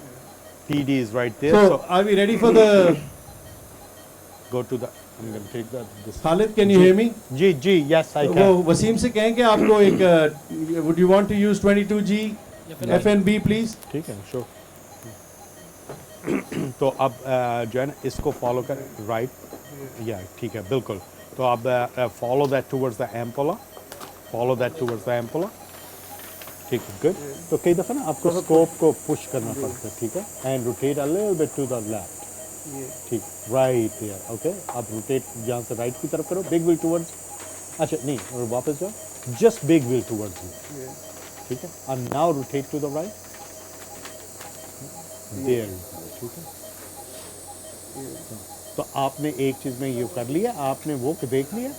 अब आप मेसेंटेरिक वेसल्स देखनी है तो वो देख लो. ठीक है. इसमें एम्पुला सर कहाँ पे बंद है? एम्पुला तक आप जा नहीं रहे. वॉल यहाँ पे है. थोड़ा सा पुश करना चाहिए मेरे.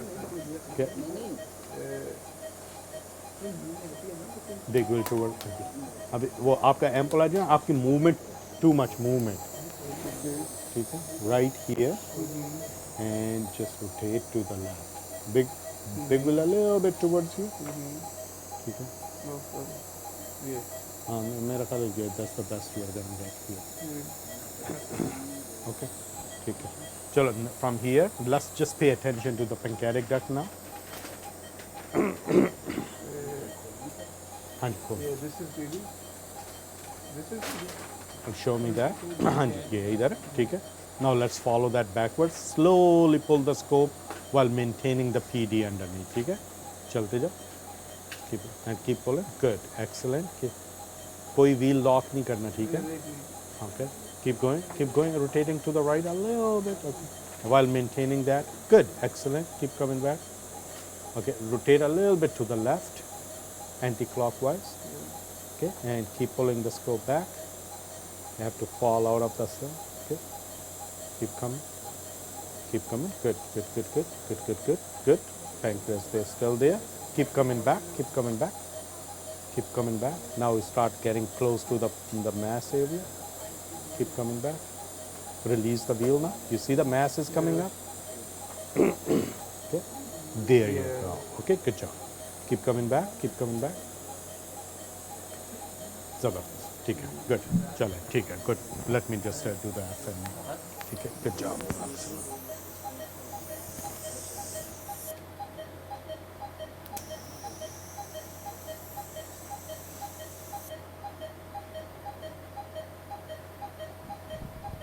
The lesion in the liver that you saw, you said fat sparing. Looking at the metastatic sort of lymph nodes and everything, is there a possibility that this may be?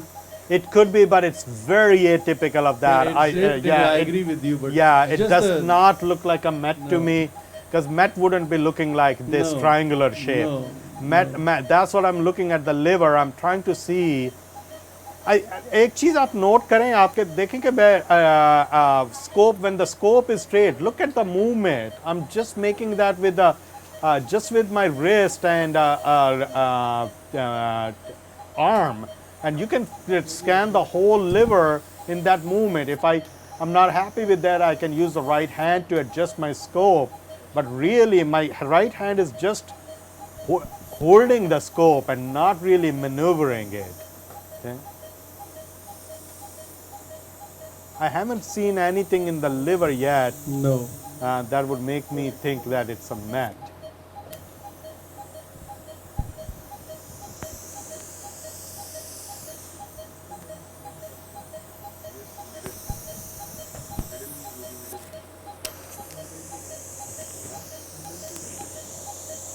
I think let's. Needle ready? So this is a 22 gauge acquired Boston needle, and so whenever you put the needle in there, if these this is a, you see these those stoppers on the needle itself, the green ones, try that they are facing towards you when you put the needle on that. Okay, so whenever they are facing towards you, usually, I would say usually it takes only like 3/4 of a rotation for needle to get screwed on that. And then what happens is these are facing to the right to your hand for you to control. So if I start it like let's suppose from here, then what's going to happen is they're going to be facing towards the scope. That becomes difficult. So it's not really a 360 rotation, it's more like a 3/4 of a rotation of those wheels for it to completely skewer the needle on your scope.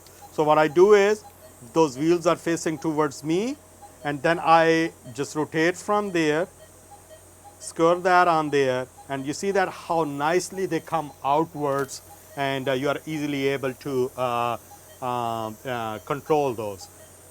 So the two components of the needle, one is the sheath itself and one is the needle in that.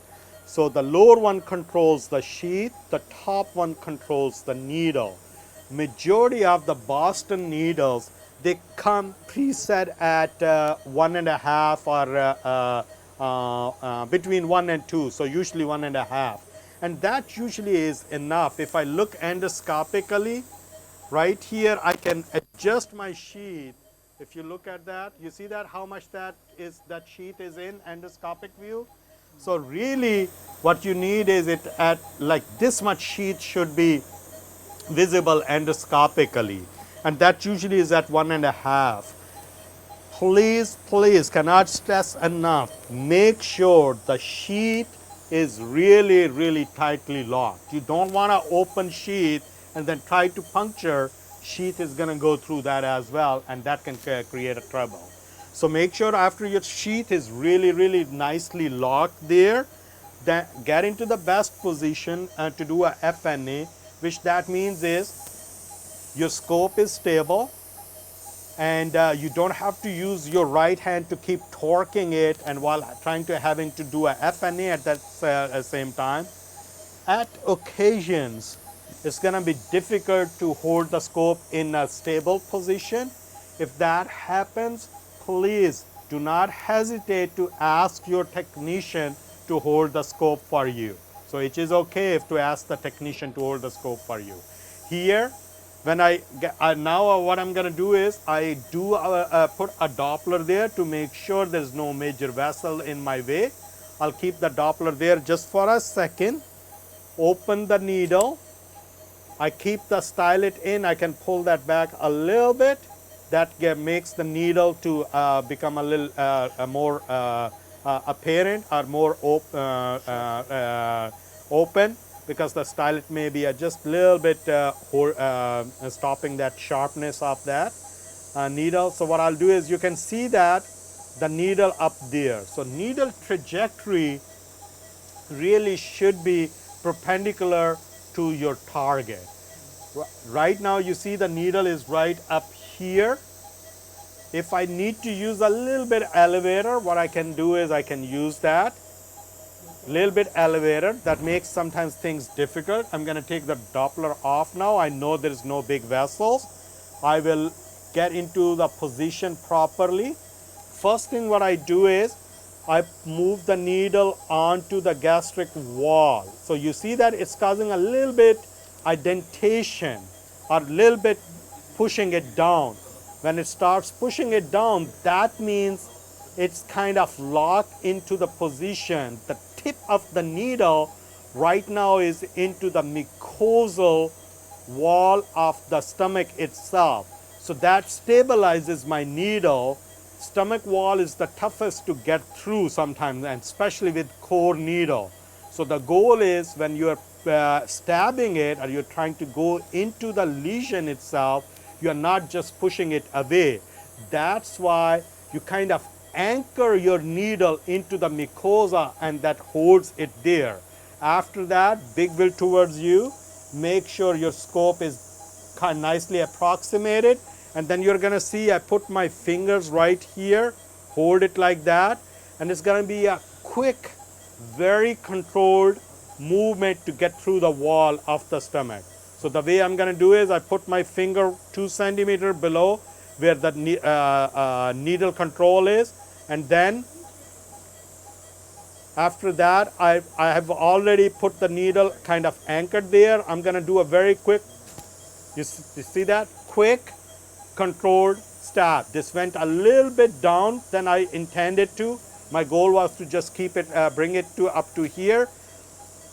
Some people, what they do is they lock this needle right at 3 or 4, so they don't accidentally puncture too deep in there. I never do that, but it's okay to do that. This one, let's take the stylet out. This is a core needle, so just remember that.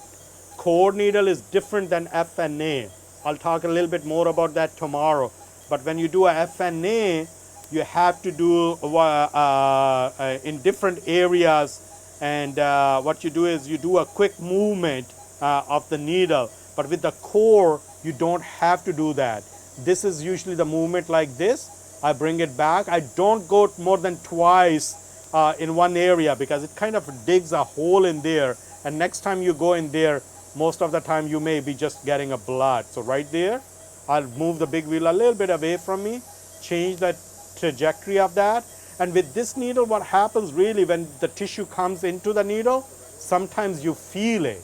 It's a little crackly sound. So I'm doing it in different areas. I'm not going to do 6, 7 or 16. I'm just going to do at the most 4 or 5 and into different areas. I already feel like that there is a tissue coming in. And really this is even 5 or 6 are more than enough. So here we'll get after that, pull the needle back. If you have used the elevator, make sure that you unlock that, because otherwise needle may come out like this, a bent needle. After that needle, you pull that out, lock it, and give it to the tech.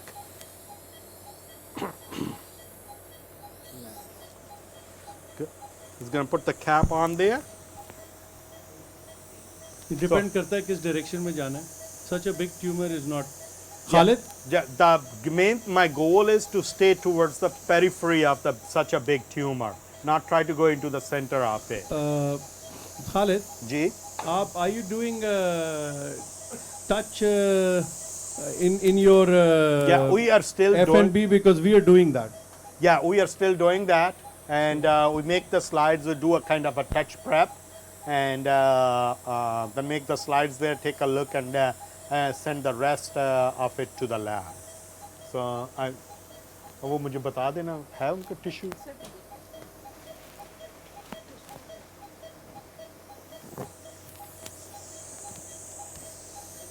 Khalid, how often in your experience do you do this FNB and you don't get enough tissue that you have to go back second time?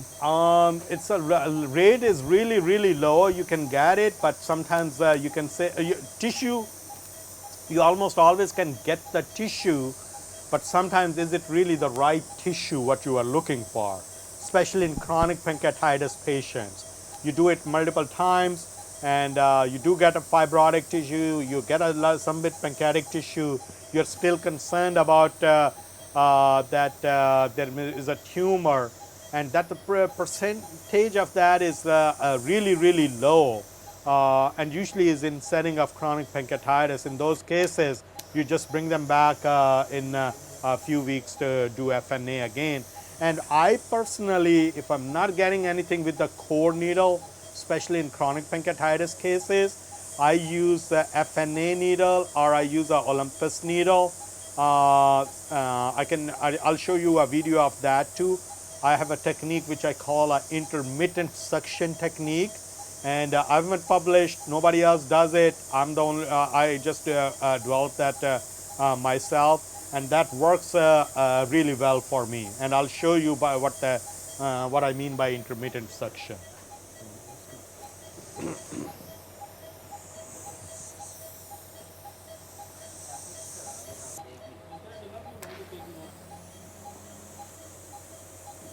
यार ये इस पे जरा focus कर सकते हो आप?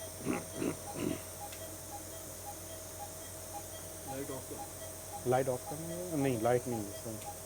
I don't know you can see or not, like really there is a good nice core tissue just with one pass. Nahi, light on kar do. There is some clot in there, but there is a really nice white tissue in there. What I'll do is I'll make one more pass, ठीक है? So and then I'll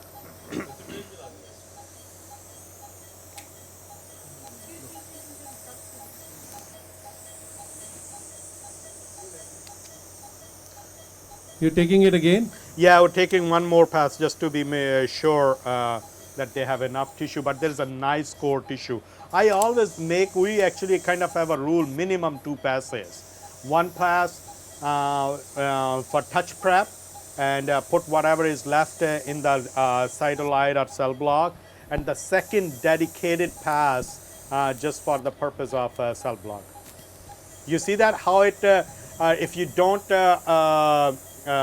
move the stylet back, which I never put that in, by the way, second time. We don't, but I don't know why they've why done it too. Why they gave it to me, that's what happened. Akram is getting old now. Yeah, I think so. So that's, in spite of being in the same trajectory, if your stylet is not moved back, and that's what happens. I should have looked at it. I'm just used to my text. I never use the stylet second time. Khalid, since we follow your practice, that's the practice we have. But I think when you come, you put people under pressure. So Khalid, what I do is if I don't get adequate sample, and this is what, also because we have one reuse now of this needle, especially FNB. So I usually if my first pass is not very good, then we use a suction, and I go in without suction first and then apply suction, and then again after suction a couple of strikes without suction, and then we are out. Yes. And we get some very good tissue after that, especially because of the reuse. I feel that works. Yeah, so suction does. So if I'm not getting any specimen, I use the suction as well. The way I use this suction with the core needle is, I put the suction on, go into the lesion, do one pass without suction, then turn it on. and do one pass with that on, then turn it off. Then do one pass without. So the first pass, I do total of 5 in and out. The first one and the last one does not have a suction on those, and one in the middle. The reason I keep the last one without suction is because I want the tissue at the tip, close to the tip of the needle, and not a blood clot. So with the suction, it's possible that you can have a blood clot and not the real tissue. So that's what I call an intermittent suction. And I think we should have a good tissue on that. Now, let's do a mediastinum. Any question? We're going to do mediastinum after this. Any question about this? No. Okay. So the way we're going to do mediastinum is, ठीक है जी? अच्छा, both come out, okay. So they are saying we need more sample. The second one didn't have much tissue in there. We'll get that. Let me call that. मेरा ख्याल है अकरम जो ना कहीं फेंक दिया. I could feel the tissue. I sense the tissue in the needle. आपने वो suction से इसका रेडी है सर। नहीं suction की जरूरत नहीं है, लेकिन आपने उसको flush किया अच्छे तरीके से.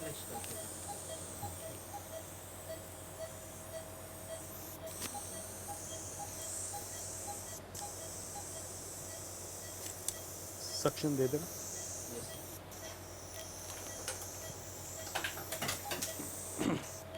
So what I'll do is like so I put the suction myself on the needle. I don't want anybody to be pushing on the needle while putting that on there. So I put that in. Suction is it's not on yet until I go into the lesion itself. So what I'm going to do is I'll go into the lesion. So a needle is, you see that? I'll use a little bit elevator and a little bit maybe a big wheel. Right there is good. After I go in, I do one without suction. Then what I'll do is I'll turn the suction on, pull it back, go once or twice with that. And especially because they didn't get any, so I'm gonna maybe a little bit more aggressive. Then this one is really without. Okay.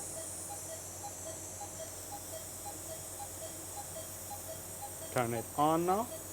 Go into a different area. Pull it back. Turn it off. And I'll do a couple of here. Okay. That's it. And other thing is, when you take the needle out, just make sure your suction is locked. And if we still don't have anything major, then we can do a little bit more aggressive. But I think we should. Okay, chalo. Itni der mein hum mediastinum kar lenge. So when you do the mediastinum, scope is a neutral position. You're going to pull the scope back close to 30 while keep maintaining that position. Suction a little bit. So you're approximate. You see that? And you're coming. Left atrium is coming.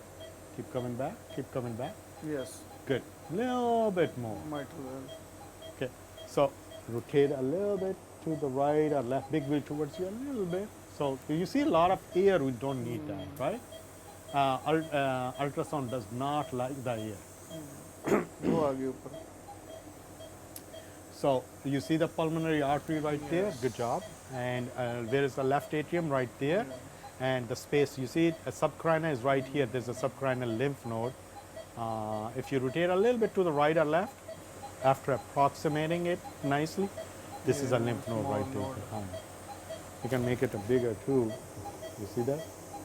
Right there. Okay, good.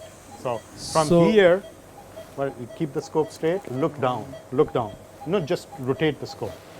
Just rotate, rotate, pull it back a little bit and rotate. Rotate, rotate, rotate. There you go. Go to aorta. You see the position? Wheels are facing down almost, okay? So now you keep the this in position, keep in this position. You see the aortic arch is coming? Aorta, right there, right where, and it comes underneath the transducer. Okay, you're gonna move big wheel a little, rotate up a little bit, facing the patient. Okay. Rotate a little bit to the right now. Big wheel towards you a little bit. So here, your air is coming in the way, but the pulmonary, the aorta is here and pulmonary artery is here. Pull big wheel towards you, please. Big wheel towards you. Okay, pull it back. Pull. Okay. Right there. Right there. Okay. So pulmonary artery has to, you have to pull that up with the wheel. Means wheel, big wheel towards you. ठीक है? So this is the area of the AP window really. ठीक है? चलो. Any questions or should we go ahead and finish it up? एक minute दिखा देना.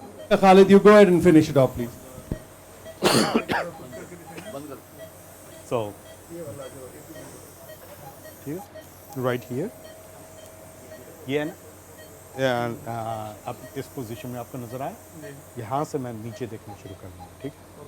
वो देखना, scope is facing downwards, pulling back, pulling back, pulling back. Look at the aortic arch, pulling back, pulling. देख रही हैं aortic arch कहाँ पे? Big wheel towards me a little bit, and gently push the scope in for like half a centimeter. You see that? Right there. Now, aorta, pulmonary artery, right there. ठीक है? वो आपके approximation ठीक नहीं हो रही थी because you are not pulling it out. ठीक है? साद भाई. Hi. अब वो जो है ना वसीम कह रहा है कि बहुत ज़्यादा हो गया, कुछ वापस कर दें. डाल दें वापस नीडल में. नीडल में डाल के इंजेक्ट कर दें. हम यही करने लगे हैं आप. मैं आपको बता रहा हूँ, मैं this is interesting because I am beginning to think that that at least in our practice that I should use suction straight away. We get some very good tissue with that. Yeah, I don't know. You have to just. But I'm not good like you, so maybe that's the reason. No, I think I'm just more. You are as good as anybody could be. I'm more worried with the suction is more blood comes, and I really my goal is usually to avoid that. That is a big problem, but मैंने अभी तक तो हमने ये रखा हुआ है कि जैसे आपका ये अगर नहीं आता फर्स्ट वाले में तो सेकंड में then we go with this. Yeah, I think the main thing is really whatever works for you and your patients, do that. That's the whole goal. You can use suction, you don't have to use suction. One thing I always say is like if I like one technique and it works for me, I can guarantee you that I can prove every other technique is really inferior to that technique. So the technique which works for you is the best technique. That's it. Great, Khalid. That was wonderful. So if you want to sit down with the candidate and we have a DOPS form there, they should be. Riaz, Ji, we are with you. we are ready. Can somebody present the case? Yes, do I need a mic or? So we have a 55-year-old male patient, known case of diabetes, who presented to us with a complaint of abdominal pain and epigastric fullness. This was for 5 months, and his CT scan showed that there was a diffuse swelling of the pancreas that was extending from the head of the pancreas till the body and tail. And there was findings of acute chronic pancreatitis, necrotizing pancreatitis. His amylase was done in January, which was 32. So why are we doing So, EUS? as I understand, since there is no recent imaging, there is no recent ultrasonography, I think we are doing to see the sequelae of the acute pancreatitis and to find out if there is any pseudopancreatic cyst in the retrogastric bed. Or alternatively, if we have a tumor in the pancreas, so maybe something abnormal in the common bile duct which may have led to the development of acute pancreatitis. Dr. Kamran is with me. He has put in the endoscope. He has seen the liver, and right now he's at the. Where are you? Inferior vena cava? Yes.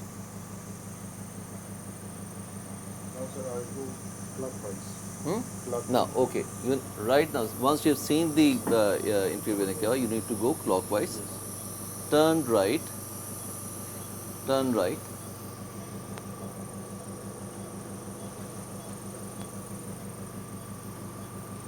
turn right. Basically, you're looking at the liver. Now your interest is to go to the aorta. You want to go to the aorta. You don't want to go to the inferior vena cava. Okay, fine. Now, once you've seen the aorta, try to push along the aorta. Gentle push, big wheel slightly away from you, and keep pushing along the aorta. Slight push, gentle push.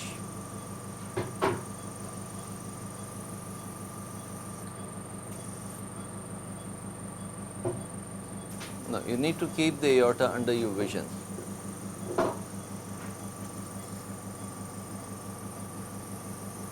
Okay, you can see that the blood vessel is coming up. Yeah. But you need to push a little further. Push further.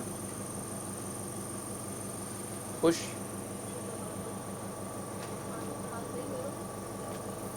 So.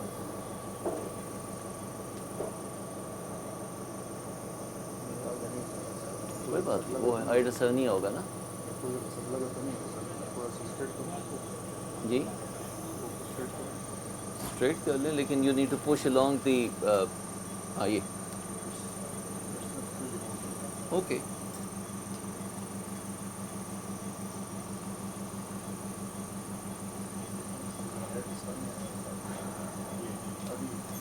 नहीं you've gone a bit too further down.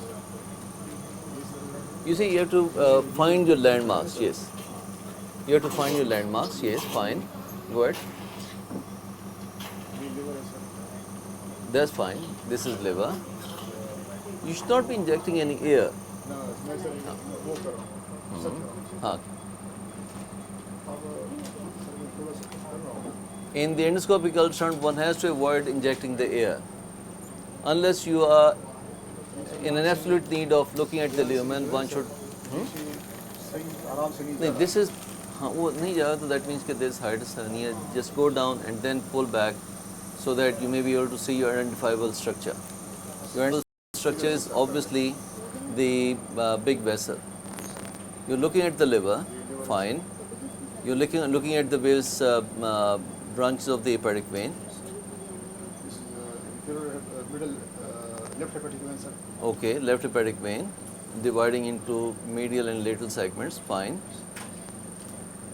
But then you need to, because your area of interest is pancreas, you need to turn right to the clockwise side. No, you're injecting air. Problem sir वही आ रही है ना आराम से जा नहीं रही है दिखाएं नीचे मूवमेंट सर सही नहीं कर रही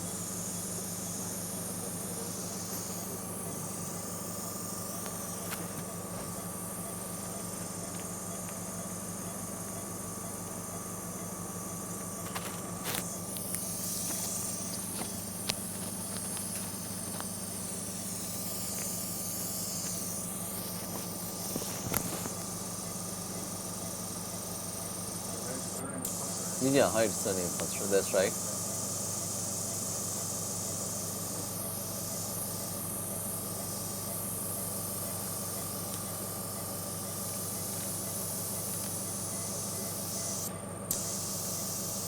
But then we can see the blood vessels coming up. These are blood vessels coming up. This is the celiac takeoff. Fair enough. And we can generally push along.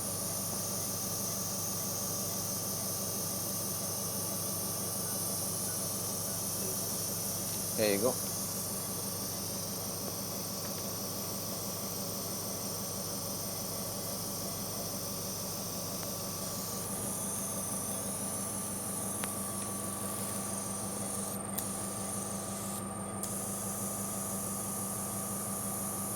Pull back, slightly pull back, slightly pull back. Because we have gone into the... No, you're not supposed to inject the air. Air is to be avoided. Avoid air. Pull back slightly, pull back slightly. Because if you're getting stuck in the head sun, you need to pull back.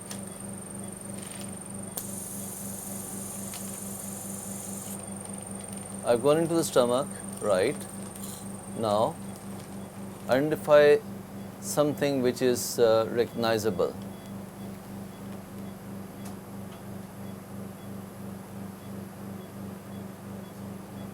either liver or maybe, yes, fine.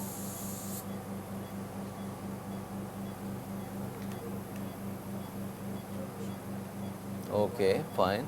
Go ahead. Go ahead. Slide along. If you are feeling that you are stuck in the hiatus, just cross the hiatus. Find something which is recognizable, and then according to that recognizable structure, identify rest of the structures. Okay, fine. You could see that there's liver. Fine.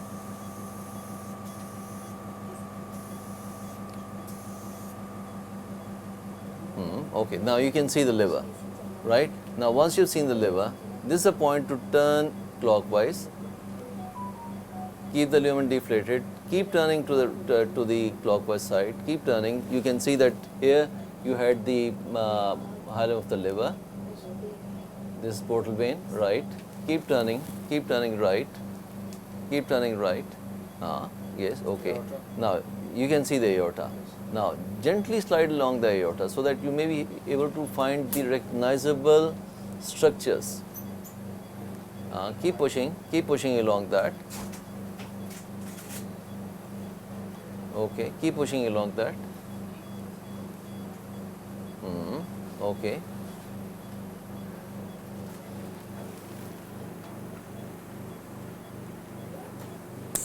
No. नहीं आप तो push देखो चीज़ है कि we have to slide along. I'm trying to push and you're trying to pull me. नहीं देखो. Okay कोई बात हाइट से फंस रहा है ना तो उसमें हाँ आगे जाके ये there you go.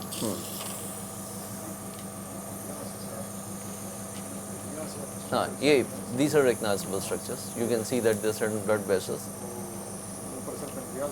हाँ जी हाँ.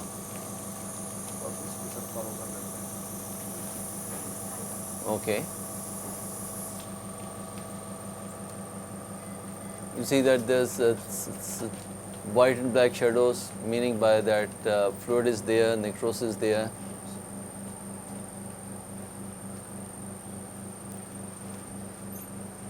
Go according to the anatomy.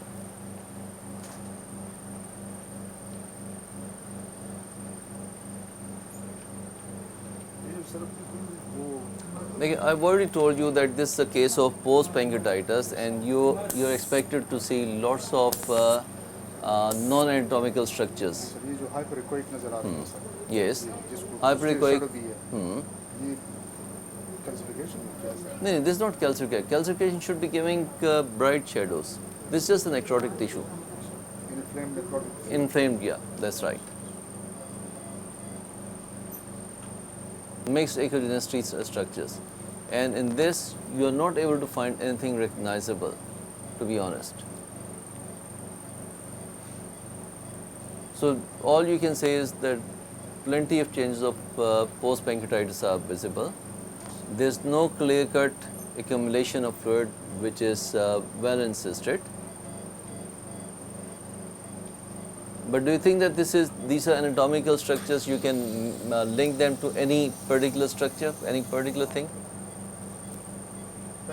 Pancreatic वो है ना सर? नहीं वो तो है, but then you need to find out few recognizable anatomical structures as well.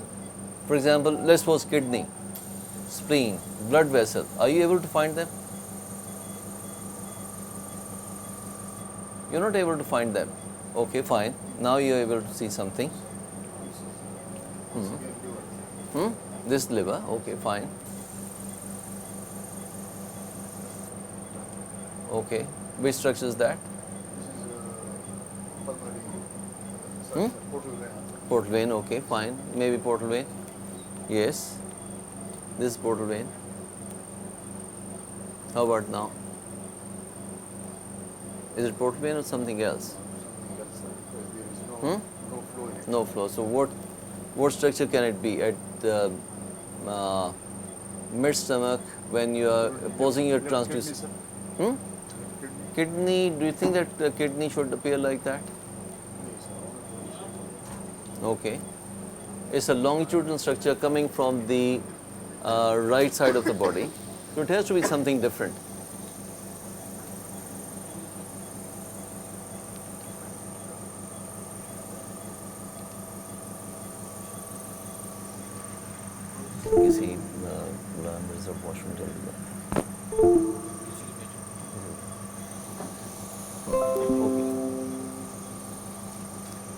Khalid है तो खालिद कोई बुरा नहीं.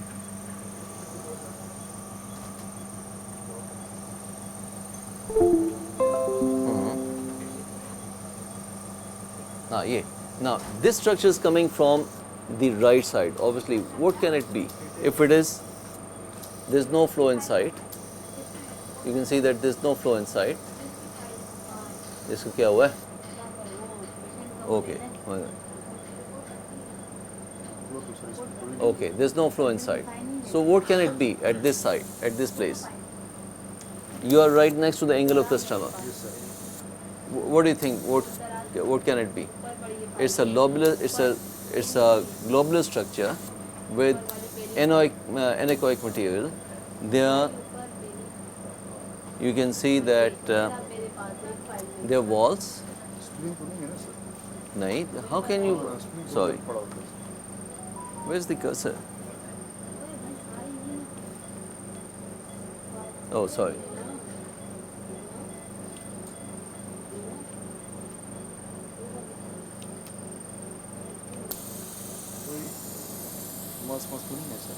नहीं मास तो है ही नहीं यार. देखो ना ये क्या हो सकता है? ये इस तरह की चीज़ जो ग्लोबुलर सी चीज़ है, which is anechoic, has got bright echogenic walls. It has to be gallbladder. This is gallbladder, right? This is distended gallbladder. भाईजान, मैं जरा वॉशरूम जाना है. ठीक. मैं ले लेता हूँ. You're on.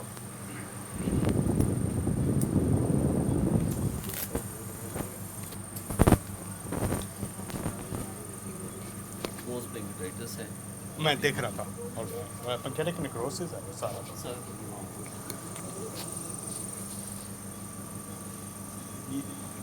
यार वो मुझे कहाँ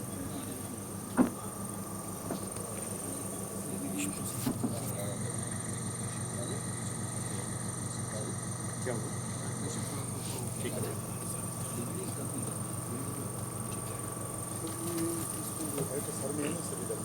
हाँ वो उसमें कई दफ़ा फंस जाता है.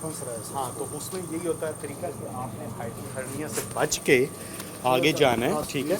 और फिर आपने सीधा पैंक्रियास पे जाना है क्योंकि उसमें आप फॉलो नहीं कर सकते एओर्टा से, क्योंकि अगर आप एओर्टा से फॉलो करना चाहेंगे आप दोबारा फंस जाएंगे. फंस रहा है सर 2 दफ़ा फंस. हाँ मैं अभी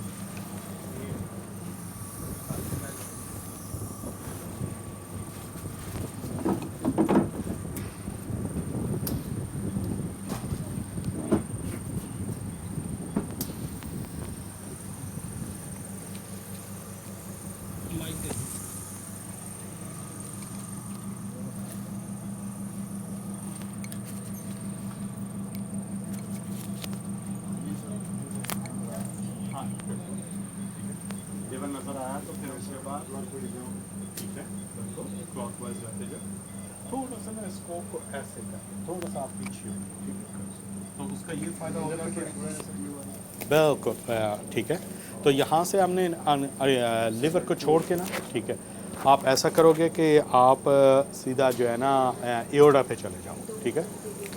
तो आप चलो अगर लिवर देखे ना तो आप देख लो. ठीक है कोई बात नहीं. ठीक है.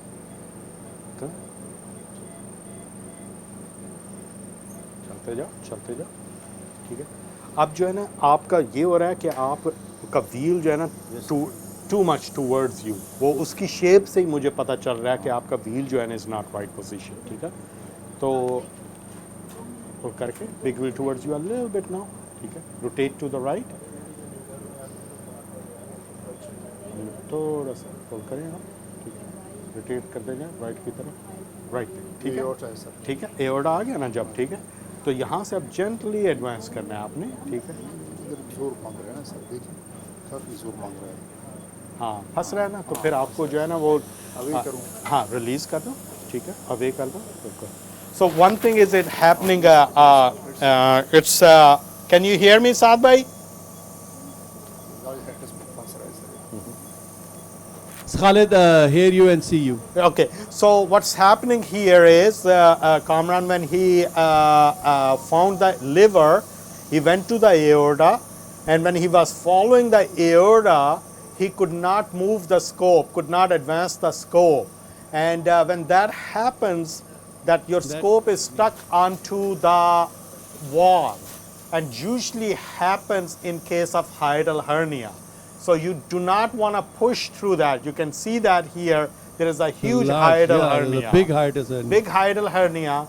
So in these cases, what you really have to do is you have to let the big wheel go away, get off the wall, and instead of following it from aorta downward, you have to follow from pancreas backwards.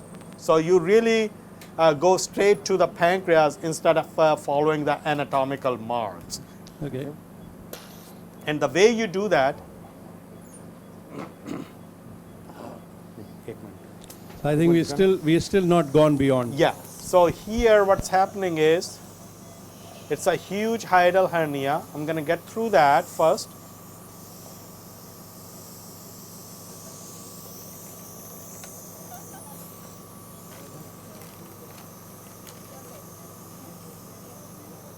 So right here, this is the area where I need to be. And from here, I'll try to find the pancreas. You see that all that inflammation there? Khalid. Right there. So what I did is I went straight to the mid body of the stomach really. And then from there I was in this position. You see that right there, went to the mid body, suction, scope is straight, rotating to the right until I find a familiar structure which is the pancreas right here. There's really, I don't see any viable tissue here. This looks like, इसका arrow नहीं काम करता? Cursor काम करना चाहिए. Cursor काम नहीं कर रहा है?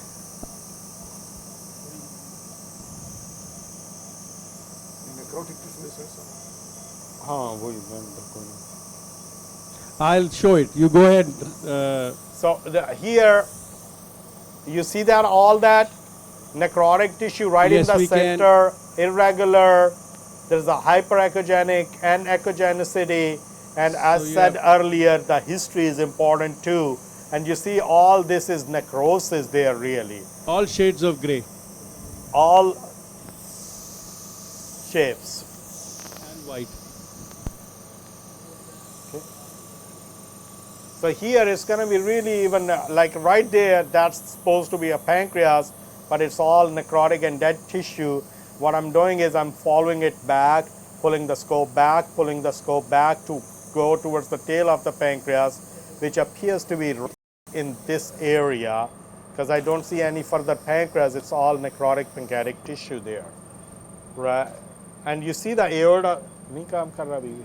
You We see can that? also see some lymph nodes there which look It benign. could be inflammatory. You see the aorta right there? Yeah.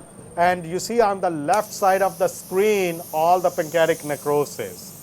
Okay. Right there. So I know that there is no more pancreas beyond that. Yeah. Because I can get to the, I could see the aorta from there. Right here at the bottom you see the aorta. And we have the pancreas in view as well.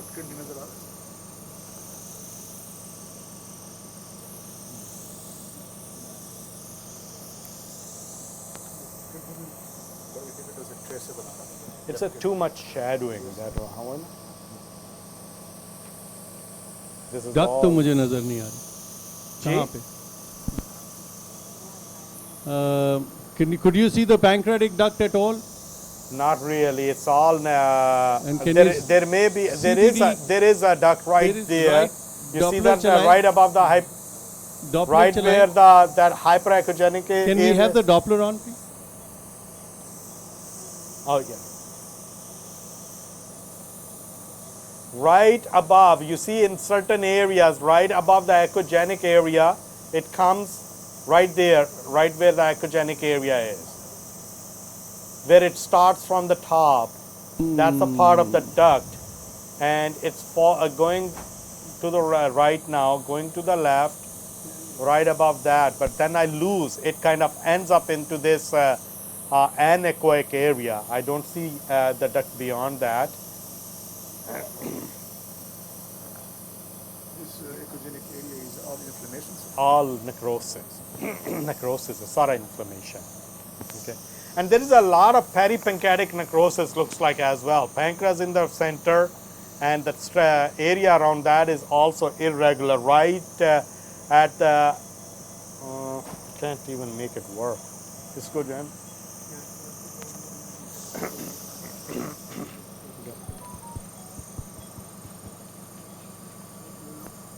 हाँ flow से फ़ायदा कोई नहीं है ना मेरा भाई हाँ क्या करें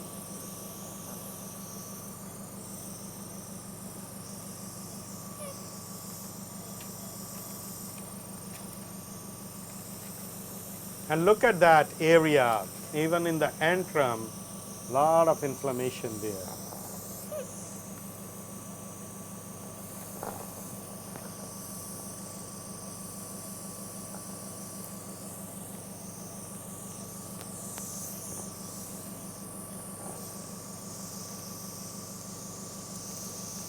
And can you see the bile duct right there? Sadbhai, I can't point to it.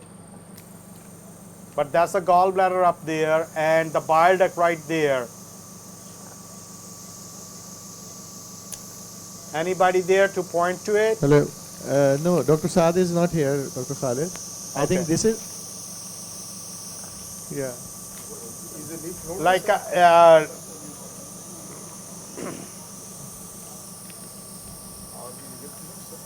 this is inflamed. No. Bile Bile duct. duct wall. Baki is all inflammation. Okay. What happened? How did it came? अच्छा क्या किया आपने? धक्का मारे. So it came. Gas भाई कह रहे हैं कि धक्का मारे तो ठीक हो गया. So here you see the bile duct, Yes. right there, and if you look at the bile duct, actually, bile duct does have 3 walls to it. Okay, wall layers, I should say. So bile duct is kind of very inflamed there. You see the first hyperechogenic, then black, and then white. So it has 3 layers really. It does not have 4 layers like any luminal wall. But this does. It looks they are so indistinct. They are so distinct from each other. So this is not really a tumorous thickness. It's because of the inflammation and pancreatitis. That's what that thickness of the wall is. So here, you see a nice right there all the way, and going down. That's a gallbladder there. Okay. Gallbladder there. That's a bile duct right there. Now it's a less thick right there. I mean, it's more dilated, but wall is less prominent there.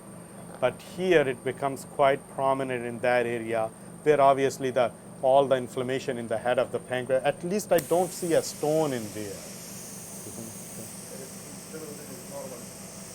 Yeah, but there's a lot of inflammation right there. It's all necrosis. So I don't know what the cause of it. Possibly could be he might have passed a gallstone. But I don't see it. You see, I'm kind of scanning the whole gallbladder and nothing there. Huh. Let's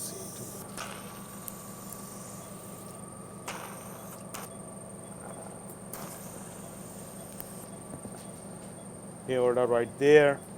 You can see the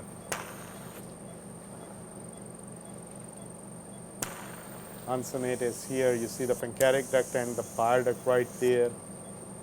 Bile duct is still quite thick right there.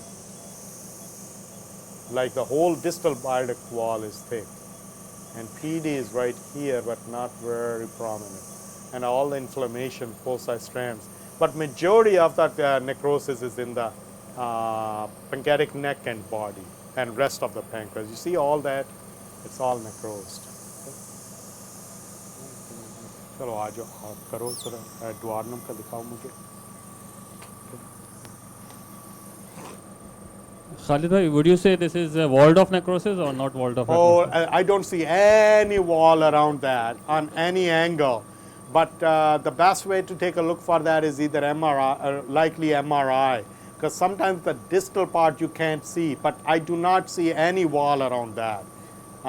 It's a very irregular, it's in different stages, there's a little bit anechoic areas, but majority of it is just a thick necrotic tissue without any sort of wall. Yeah, Dr. Khalid. So CT scan, MRI would be preferable as compared to CT scan. To look. MRI is better to take a look at the wall, yes, and the consistency of necrosis and the, how much necrotic area is, how much fluid is in that. Okay. So MRI is better. Sometimes CT is not very helpful in that regard. Right. Thank you.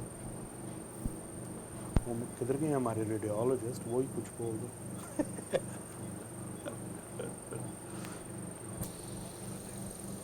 We need comments from radiologist about that. Regarding what she's asking? About what would be the best, MRI, CT scan, looking for pancreatic necrosis, and ratio of fluid versus necrosis itself, the wall around the necrosis, all that stuff. Yeah, she agreed with you.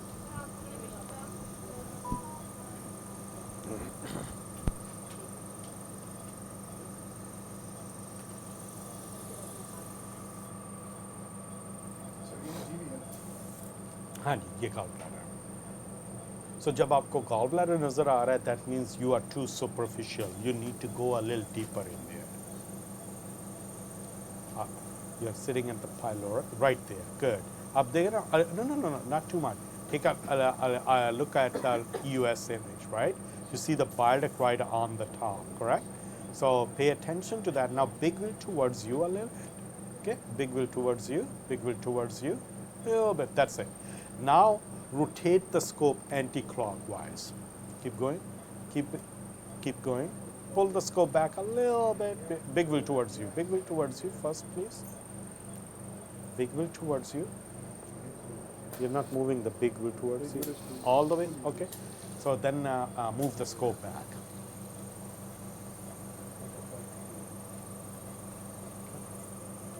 Okay, good. Now, yeah, counterclockwise, I think we're losing it right in that area. Now rotate to the clockwise.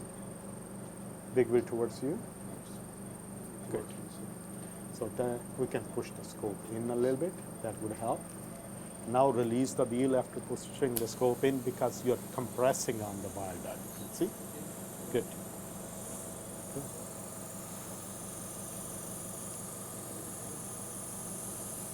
अब आपकी जो wall है, that's falling down here. So you are right close to the ampulla, which is good. Okay? नहीं नजर तो नहीं आ रही है इसमें. वो सारा इधर है probably PD ये है लेकिन shadowing वो air shadowing बहुत है ना. Right there ये यहाँ पे PD आई थी. तो अब अगर rotate to the left a little bit anti-clockwise. Anti-clockwise चलते जाएं. Big wheel towards you. Big wheel towards you. Good. Right there. You see that? Now it's better. ठीक है ना? यहाँ पे आपको नजर आ गई ना? Okay. अब एओर्टा यहाँ पे आप D2 में पहुँच गए हो, ठीक है? तो यहाँ पे वो बाइल डक्ट है और पैंक्रियाटिक डक्ट अंडरनीथ, ठीक है? अब तो ये IVC आ गया आपका, ठीक है? और आप थोड़ा सा इसको पुल करो स्कोप को बाहर. Keep pulling, keep pulling, keep pulling. Keep rotating to the right. Release करते जाएं wheel को and keep pulling back. थोड़ा सा release. Keep pulling the scope out. Good job. Good job. Excellent. Keep coming. Keep coming. ठीक कर रहे हो. ये देख रहे हैं ना bile duct nice. तो बाकी सारा pancreas इधर है. It looks reasonable here. You see inflammation in the pancreas. Foci strands, थोड़े से lobules हैं. Borders इसके ये pancreatic duct है. हाँ बिल्कुल है. ऊपर जो है तो वो जो जन वाला ऊपर उससे ऊपर. हाँ नहीं ये बाइल डक्ट है, ठीक है? ये पैंक्रियाटिक डक्ट है. ये पूरा हेड है उसका, ठीक है? और अगर आप वॉल को देखो ना तो उसमें बहुत सारा एडीमा है, ठीक है? वॉल लेयर्स डिस्टिंक्ट नहीं है, तो ये सारा इन्फ्लेमेशन की वजह से, यानी कि स्ट्रक्चर्स आपको पता है कि आप सही जगह पे हो, but they are not distinct because it's too much inflammation there, ठीक है। तो आप यहाँ पे अब हमने ना सिर्फ your can as soon as you start moving back तो आपका बाइल डक्ट लूज हो जाएगी। मेन चीज़ है कि आपने पैंक्रियाज पे ध्यान रखना है, ठीक है। अब आपका नेक्रोसिस वाला एरिया शुरू हो रहा है यहाँ से, ये देख रहे हैं। मैं थोड़ा सा पुल करूँ? हाँ, थोड़ा सा पुल करो और रोटेट करो राइट या लेफ्ट की तरफ। Right, beautiful. राइट की तरफ चलते जाओ, राइट की तरफ जाओ, और ये अब आपका नेक्रोटिक एरिया शुरू हो गया, ठीक है। आपके नीचे सर जो है ये वेसल्स हैं, मेसेंटेरिक वेसल्स हैं, ठीक है। आते जाओ नीचे, आते जाओ, गुड, आते जाओ, रिलीज करो। अब थोड़ा सा जब इसने बाहर निकलना है ना उन्हें डुआर्नम से, it's gonna fall a little bit, release the view there, ठीक है। अब जो है ना आप थोड़ा सा वापस चले जाओ, देखिए, ठीक है। और फिर अब आप दोबारा पैंक्रियाटिक बॉडी पे आ गए, ठीक है। तो इसको थोड़ा सा और, यानी कि आपको एडजस्ट करते रहना है, big wheel towards you according to the position कि कहाँ पे हो आप, तो ठीक है।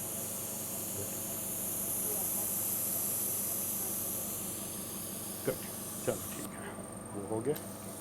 सो अब अपना आप बता रहे थे एआर्टोपल्मोनरी व्यू इसोफेगस में 30 सेंटीमीटर तक। हाँ, यूजुअली ना स्कोप को ऐसे रखें, ठीक है, ऐसे, और चलते हैं। यूजुअली ना स्लो, जब 35 पे पहुंचे तो स्लो हो जाए, big wheel a little bit towards you, ठीक है, स्कोप स्ट्रेट। तो देखा आपका वो आ गया, लेफ्ट एट्रियम आ गया, रोटेट करें राइट पे, ठीक है, लेफ्ट एट्रियम आ गया, पल्मोनरी आर्टरी आ गया, ठीक है, rotate a little bit to the left,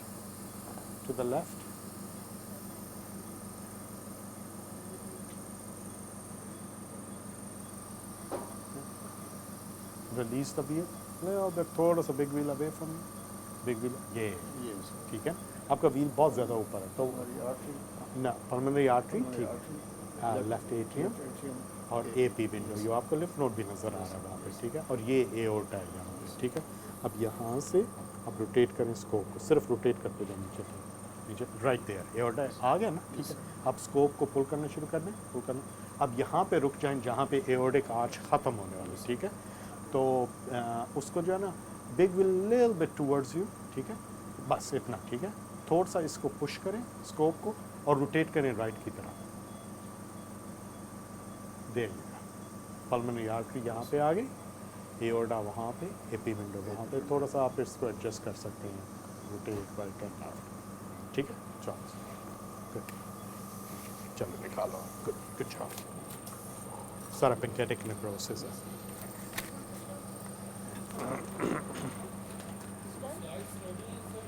हाँ, वो दिखा दें, मैं वो जो है ना उधर आप उनको लगा दें और फिर मैं जाकर उनको एक्सप्लेन कर देता हूँ।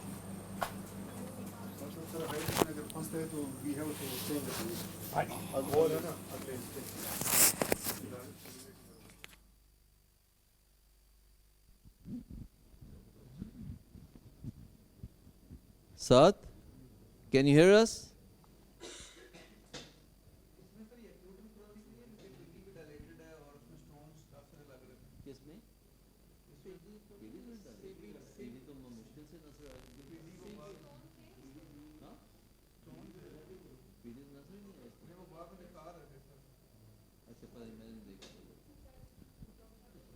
जी डॉक्टर साहब, you are live.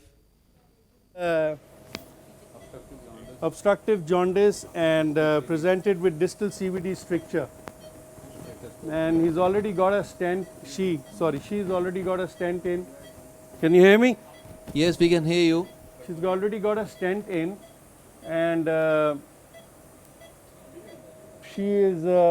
we are doing it to evaluate what's We going can on see in your the. face, but we can see the screen. You can't see the screen? Yes, that's right. Yes, now we can see the screen. Okay. So we identified the aorta, we identified अब थोड़ा सा आगे जाएं. We have identified the kidney, we've identified the spleen, the pancreas, the distal pancreas, and body also is mostly atrophic. ये क्या है? ये portal Yeah, this is a venous system, so I think this has to be portal system. Yeah. portal system दोनों उसमें आ रहे हैं. Yes. एक second मुझे दिखाएं जरा, मैं एक चीज़ देखूं. पैंक्रियास इसमें बिल्कुल ना होने के बराबर. These are blood vessels.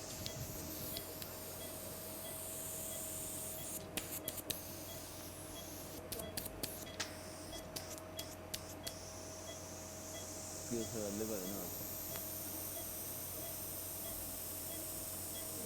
See, there is a pancreatic duct there. Doppler देना.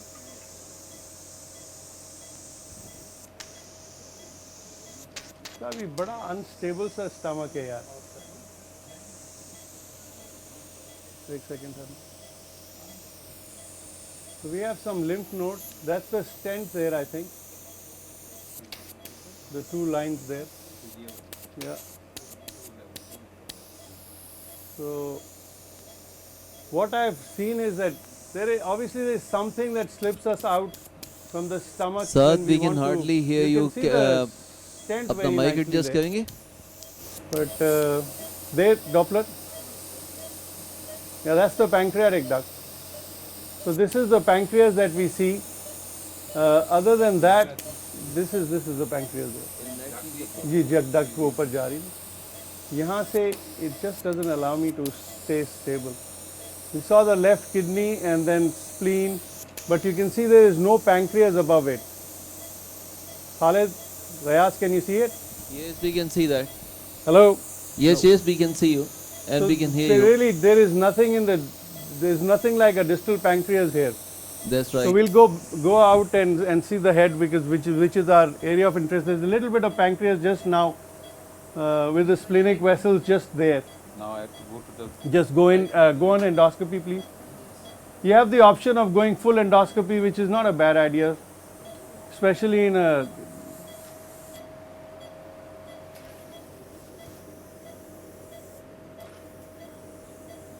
बेटा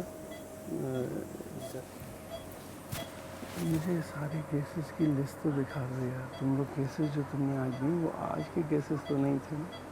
सो I need to know the cases now. Next 2 cases मुझे ज़रा बताएं क्या है. मैं उनसे पूछ के फिर बताऊँगा.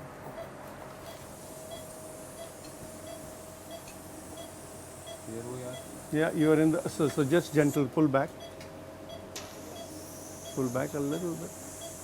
Tip up. Tip up. Tip up कर लें अपनी. Tip up. ठीक है. And a little bit anti-clock. लेके आओ. So you've got pancreas there. थोड़ा सा let go of your big wheel. Just tip down करें. Just a little bit. Air निकाल दो. एयर है यहाँ पे. थोड़ा सा एडवांस करें. So you just थोड़ा सा clockwise करें. You see that's the bile duct there. Those 2 lines are the stent. Still करना जरा still. नहीं still करें जरा image को. ये this is bile duct. You see there? That's the stent. That is the stent in the CVD. Now you've got the stent there. Now you need to take the air out, and you can follow this, bring it down, all the way. इसके लिए मुझे किस तरफ जाना पड़ेगा? अब आप clockwise try करो. ये क्या पीडी है? जब आप clockwise करो. नहीं ये पीडी है जो आ रही है क्या ये क्या? पीडी तो नीचे नहीं है. That's most likely no. That's the gastroduodenal artery, I think. करें जरा डॉक्टर. हाँ जी ठीक है. ठीक है. There's a GDA हो गया most likely. That's your pancreas. That's the portal vein there. इसको नीचे लेके आना है. Stent ये आ रहा है. ठीक है. Okay. अब आप clockwise करो. थोड़ा सा पुल बैक करो. Let go. बिग व्हील को थोड़ा रिलैक्स करो. नो. आप थोड़ा आगे चले गए. We started seeing right kidney. Whenever you start seeing the right kidney that means you have really gone further. So you come back. या एयर निकाल दे. Suction please. Air is our enemy. Whereas as an endoscopist, we keep putting air. In EUS, you don't want air. You don't really want to see the lumen. So once you've seen where you want to be, then you don't need to do anything. So we've gone further, I think. So थोड़ा सा देखें, pull back करके. Now you are looking at the liver. Gallbladder? ये क्या? Most likely. Yeah. Gallbladder होगा. ये. लेकिन आप देखें बाहर आ गए मेरे ख्याल में. You're out. So you go back in. And as soon as you enter, don't go too far, just in the bulb. Yeah.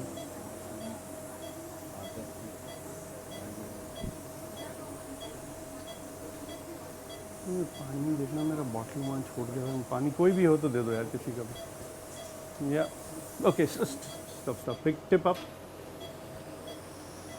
see that's the portal vein there okay that's portal vein there right that's अगर आप gently देखें you can see the stent there most likely that should be the bile duct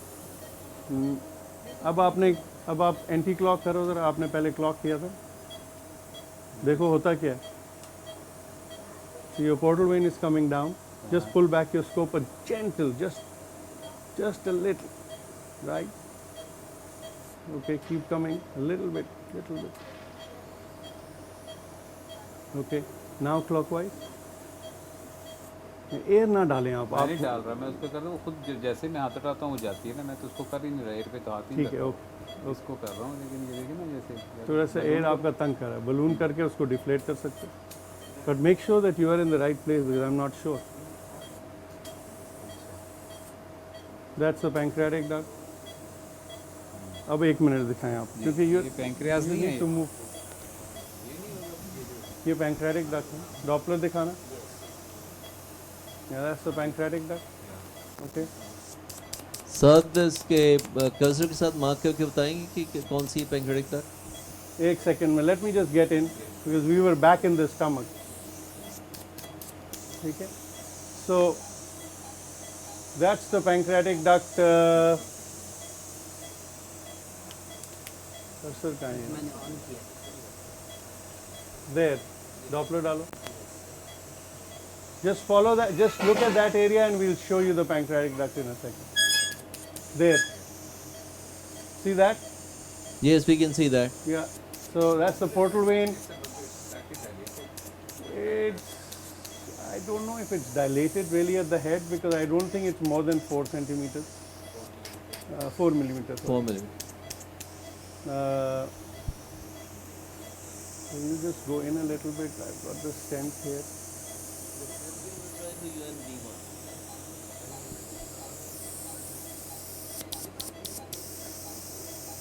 That's the stent there, that's the bile duct, okay?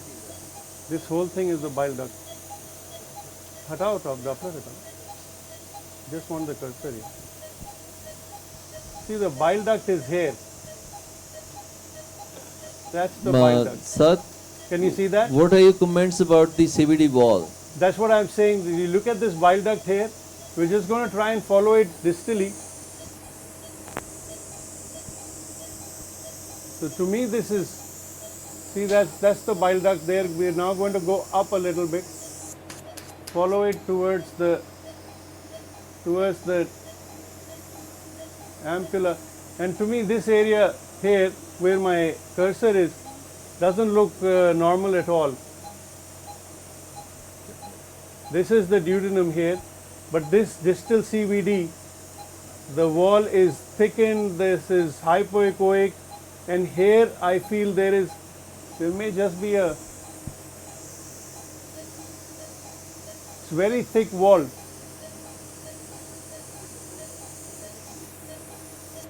So to me, Khalid and Riyaz, at this whole area.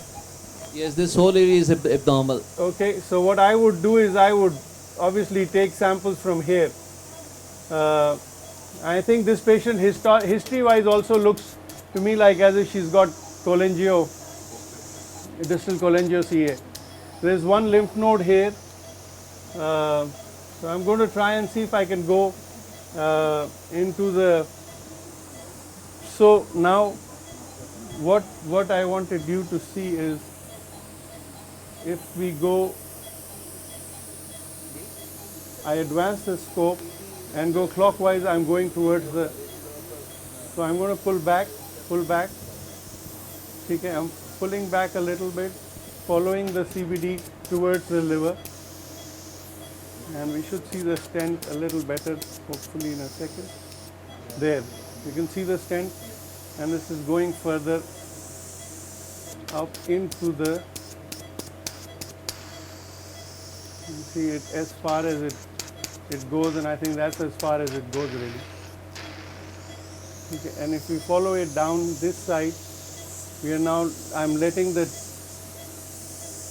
tip down a little bit, pulling back, and yeah, I'm still in the bulb. So you can see the stent there, and just following the stent towards the, that's the duodenal fall off here. कहाँ गया यार cursor किधर? Where's the cursor? ये बिल्कुल bottom पे ये देख रहे हैं आप जो thick wall है, that's the duodenal fall off. See, that's the duodenal yes, we can fall see off. that. That's Yes. the duodenum here, and this whole distal CBD is obviously not normal. It is quite thickened. Okay.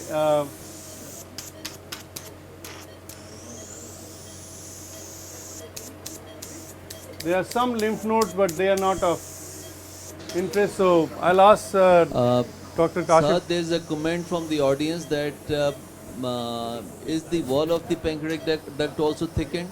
Marginally. Okay, what is the exact size of? I'll PD tell you in what the head? pancreatic duct is. I don't think pancreatic duct is more than 4 mm. So what is the exact size? Did you measure that? No, I will tell you. I'll measure it for you. To be honest, I don't think that was that abnormal. So I didn't pay much attention. To me, the focus is my focus is more on the CBD really. आगे जाए अंदर जैसे आप ERCP करते. So get me endoscopic view please.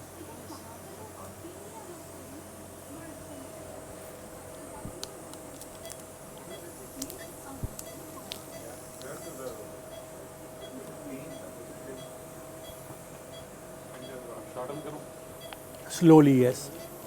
बस इसमें यहाँ lock कर लें अगर आप लॉक करते हैं नॉर्मली हल्की सी जैसे आप जेंटली करते हैं उसको करते हैं बिल्कुल. Okay so we got the stent endoscopic right. Air निकाल दें एंड लेट्स गेट द हाँ तो टिप अप करते हैं ज़रा सी. So we have IVC straight away there. चलें थोड़ा सा टिप अप करें और टिप अप करके हाँ अब इस वाले में तो बिल्कुल ही ज़रूरी है कि आप स्ट्रेट हो. That's your IVC there. That's IVC. Okay go anti clock more. We should have the kidney here. जाते रहें. That's the left right kidney there. Can you see it? Yes, we So can now see that. now go back clockwise, gently, slowly. Keep your scope straight. This is yeah. Just keep it as straight as you can. That's your IVC. That's compressible. Keep going. That's aorta. Go back a little bit more. That's aorta. Now when you see aorta, can you see air here very nicely shown through the stent? This is IVC or this is aorta? This is IVC. This is Compressed. compressible. This is IVC. This This is aorta. ठीक है. And notice on this air where I have, you can see air actually coming out, telling you that the stent is patent. Okay, so now we know that. आप वापस aorta पे जाएं. Right. Where is the head of pancreas now? ठीक है. Now this is where you need. This is the area of interest. Okay. So you need to bring this area here. Right. So you keep going and just gently pull back. Just a little pull back. बहुत ज़्यादा हो गया. बहुत ज़्यादा हो गया. बहुत ज़्यादा हो गया. वापस go back to aorta. Go back to aorta. Go back to aorta. This is IVC. Aorta. Now what I'll suggest you do is pull back a little bit. No, pull back a little bit. Without moving. Yeah, without moving anything for now. अच्छा अच्छा अच्छा. ठीक है. That's your uncinate coming. ठीक है. ये. Right now go anti. That's your stent. Stop there. Stop. That's the stent we can see there. This is the duodenum here, this side. And so when you, I don't know if you noticed or not, you could see air bubbles coming that way. So now, Yes, we can see that. so now when you, yeah, you can see air again. Pull back a little bit. and clockwise. There you have the duct coming. Pull back, pull back, pull back, pull back. That's your CBD. You want to follow it. That's your CBD there. That's the stent there. Clockwise, anti-clock. If you can, you want to go anti-clock, you'll go this way. You go clockwise, you're going to go towards the duodenum. Okay. So if you want to go that way, we need to pull back. Let go of your wheel a little bit, tip down, and then pull back a little bit. No, clockwise. Keep your rotation. ये जब आप tip up कर रहे हैं तो tip down कर रहे हैं तो आपकी पोजीशन ये चीज़ नहीं हिलनेगी ना. सही. So that's your stent. We probably fallen back maybe. I think so. No, we haven't. That's your uncinate. You see that? Now you want to see the pancreatic duct here ना? एक second दिखाएं. Okay, अगर आप straight हो गए ना ये, what Khalid was showing, look at this. ठीक है? Okay, I can bring back gently here. That's your stent, following it that side. That's the bile duct. Below that is the pancreatic duct there. So we'll go a little bit more. There the pancreatic, can you see the pancreatic duct? Doppler do zara. And unlike that one, this pancreatic duct is going towards the, ठीक है हटाओ.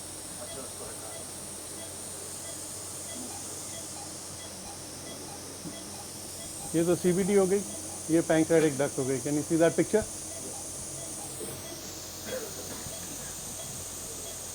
That's the pancreatic duct there. Sure, हटाओ. And this is the uncinate. I can't see anything here. This whole area. We can bring it more, a little bit more into. Yeah, this is pancreas, and you can see that. You can see the stent going through. Yeah, stent going through. And all I'm doing is just basically this movement and nothing else. And we can go back to the aorta. Okay, bile duct with the stent in. Have a glimpse of pancreatic. I don't think pancreatic duct here is really that nicely visible, but we saw a glimpse of it. It's certainly not dilated. So that's the superior mesenteric vessels coming there, just there. Okay, and so now you have the whole uncinate there. So what Khalid was saying, if you pull that out a little bit, you could actually gently come back into the stomach and be able to see the pancreas here. क्योंकि ये head के बाद ये pancreas is really atrophic beyond. यहाँ नज़र आ रहा है. एक मिनट ठहरो ज़रा, pancreatic duct measure करनी है. ले लो ये, just take it there, picture. हटाओ इसको यार. Can you see the pancreatic duct? Yes, we can.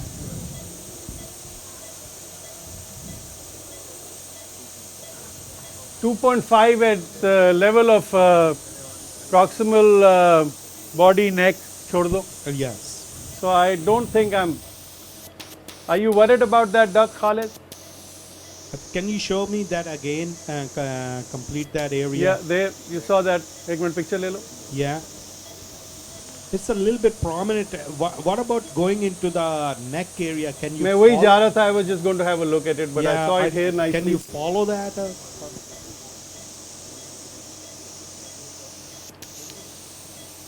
Because I cannot see the duct in the neck area. It just I can't see it. It just stops here. Yeah. Does he? I didn't see that here. The history. Any history worrisome? Yeah, I mean, worrisome in the sense that there is obstructive jaundice, distal CBD stricture, and Can you go back to the head area one more time? I'm just thinking about this head area is really big, although the rest of the pancreas is atrophic, but I'll just go back. Yeah, then let's take one look at the head, because I am leaning towards FNA on there by looking at that area right now at least.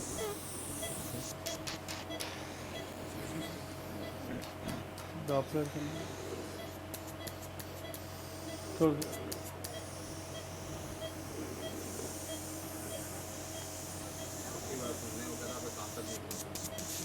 कौन?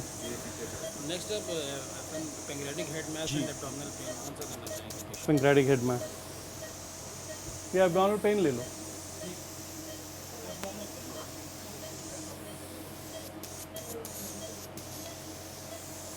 I can't see the pancreatic duct going.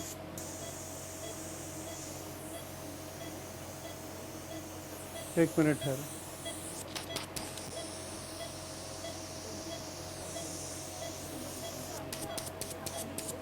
यहाँ पे आके I am not sure whether this is, एक minute है, Doppler देना, Doppler देना, keep it on. You see this,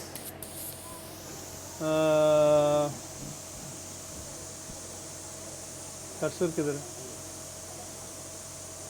हटाओ Doppler देना, cursor please.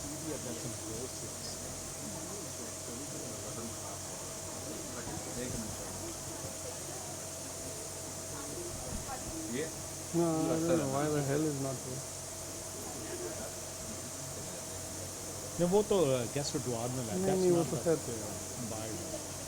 आना चाहिए. We can't see the cursor, but Khalid, can you see that duct here? There are two ductal systems here. Yeah, can you follow that duct somewhere? Yeah, I'm just going to. I just wanted. This whole area is very. And there is what? You see there? There is the stent. There's no stent in that area. Stent is just above this. Okay, let me show you. No, what I'm saying is. Khalid, do you see this duct? I see that area. Yeah, that to me is, and I'll show you flow as well. That is the pancreatic duct. Okay. Okay, and above that, just above that, here is the CBD. Okay. Okay, Wasn't and this there is a all stent very, this is all very inflamed area. This whole area, and this, when I follow this PD towards the head, Where is the stent? can you see there? Where is the stent? I'll show you the stent. Just give me a second. I don't think that those are the ducts.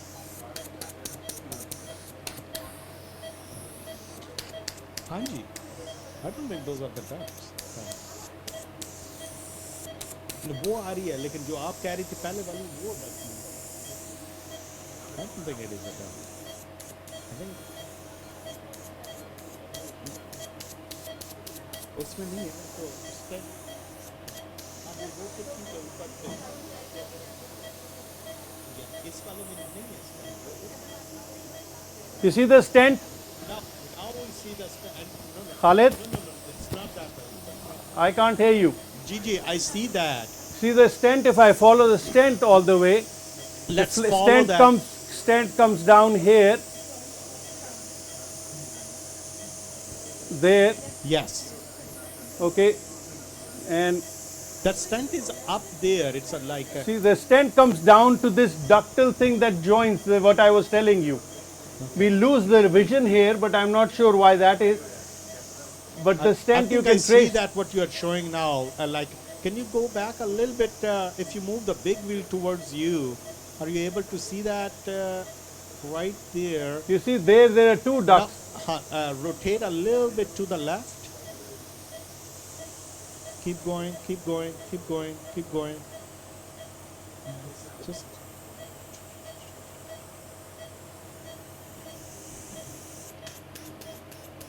So that looks like a mass here. Yeah, that doesn't look right. No, but then the whole pancreas looks the same color. And he had a jaundice? Or he? She had jaundice. ductal dilatation, stent in position. She's otherwise a healthy. She doesn't look like someone who's got. What I was thinking was, although the entire pancreas is not enlarged, but could this be autoimmune? Yeah, that's another possibility. And But CA199 is normal. So we could biopsy this area. so it can autoimmune can look like this in this area, but the duct, pancreatic duct, would not be that prominent. Yeah, That big. pancreatic duct, you can see. If Yeah, I follow this up, doesn't make you have sense. two systems here. This is coming down literally here. And I can follow it all the way to the.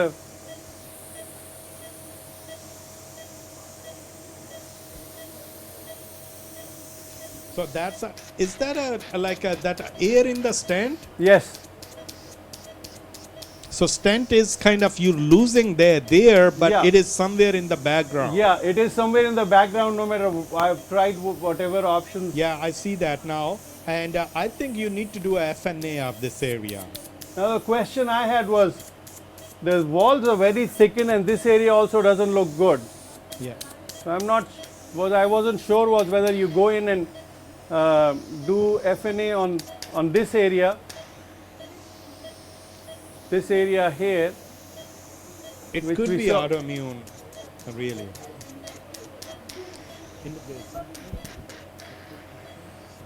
Sometimes with the obstructive pattern in a later stage, the duct can get dilated too. She's female, And, she's so good. it could be. I think this is the area you need This to is do where I FNA. want to do the biopsy. Yes, I would do I'll a go FNA FNA. of that. That doesn't matter. Actually, if you are suspecting autoimmune, you should do FND to give you a better, and you can do the staining. G.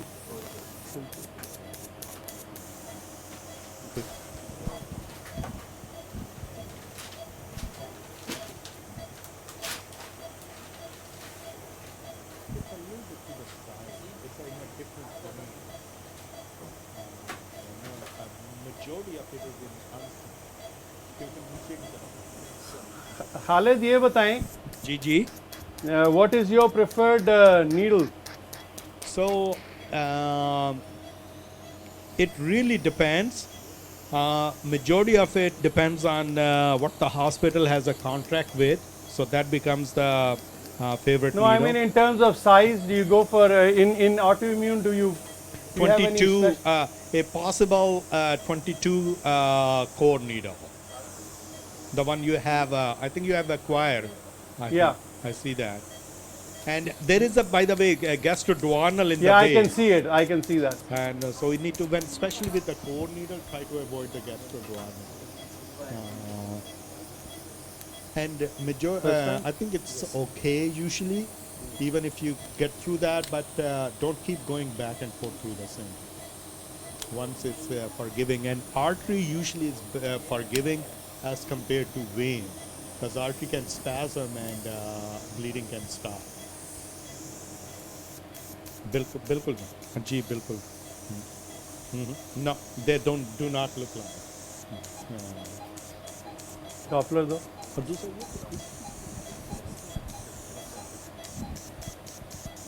Yeah, that's my Doppler.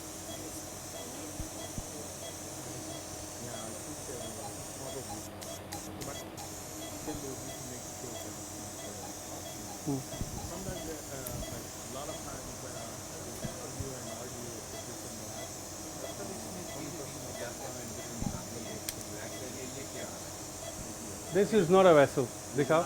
No. Doppler दिखाओ. एक दफा Doppler दिखा दो.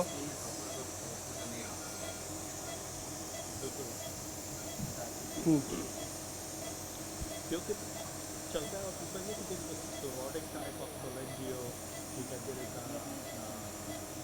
वो जो है nodular type of cholangio and then there's the mass type of cholangio.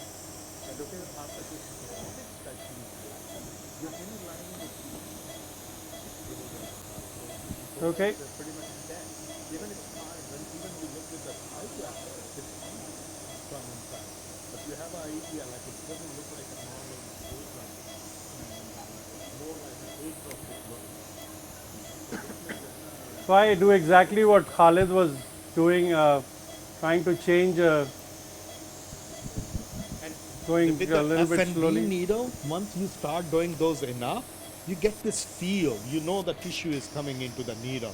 It's like a very like a subtle. And the thing crackling is that sound. when you can't see the needle, I mean feel. it's the shoulder movement, Kashif. So the needle is gone, and I'm only going to move my shoulder here, and needle is back here. Okay? And it's in view. So if you lose the needle, you just need to go back. You know, you just move your shoulder and you should be able to see the needle. One more and then we are done.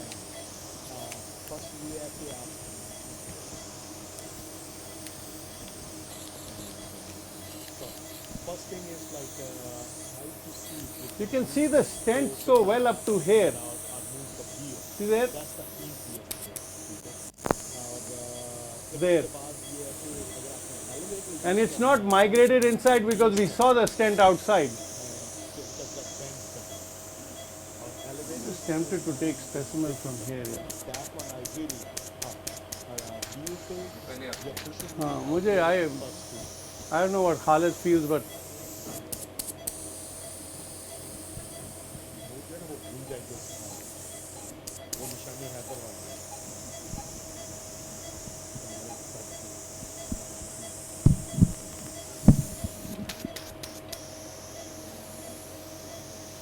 you see, now you can see it a little better. You see the stent all the way. You can see, you can't see the walls, but you can see it making a.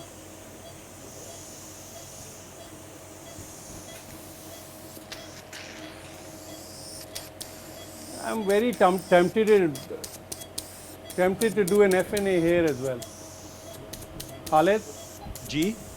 I'm very tempted to do something in this area.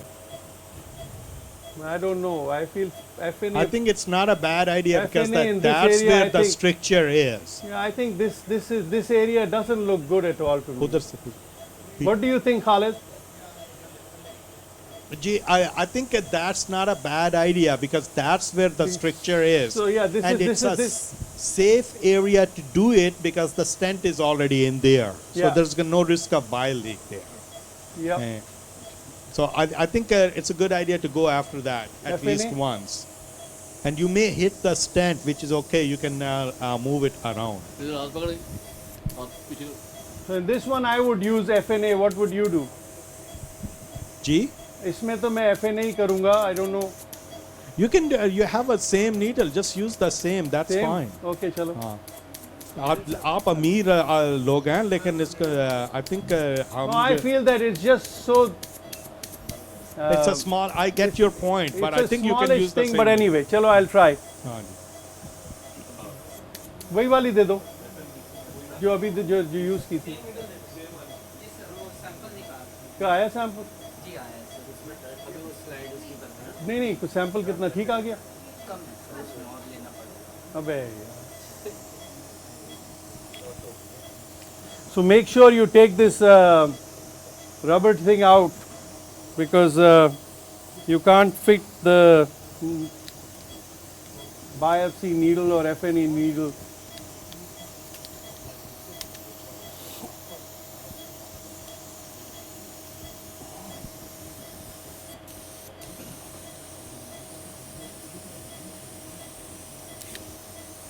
अच्छा ये अलग bottle में डालना है.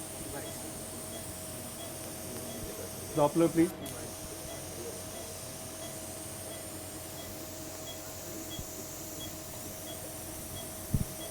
Ready?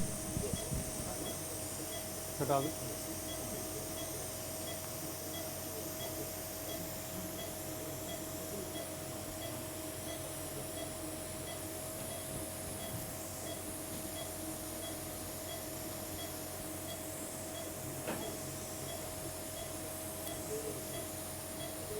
You know, when you do FNA or on these kind of thing, you, especially thickened wall, you feel a little resistance as you're coming out. And that I think is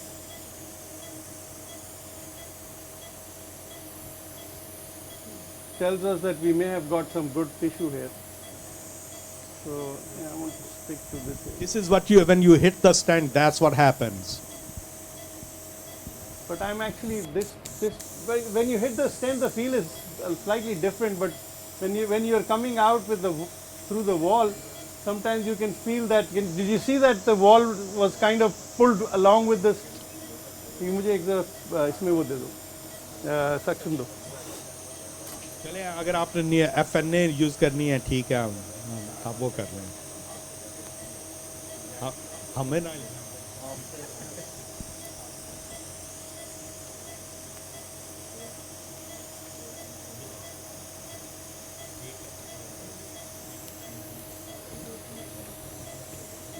That's it.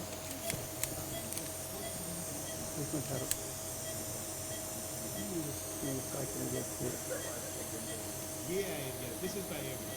Exactly.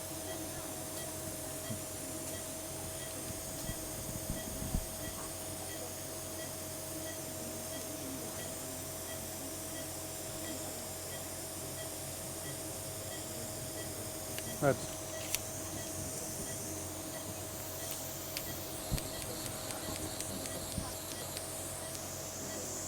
Naseem को बोलो कि मुझे ये second board. So you might have to take one more sample from here. Just 1 second. दिखाओ यार, उसका first वाली bottle का सैंपल दिखाओ. कितना है? यार, we got a 1.5 centimeter tissue here. That should be enough. Kashif? ये वो पहला वाला जो देखा था एक था लेकिन अच्छा. That's quite decent यार. नहीं?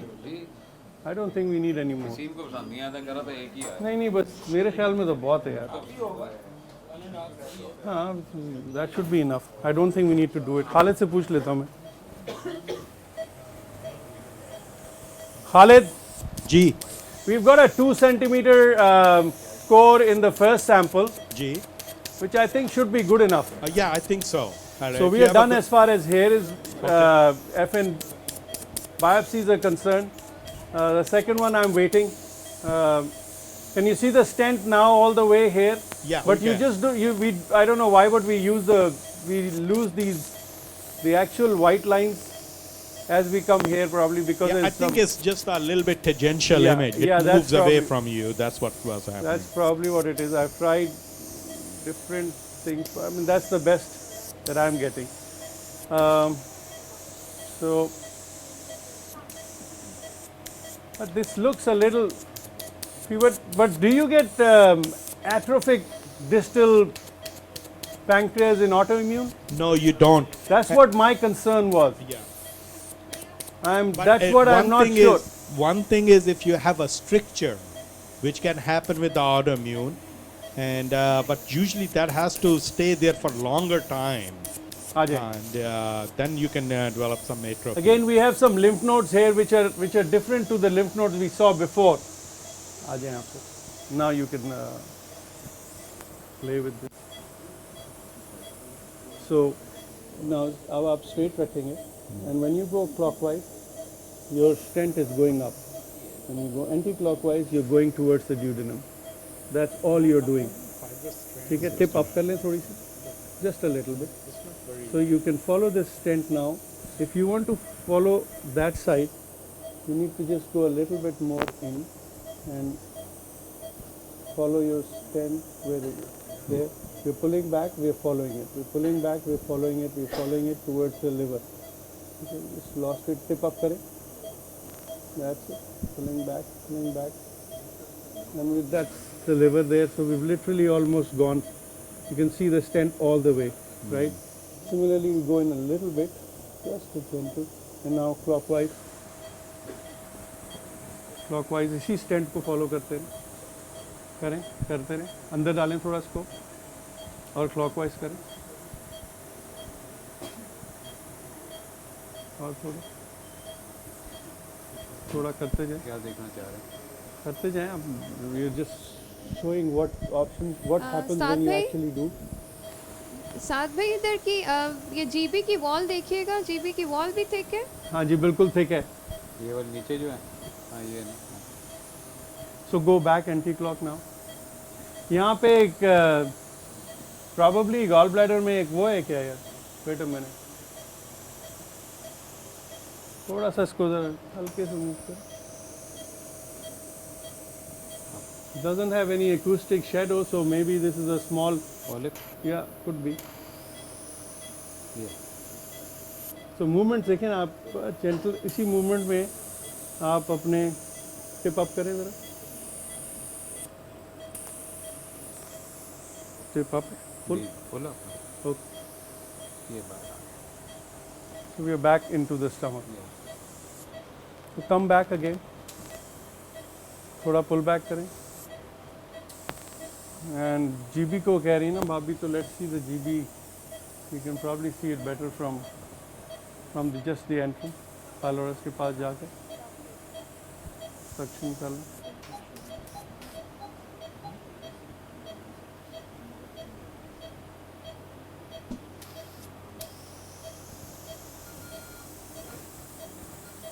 नहीं, आप थोड़ा सा देखें, अपना एंडोस्कोपिक व्यू लाया. Okay, pull back. अब देख लें, अब just go towards the pylorus.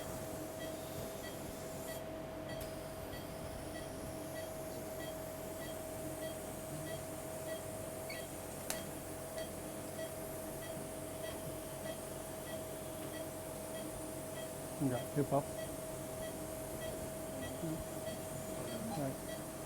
Next, keep going. Let's stop here.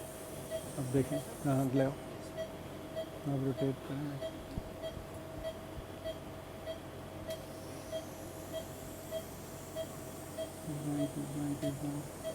Anti-clock जा रहा हूँ. हाँ कोई बात नहीं, doesn't matter.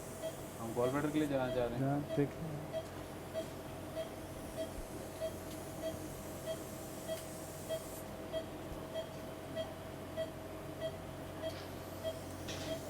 Natural liver. Gall bladder कहाँ होना चाहिए? होना चाहिए कि लेफ्ट पे होना चाहिए और आगे नहीं. ठीक है. टिप अप रखिए भी.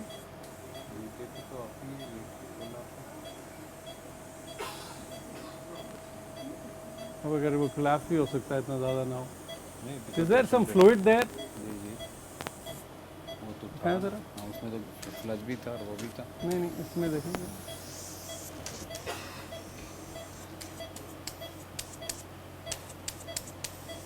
This is some.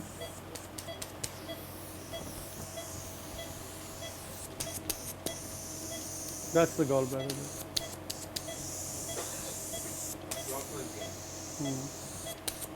मैं थोड़ा सा आगे गया हूँ ना. अभी तो मैं एंटर में, पाइलोरस में गुजरने अंदर नहीं गया हूँ.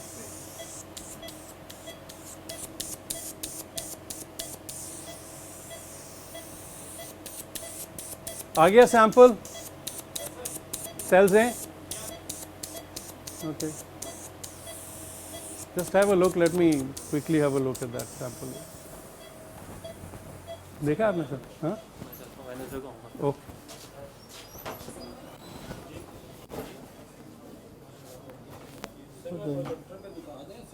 हाँ, कैसे दिखाओगे? तो ये भी दिखा दो. अच्छा खालिद है ना, तो खालिद सेल्स तो बहुत है यार. But I don't know if this is autoimmune or what.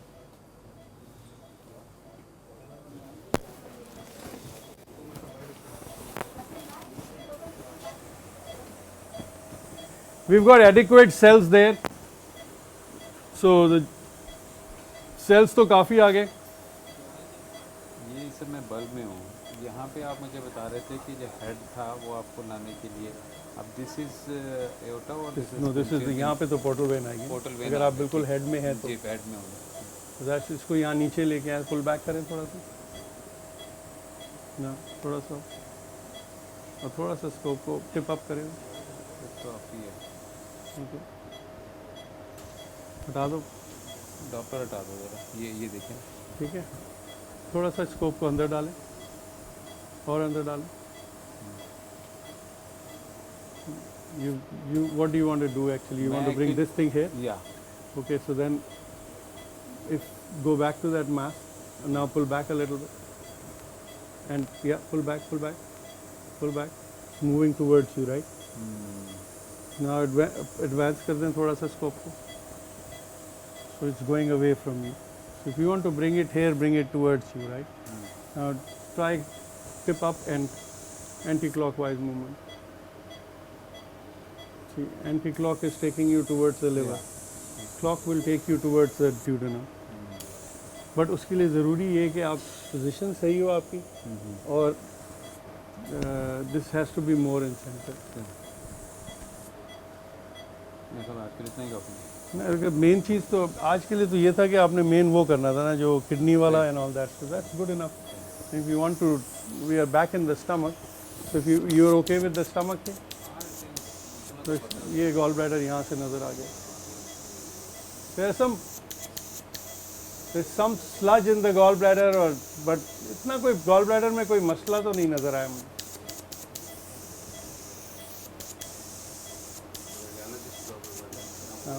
Dr. Faria is a radiologist है ना तो उनको तो साथ में वॉल इसकी थिक है और स्लज है. हाँ स्लज है बिल्कुल. मसला ये है कि वॉल उसकी थिक है बस. नहीं वॉल थिक है लेकिन do you think that's anything to do with what the pathology is? नहीं मुझे ये लग रहा था कि ऑटोइम्यून में ना ये साइड फिट हो रही हो क्योंकि नीचे से भी पूरी थिक आ रही है ना वॉल उसका म्यूकोसा इंटेक्ट नजर आ रहा है. जो मेरा मेन मसला था वो मुझे जो the reason why I wasn't sure is I haven't seen that many autoimmune, so that's why I asked Khalid.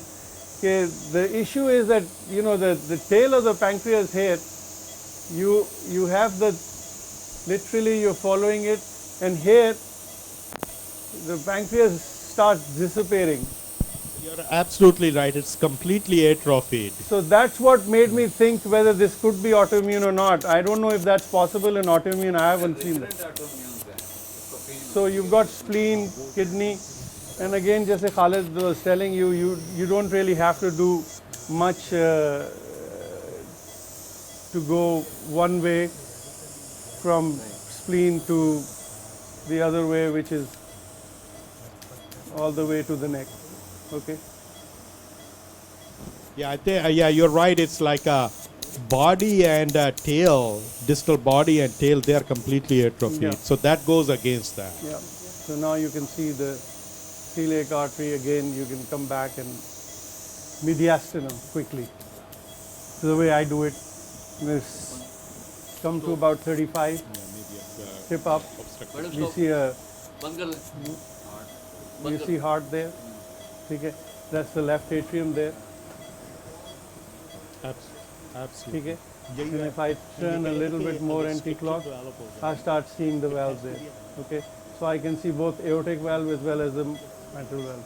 When I see that, all you do is you pull back a little bit, pull back, and look at my hand. I'm rotating gently, and that's the aorta. That's the left atrium, and that in between is the subcarina. Okay. Right, so today what I want you to do is just quickly 35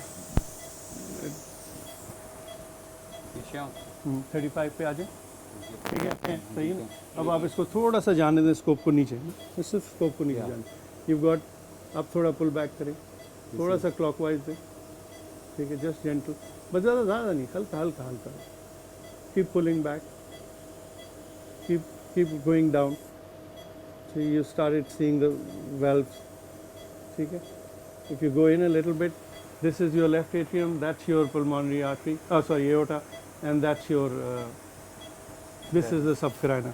So subcarina ko dekhne ke liye you can always do a little bit of movement here so you can see the lymph nodes better, the space opens up a little bit, or you go down a little bit more and you can, so you examine that. ठीक है. AP window के लिए what Khalid tells you is that let the scope go down completely, keep pulling back.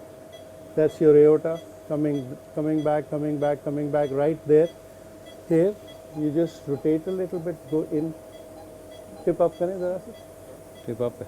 Tip up थोड़ी सी down कर। So this is the pulmonary artery. दोबारा थोड़ा सा अंदर पुल बैक करो, एक मिनट थोड़ा सा पीछे लाए, इसको रोटेट करो, and there you should be able to see there.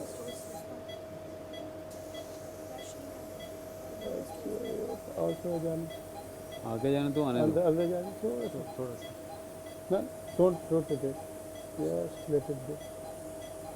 And that is just about where your AP window is. You see there it's separating.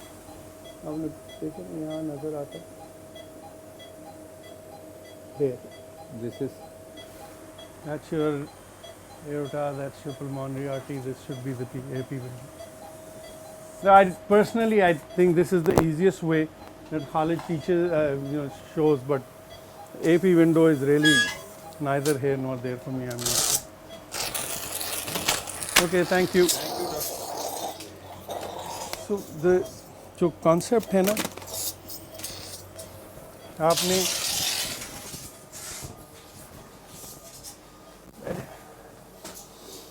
हमारा मास यहाँ पे, हमने मास को यहाँ लाना है, ठीक है? You will have to pull the scope back.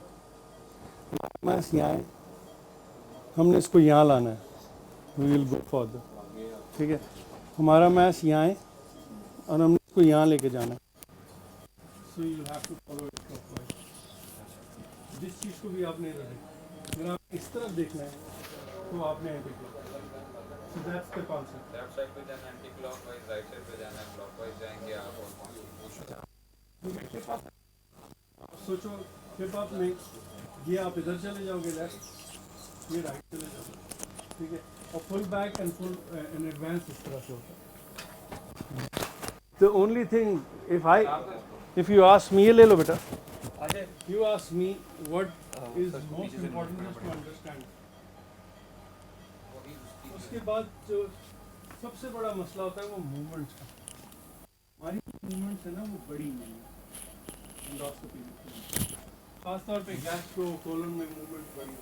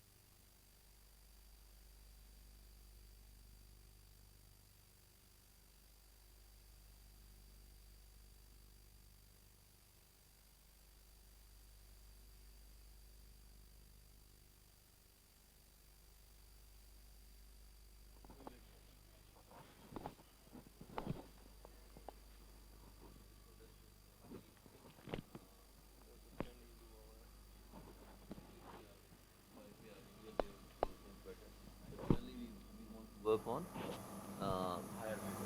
higher frequency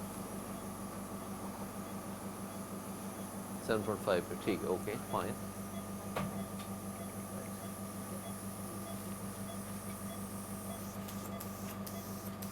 Fair enough. अच्छा, अभी आपने लेवल को देख लिया. अच्छा, फिर वही आपने ना उसको करें. Why don't you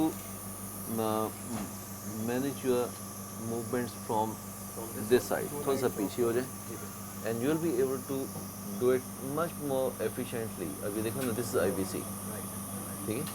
IVC से थोड़ा सा और जाएंगे इस साइड पे, तो then you are going to, जैसे मैं उस पर मॉडल में बताया था कि यहाँ पे आपको ये उठा जाएगी, ठीक है? और with this, with ये यहाँ पे और आपके आ जाएगी.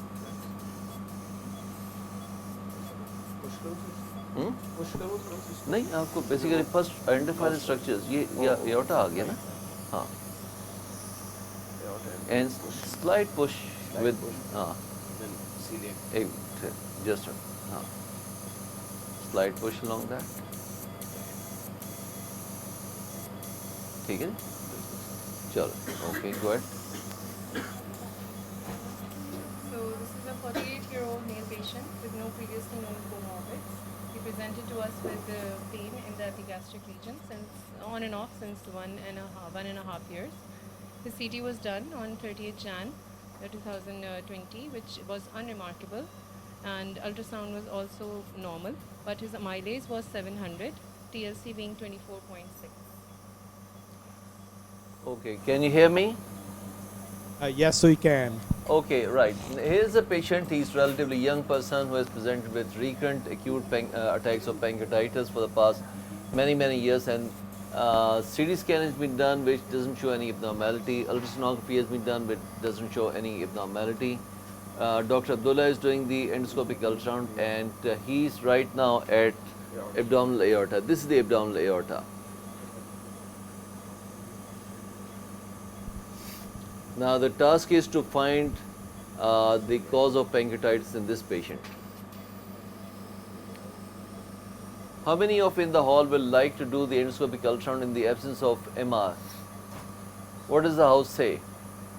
Will you like to do MR first, or you like to go for the endoscopic ultrasound first? So yes, now okay, fine. So- This is the celiac. So majority said they will like a MR first. Okay, so in this case, MR has not been done. They've done the CT, and the CT is normal. They've done the transabdominal ultrasound, which is normal.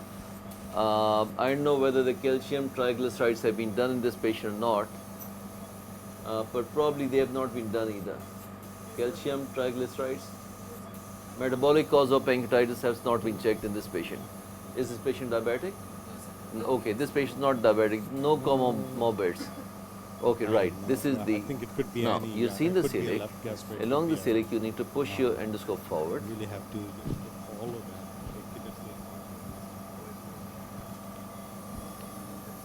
Okay, fine, go ahead.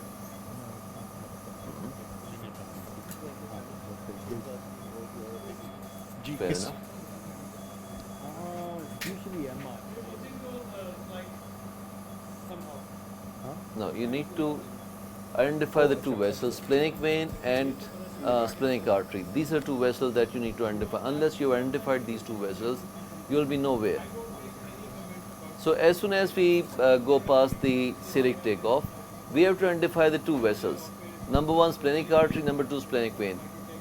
And then, okay, fine. You can see the two vessels.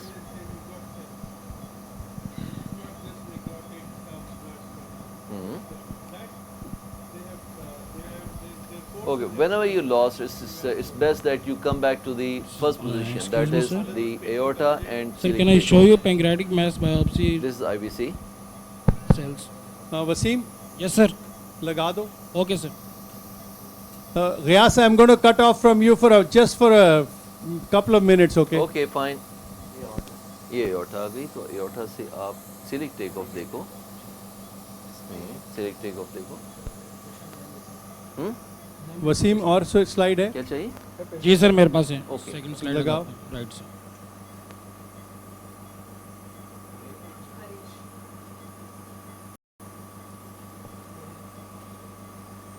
6 to 8 slides है मेरे पास. Alcohol. History of alcohol intake. History of alcohol. Okay, fine. Right. Wasim ये ठीक है ये slide. Okay, sir. Slide push along. कितनों ने पहले देखी है पैथोलॉजी स्लाइड? ये celiac takeoff है. This is the celiac takeoff. तो इसमें आपको क्या नजर आ रहा है? Big wheel away from you so that you may be able to go in. Slide along. Clumps आ रहे हैं. Push, push, push, push, push, push. One person at a time. Blood cells कहाँ पे हैं? ये talk नहीं होना चाहिए. ठीक है. Okay, fine. Should I help you? Push, push, push. ठीक है. One thing. Large, bizarre shaped. ठीक है. Okay. Fat cells. ठीक है. Yeah. Jenna, let's talk about के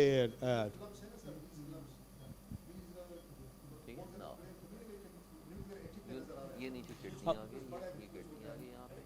एग्जैक्टली प्लियोमॉर्फिज्म है, यानी कि और दूसरा ये कि अगर आप देखो ना यहाँ पे इस सेल को, इस न्यूक्लियस को कितना बड़ा है एज कम्पेयर टू के जो आरबीसीज कहीं के ये जो है ना पूरे वो नहीं है आरबीसीज फिल हुए हुए, लेकिन ये है कि इस न्यूक्लियस का साइज देखें एज कम्पेयर टू दैट. ठीक है. इट्स लाइक 4-5 times दूसरा ये है कि they are like very irregular shaped. Slide में अच्छा नज़र आ रहा है लेकिन यहाँ पे सही तरह नज़र नहीं आ रहा. If you look, you see this blue spots in their, nucleoli जब आपको prominent नज़र आने, it means lot of division of the cells are going on. So that is all these three features: big cells, also irregular, different sizes, nucleoli, and low cytoplasm. And also what they are doing is, like here, they're kind of clumped together. You don't really want that. Sometimes they are just spread out, separated from each other. Okay. Clumping is because of the way the slide was made. Really, they're just sitting on top of each other. But the cells, like they are separating, like trying to run away, like this is a separate, this is separate. Big cells separated, those are the real cancer cells. And here the clumping is they are on top of each other and not respecting each other, no boundaries. And so all these features of really a malignancy. Exactly. Splenic artery towards you, splenic vein away from you. Towards the tail.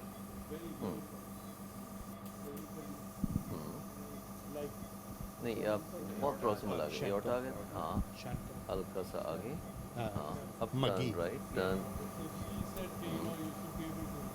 turn right, हाँ जी हाँ बिल्कुल, turn right, clockwise, हाँ हाँ, हाँ, आइए, मज़ीद, turn, keep turning right, नहीं हल्का सा pull back भी करते हैं, जो medieval है ना, big wheel up, clockwise rotation and slight pull back. Towards me? Towards you. नहीं, towards you. Clockwise is like this. देखो ना आपके स्ट्रक्चर, हाँ, इस साइड पे आपने आना है ना? So you need to turn like this. Or coming towards tail. हाँ, हाँ, towards tail. Do you want to go to the tail? Neck की तरफ. अच्छा neck, वो ठीक है, अब neck ही ठीक है, neck को follow कर लो. Fair ना?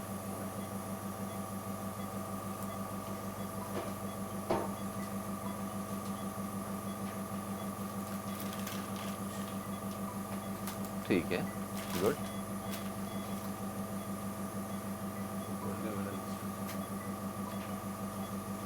Right now, do you see any identifiable structure? Yes, no, no. So that means that you are lost somewhere. Whenever you lost somewhere, come back to the place where you can identify the recognized structures. Okay, now you can see something recognizable. This is recognizable. This is नहीं portal vein है, portal vein है. तो इसके ऊपर ये salt and pepper appearance आ गई, ये पैंक्रियाटिक डक्ट आ गई. Now follow the pancreatic duct. Okay, follow the pancreatic duct.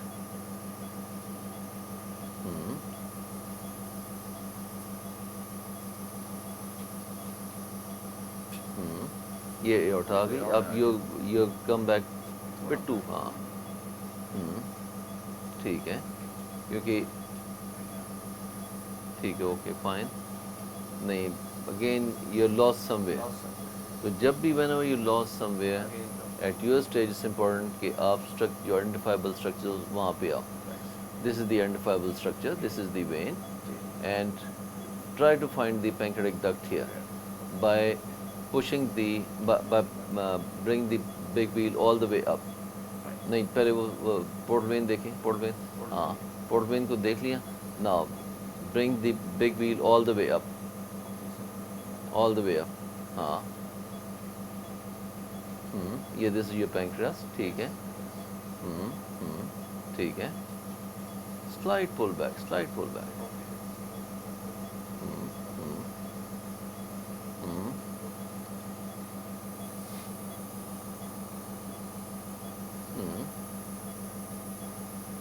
ठीक है, ये pancreatic duct की ये आती है, ठीक है. हेल्प करूँ? जी जी. चलो, ओके, ये देखिए.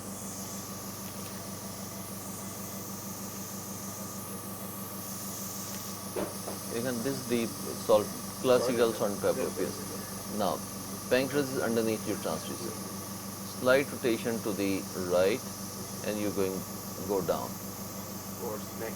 towards the neck. ठीक है? Slight rotation to the left, and you are going to the tail. ठीक है? Yes, this is the maneuver. ये देखा ना, ये pancreatic duct बीच में कट के आ रही है. This is the pancreatic duct. This is the pancreatic duct is going around. Over here, this is the pancreatic duct. ठीक है? चलो. You need to play around the recognizable structures, whichever and wherever you find.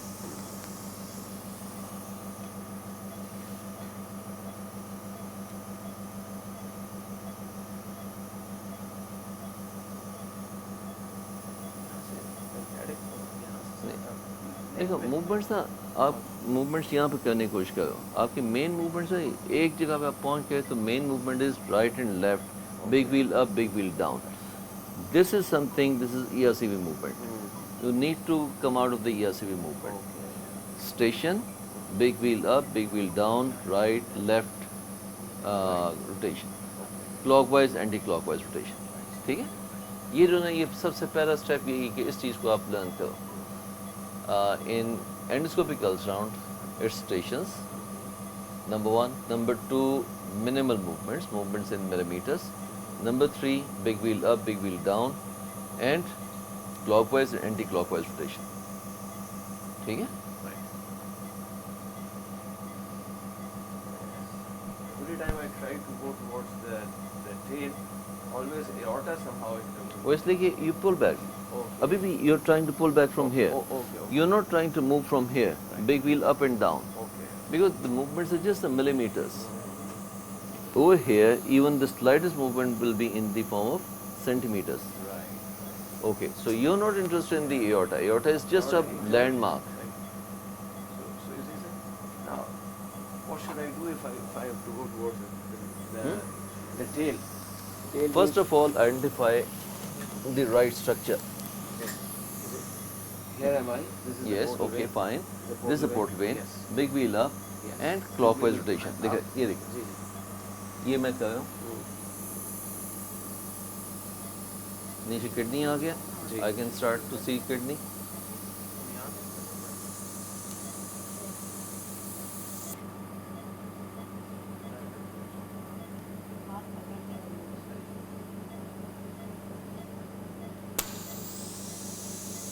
ये kidney आ गया. ये ठीक है. This kidney. जी जी. और इसकी जो है आपको दाएं बाएं की रोटेशन, तो you will be able to recognize the structure. Aorta. हाँ, एओर्टा कोई बात नहीं उससे. ओके. ये आ गया ना आपकी किडनी. आपको kidney is a big thing. आपको ये देखो ना, this the kidney. Kidney is a big thing. हल्का हल्का ये आप ऐसे करोगे, you will be able to recognize the structure. ठीक है? Absolutely. What am I doing? Just a little movement. Yeah. Nothing big. Yes. I'm not trying to push in. I'm not trying to pull back. और दूसरा है कि big wheel up, big wheel down. And with the big wheel up, this is what I'm looking at.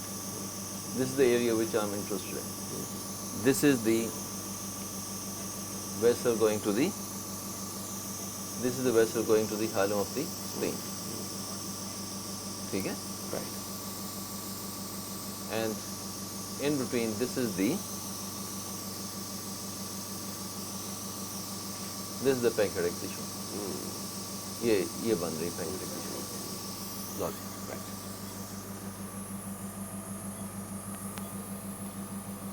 Now, if you want to go to the clockwise side, big wheel away from you, slight rotation like this.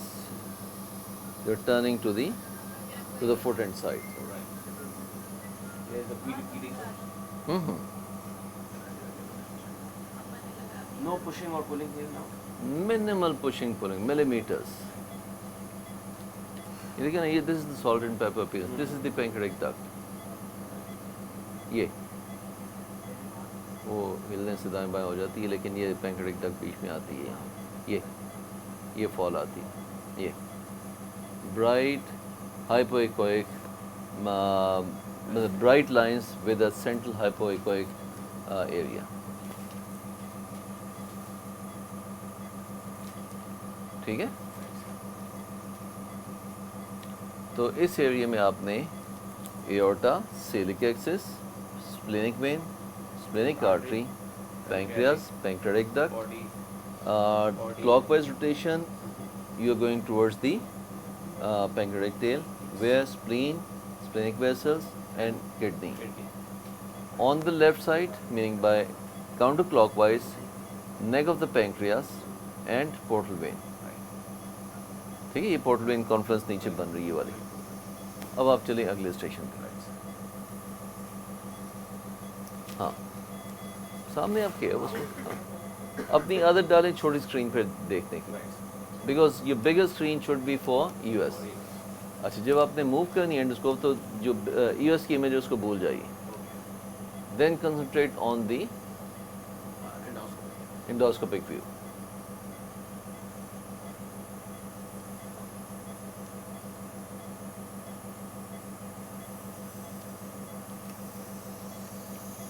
नहीं, देखो चीज़ें अब you gone bit too down. तो our target is to go to the dural cap.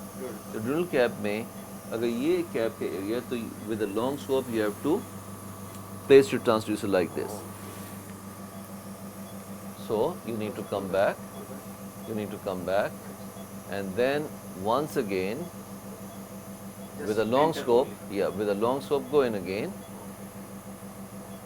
Now immediately suck out all the air.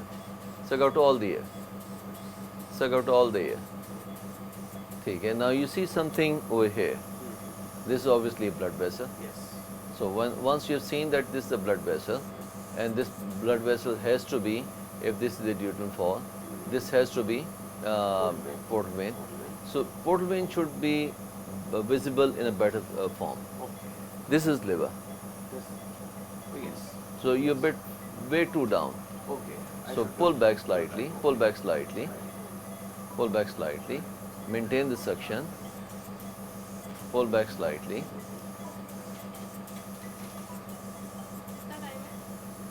जी कितना time है ये? This is gall bladder बेटा 5 to 7 minutes ये गॉल ब्लैडर है.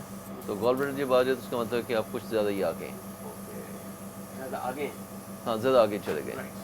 क्योंकि आपने तो उसको देखना ना, आपकी जो एरिया ऑफ इंटरेस्ट है वो है. हाँ, अब you can see gall bladder which is very nice. There is no sludge, there is no gall stone. ठीक है. But then in a patient like this, we are interested in the gallbladder. हाँ, ये with a long scope, you I think this is CBD. This one is CBD. हाँ. And this is the portal vein.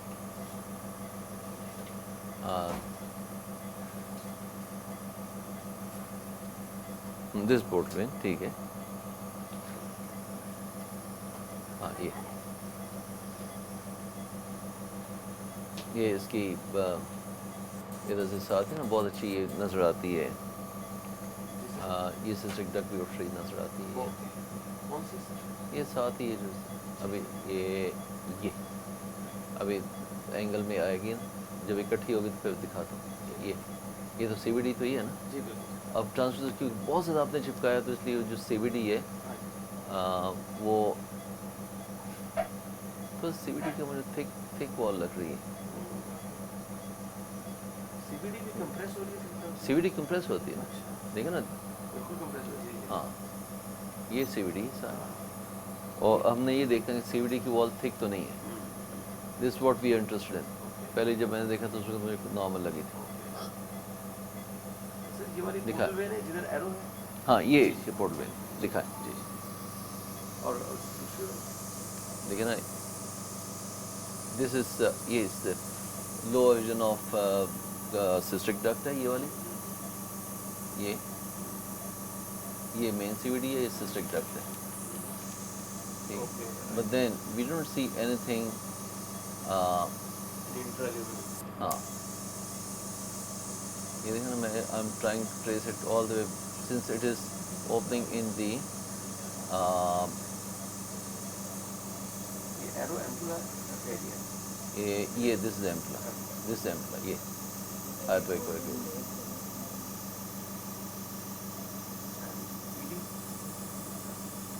PD. It's normal. This is the ampulla, which is normal.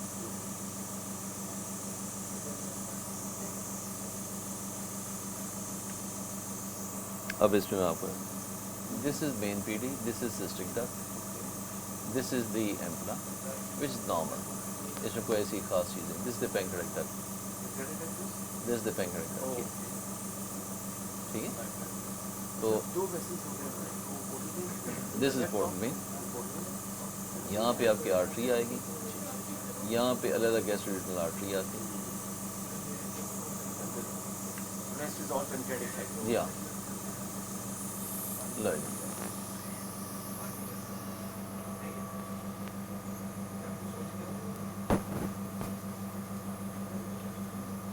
So, quite possible कि ये chemical induced ही हो. अच्छा, अब आप जाएं descending duodenum में. ये भी है ना इसमें, हाँ. अब आप जाएं descending duodenum. यहाँ पे पहले आप कर लो, तसल्ली कर लो, आप अपने आप comfortable करो. As soon as you enter, on the posterior wall, हाँ ये साथ ही blood vessel आ गई. जब blood vessel आ गई, so you have found your landmark. बोल जाए बाकी काम चीज़ें. Now suck out the air. हल्का सा right turn करेंगे तो you'll start seeing the right turn का मतलब है not the left turn, right turn, clockwise. So you'll start seeing the CVD.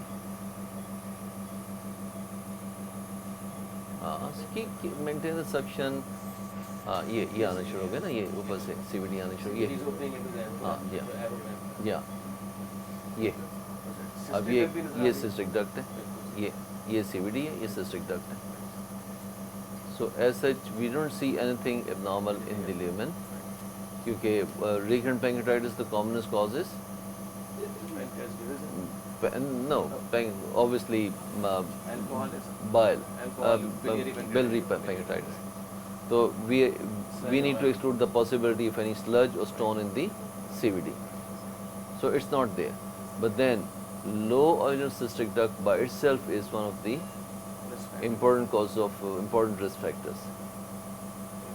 ऊपर से gallbladder आए, which is normal. See, अब आप देखो कि somehow you're lost somewhere. हाँ ये आ गए ये. You don't see anything abnormal here. Pancreas is normal. Pancreatic duct is normal. Except for low origin of the cystic duct, all the other parameters are normal. ठीक है? चलो. अब चलते हैं distal duodenum में.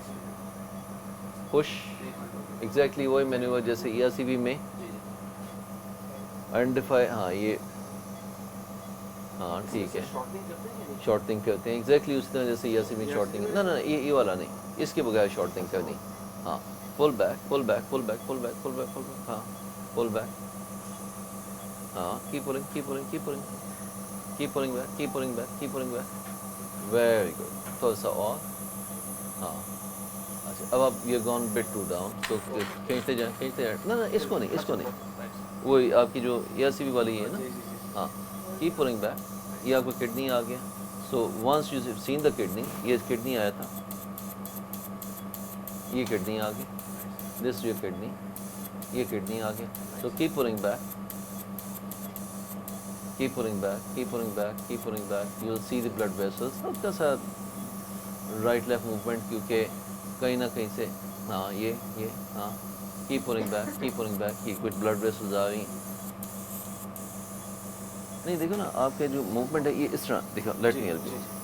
ये आ गया ना आपका.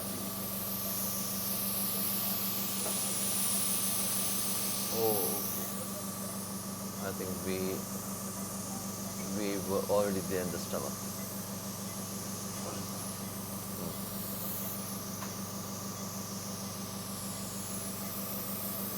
ठीक है.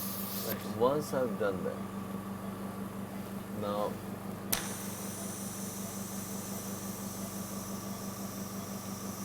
see the lumen. अगर lumen नजर आ जाए तब भी आपको पता था कि on this side of the lumen ये kidney है. On this side of the lumen I'm going to find the pancreas. So I can ignore rest of things. लेकिन for your sake I think it's important to find ये इसकी आगे blood vessels, the spleen direction. So we are going to keep pulling back till such time that you find your identifiable structures. Right.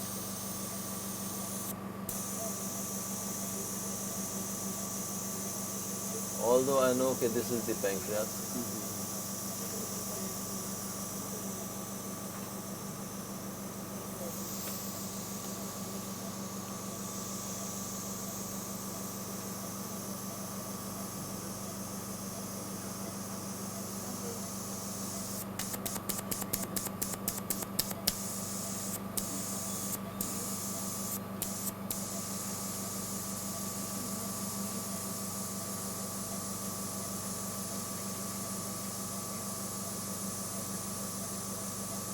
ये आ गई, ठीक है? हल्का सा जो मूवमेंट होती है उसके साथ आते हैं, but then we interested in this particular thing. तो ये दिस इज आवर एरिया, ये ड्यूटल फॉल है, this is the ductal fall. So once we have seen the dural fall, we can forget about all the other things. तो हमने इसको pancreas को अपने transducer के नीचे ला के रखा है. This is the CVD, this is CVD and this is the pancreatic duct lodge. और इस एंगल पे आमतौर पे आता है 11 पे पैंक्रियास, 4 पे 7 पे पैंक्रियास, 4 पे CVD. ये देखो ना, ये दिस इज 7 4 7 11 4 और दरमियान हल्की सी जब टॉक मूवमेंट देते तो पैंक्रियाटिक 7 पे पैंक्रियास, 4 पे हाँ हाँ ये पैंक्रियाटिक डक्ट आ गई, ये वाला, ये थिन सी पैंक्रियाटिक डक्ट. और जब आप हल्का हल्का जिगल करते हैं ना इस तरह, तो उसमें आपको ज़्यादा बेहतर नजर आने शुरू होगा. 4 पे CVD, वो ऊपर वो नजर आई थी ये.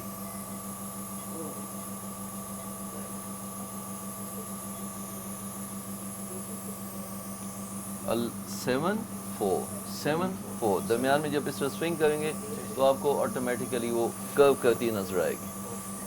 और यहाँ पे दो ही चीज़ें देखते हैं कि मैच तो नहीं है, और दूसरा है कि CVD जो पैंक्रियाटिक डक्ट है CVD को क्रॉस तो नहीं कर रही. ये दो चीज़ें हैं आपके इंटरेस्ट की. कौन सा?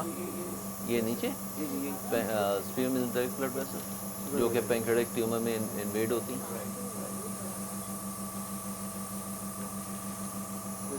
This is the duodenal fall. This is the duodenal fall.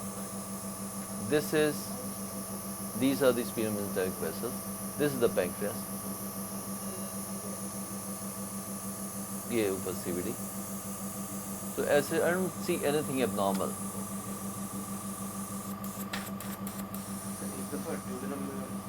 You want to do D2? Okay, fine, go ahead. Are patient ठीक है? D2 just like as if you're going into the papilla in ERCP, minus that the small wheel doesn't have to be touched. Go down, go down, go down, turn and pull back. Turn and pull back. Keep pulling back. Good. Now all the air out. Keep pulling till we see the instruction. हल्की सी rotation like this. हल्की सी rotation. ठीक है. Okay. Keep doing. Keep doing. Keep coming back. Keep coming back. Keep coming back. देखो ना. अभी ये आपको जो अगर ये फ्लूइड यहाँ पे इस तरह आए ना, that means कि your lumen is right there. अभी आपको lumen ऊपर नजर, so meaning by that you're probably in the fourth part of the duodenal cap, so you need to pull back. ये. Now you are reaching the duodenal fall. Yeah, this is the duodenal fall, and this is the pancreas.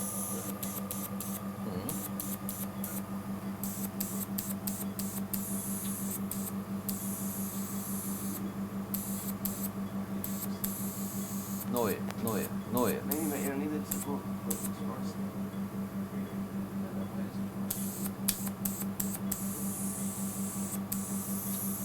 Good.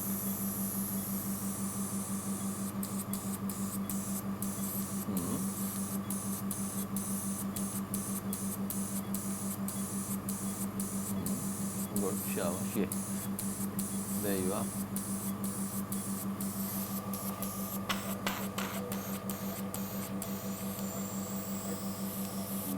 नहीं अब you fall back. ठीक ठीक keep हाँ keep क्योंकि basically you're examining the pancreas all the way.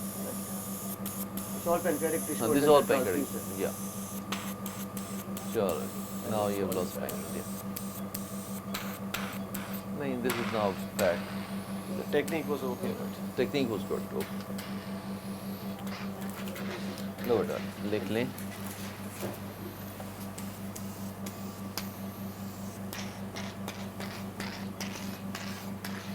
Any question on this patient? Everything is normal except that there is a low origin of the cystic duct from the intrapancreatic portion of the common bulbar. no insertion of system. ये patient बंद कर दिए. नहीं इसको बंद कर दे, mic बंद कर दे.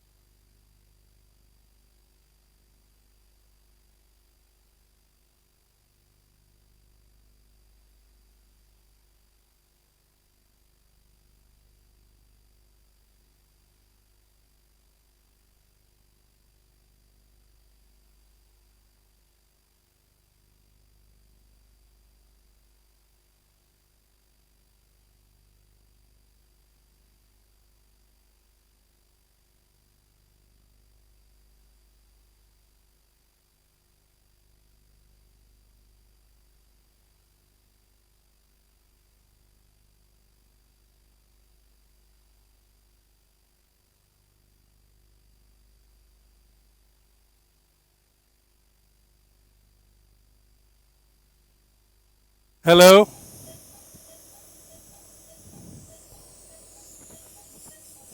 Can you hear me? Yes, we can. Can you hear me? G. Oh, okay, great. This is another patient with a periampullary growth stent already placed. We are actually in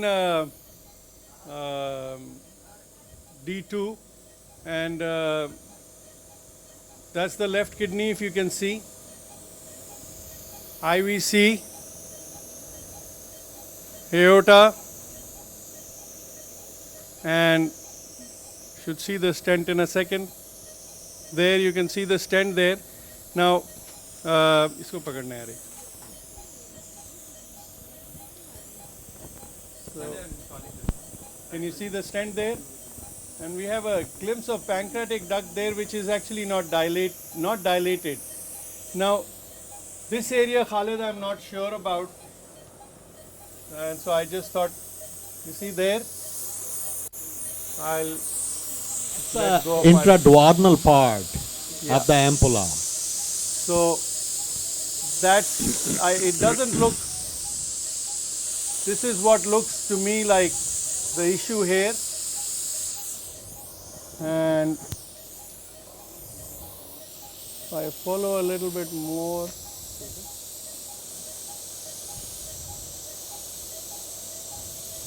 So this is, and when we looked at the ampulla itself, I'll try and see. We took some pictures here.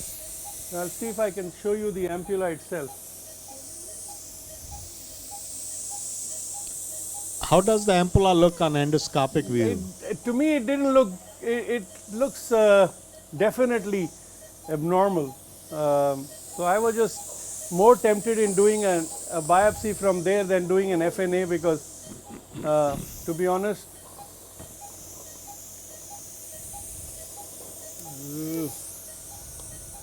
okay. Let me show you the ampulla in a second. There. हाँ, big view कर दो.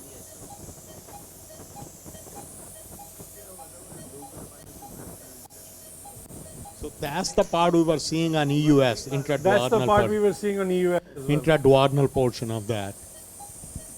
So now this is what it is. What I thought was that I would probably do the biopsy from here.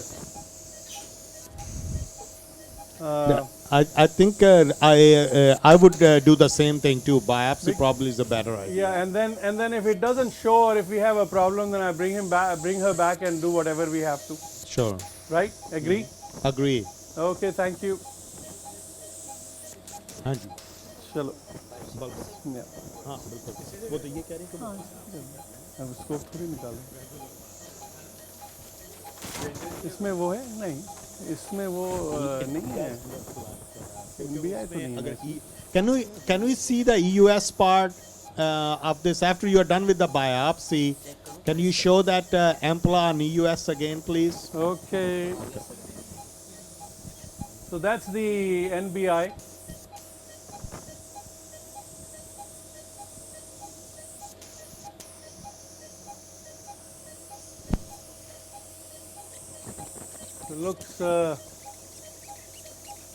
Looks like we should get a result from this.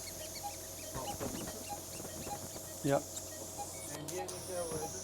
इसका पूरा villiform जो structure है that I don't think that was normal. So because the appearance doesn't look good. Yeah, it's just the structure didn't look okay to open. Nope.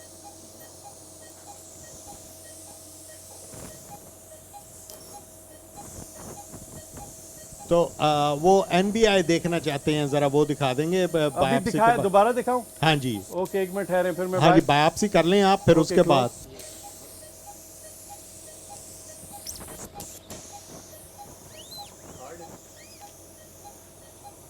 Actually इसमें भी hard होता है ना.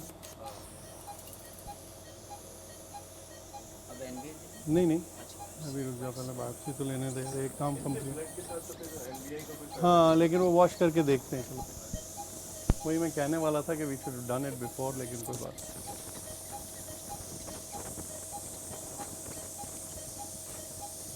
Open.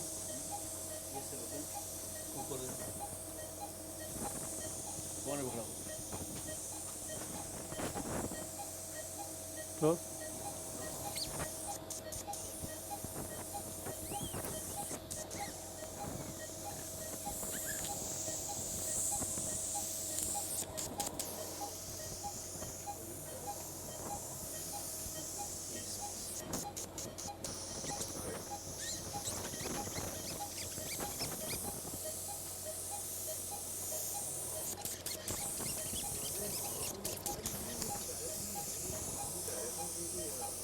Open.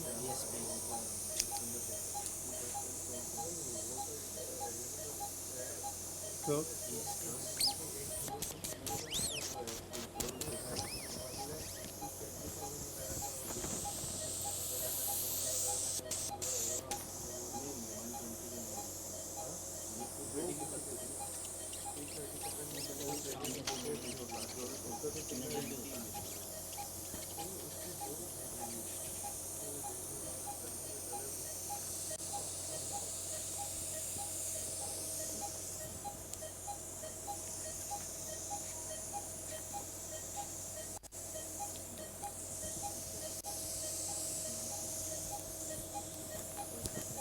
Open.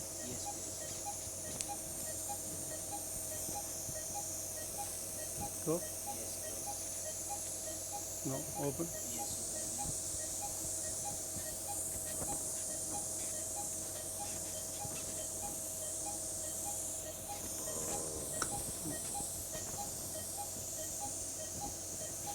Close.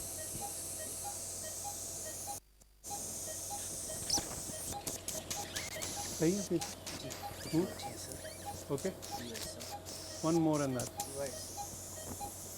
एक wash दे देना.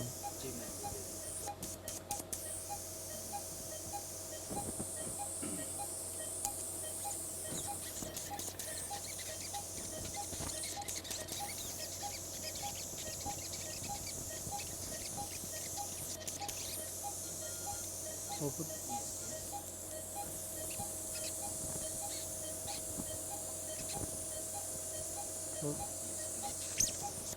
चलो ना wash दे दो देखें फिर NBI करके दो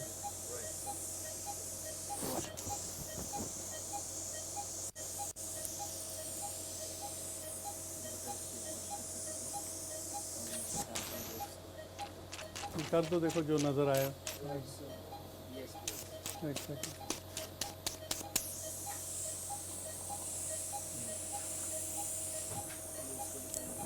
sorry but because of the blood let me show you what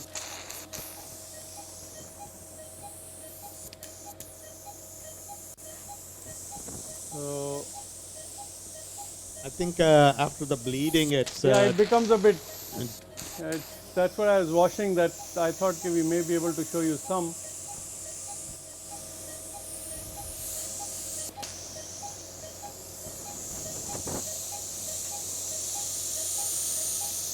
no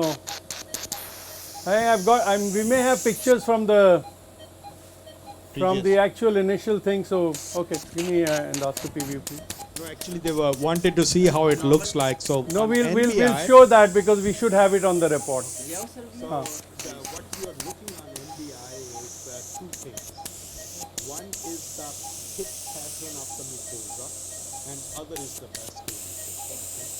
So when the vasculature is like that those are going to be really big vasculature this is the area dilated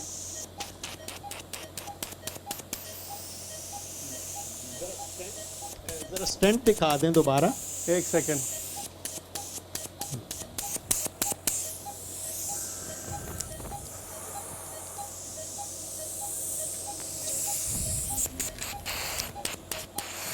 there are a lot of lymph nodes here okay and couple of lymph nodes look ominous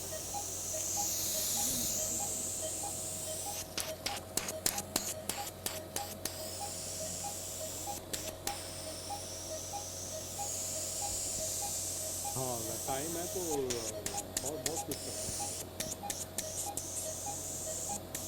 मैं कुछ commitment भी नहीं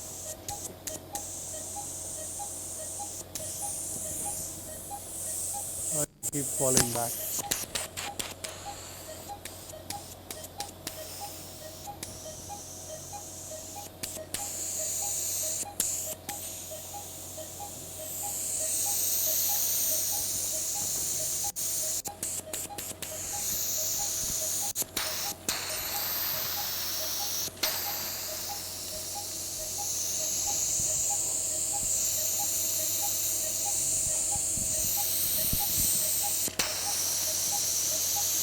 There you are.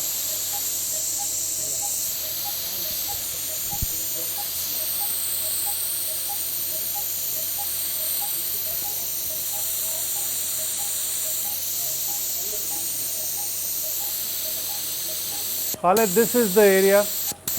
We can see that. That's what I was trying to explain. Can you put a like the arrow around all that hyperechogenic around the stent and below the stent? Yeah, the point. Oh, there it is. Yeah. Got it?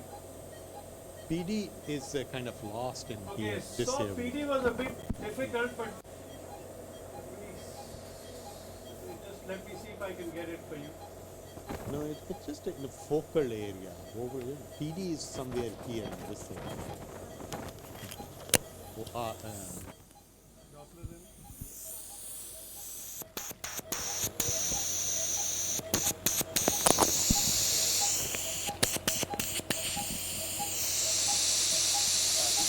This whole area.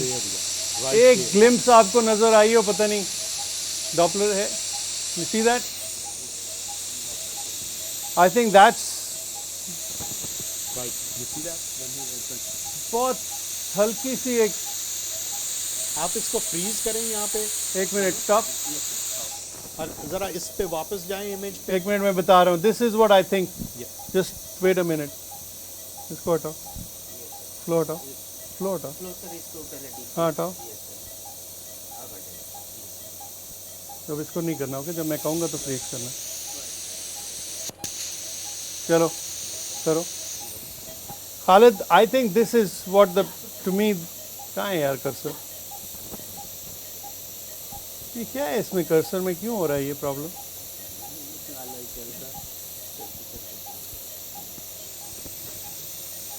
There's some problem with the cursor now. But can you, okay, let me see if I can,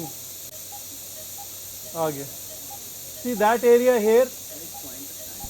Yes, we see that. Now if you take the cursor off, please. And if you can go back on the image a little bit. Yeah, that's what I'm trying to do. So you disappears here. I can't see any other, not very clearly. This is the only bit that I thought. That was the PD, right? Yeah, that's what I'm saying. Yeah, that was the PD, but you lose that as it goes deeper. Yeah, so here beyond this that? I can't. Now that I am not sure because I have tried to see if you can just get a little glimpse there. But one thing is for sure, it's not dilated. PD is not dilated. Yeah, that's what I mean. So the bile duct could be decompressed because of bile the stent. duct is obviously decompressed because of stent, and the stent is functioning because I did see some here. So that's it. I mean, you can see some lymph nodes here, para-aortic lymph nodes there, and there's some parapancreatic lymph nodes, and there were lots. There's another lymph node there. So there are multiple lymph nodes that was the gallbladder, yes. And so Mansoor actually did most of the stomach thing, and then the duodenum as well. But I think D2 we had some struggling. So we'll come out now. Just look at the mediastinum. Any questions, Khalid? Then you lose it in the distal part. You see in the so that's good. Portion of pull back. ampulla, Pull but back. then you lose it. Pull back, right rotate, clockwise थोड़ा सा. Okay, pull back now. बस इसी position में keep pulling back, keep pulling back, keep pulling. थोड़ा सा और rotate. Okay.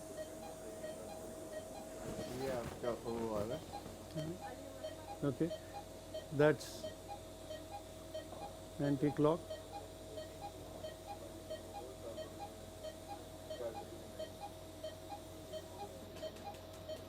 Take air out. That's your area 7. Subcarina. Okay, that's subcarina.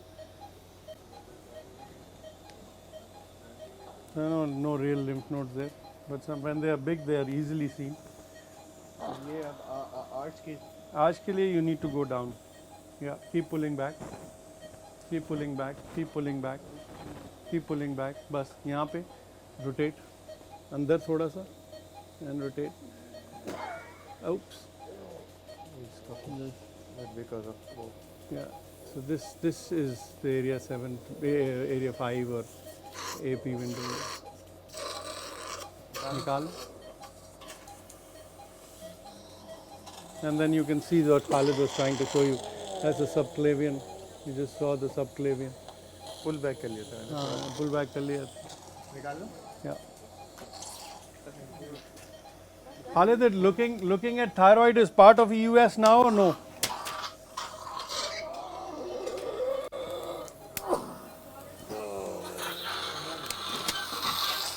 So,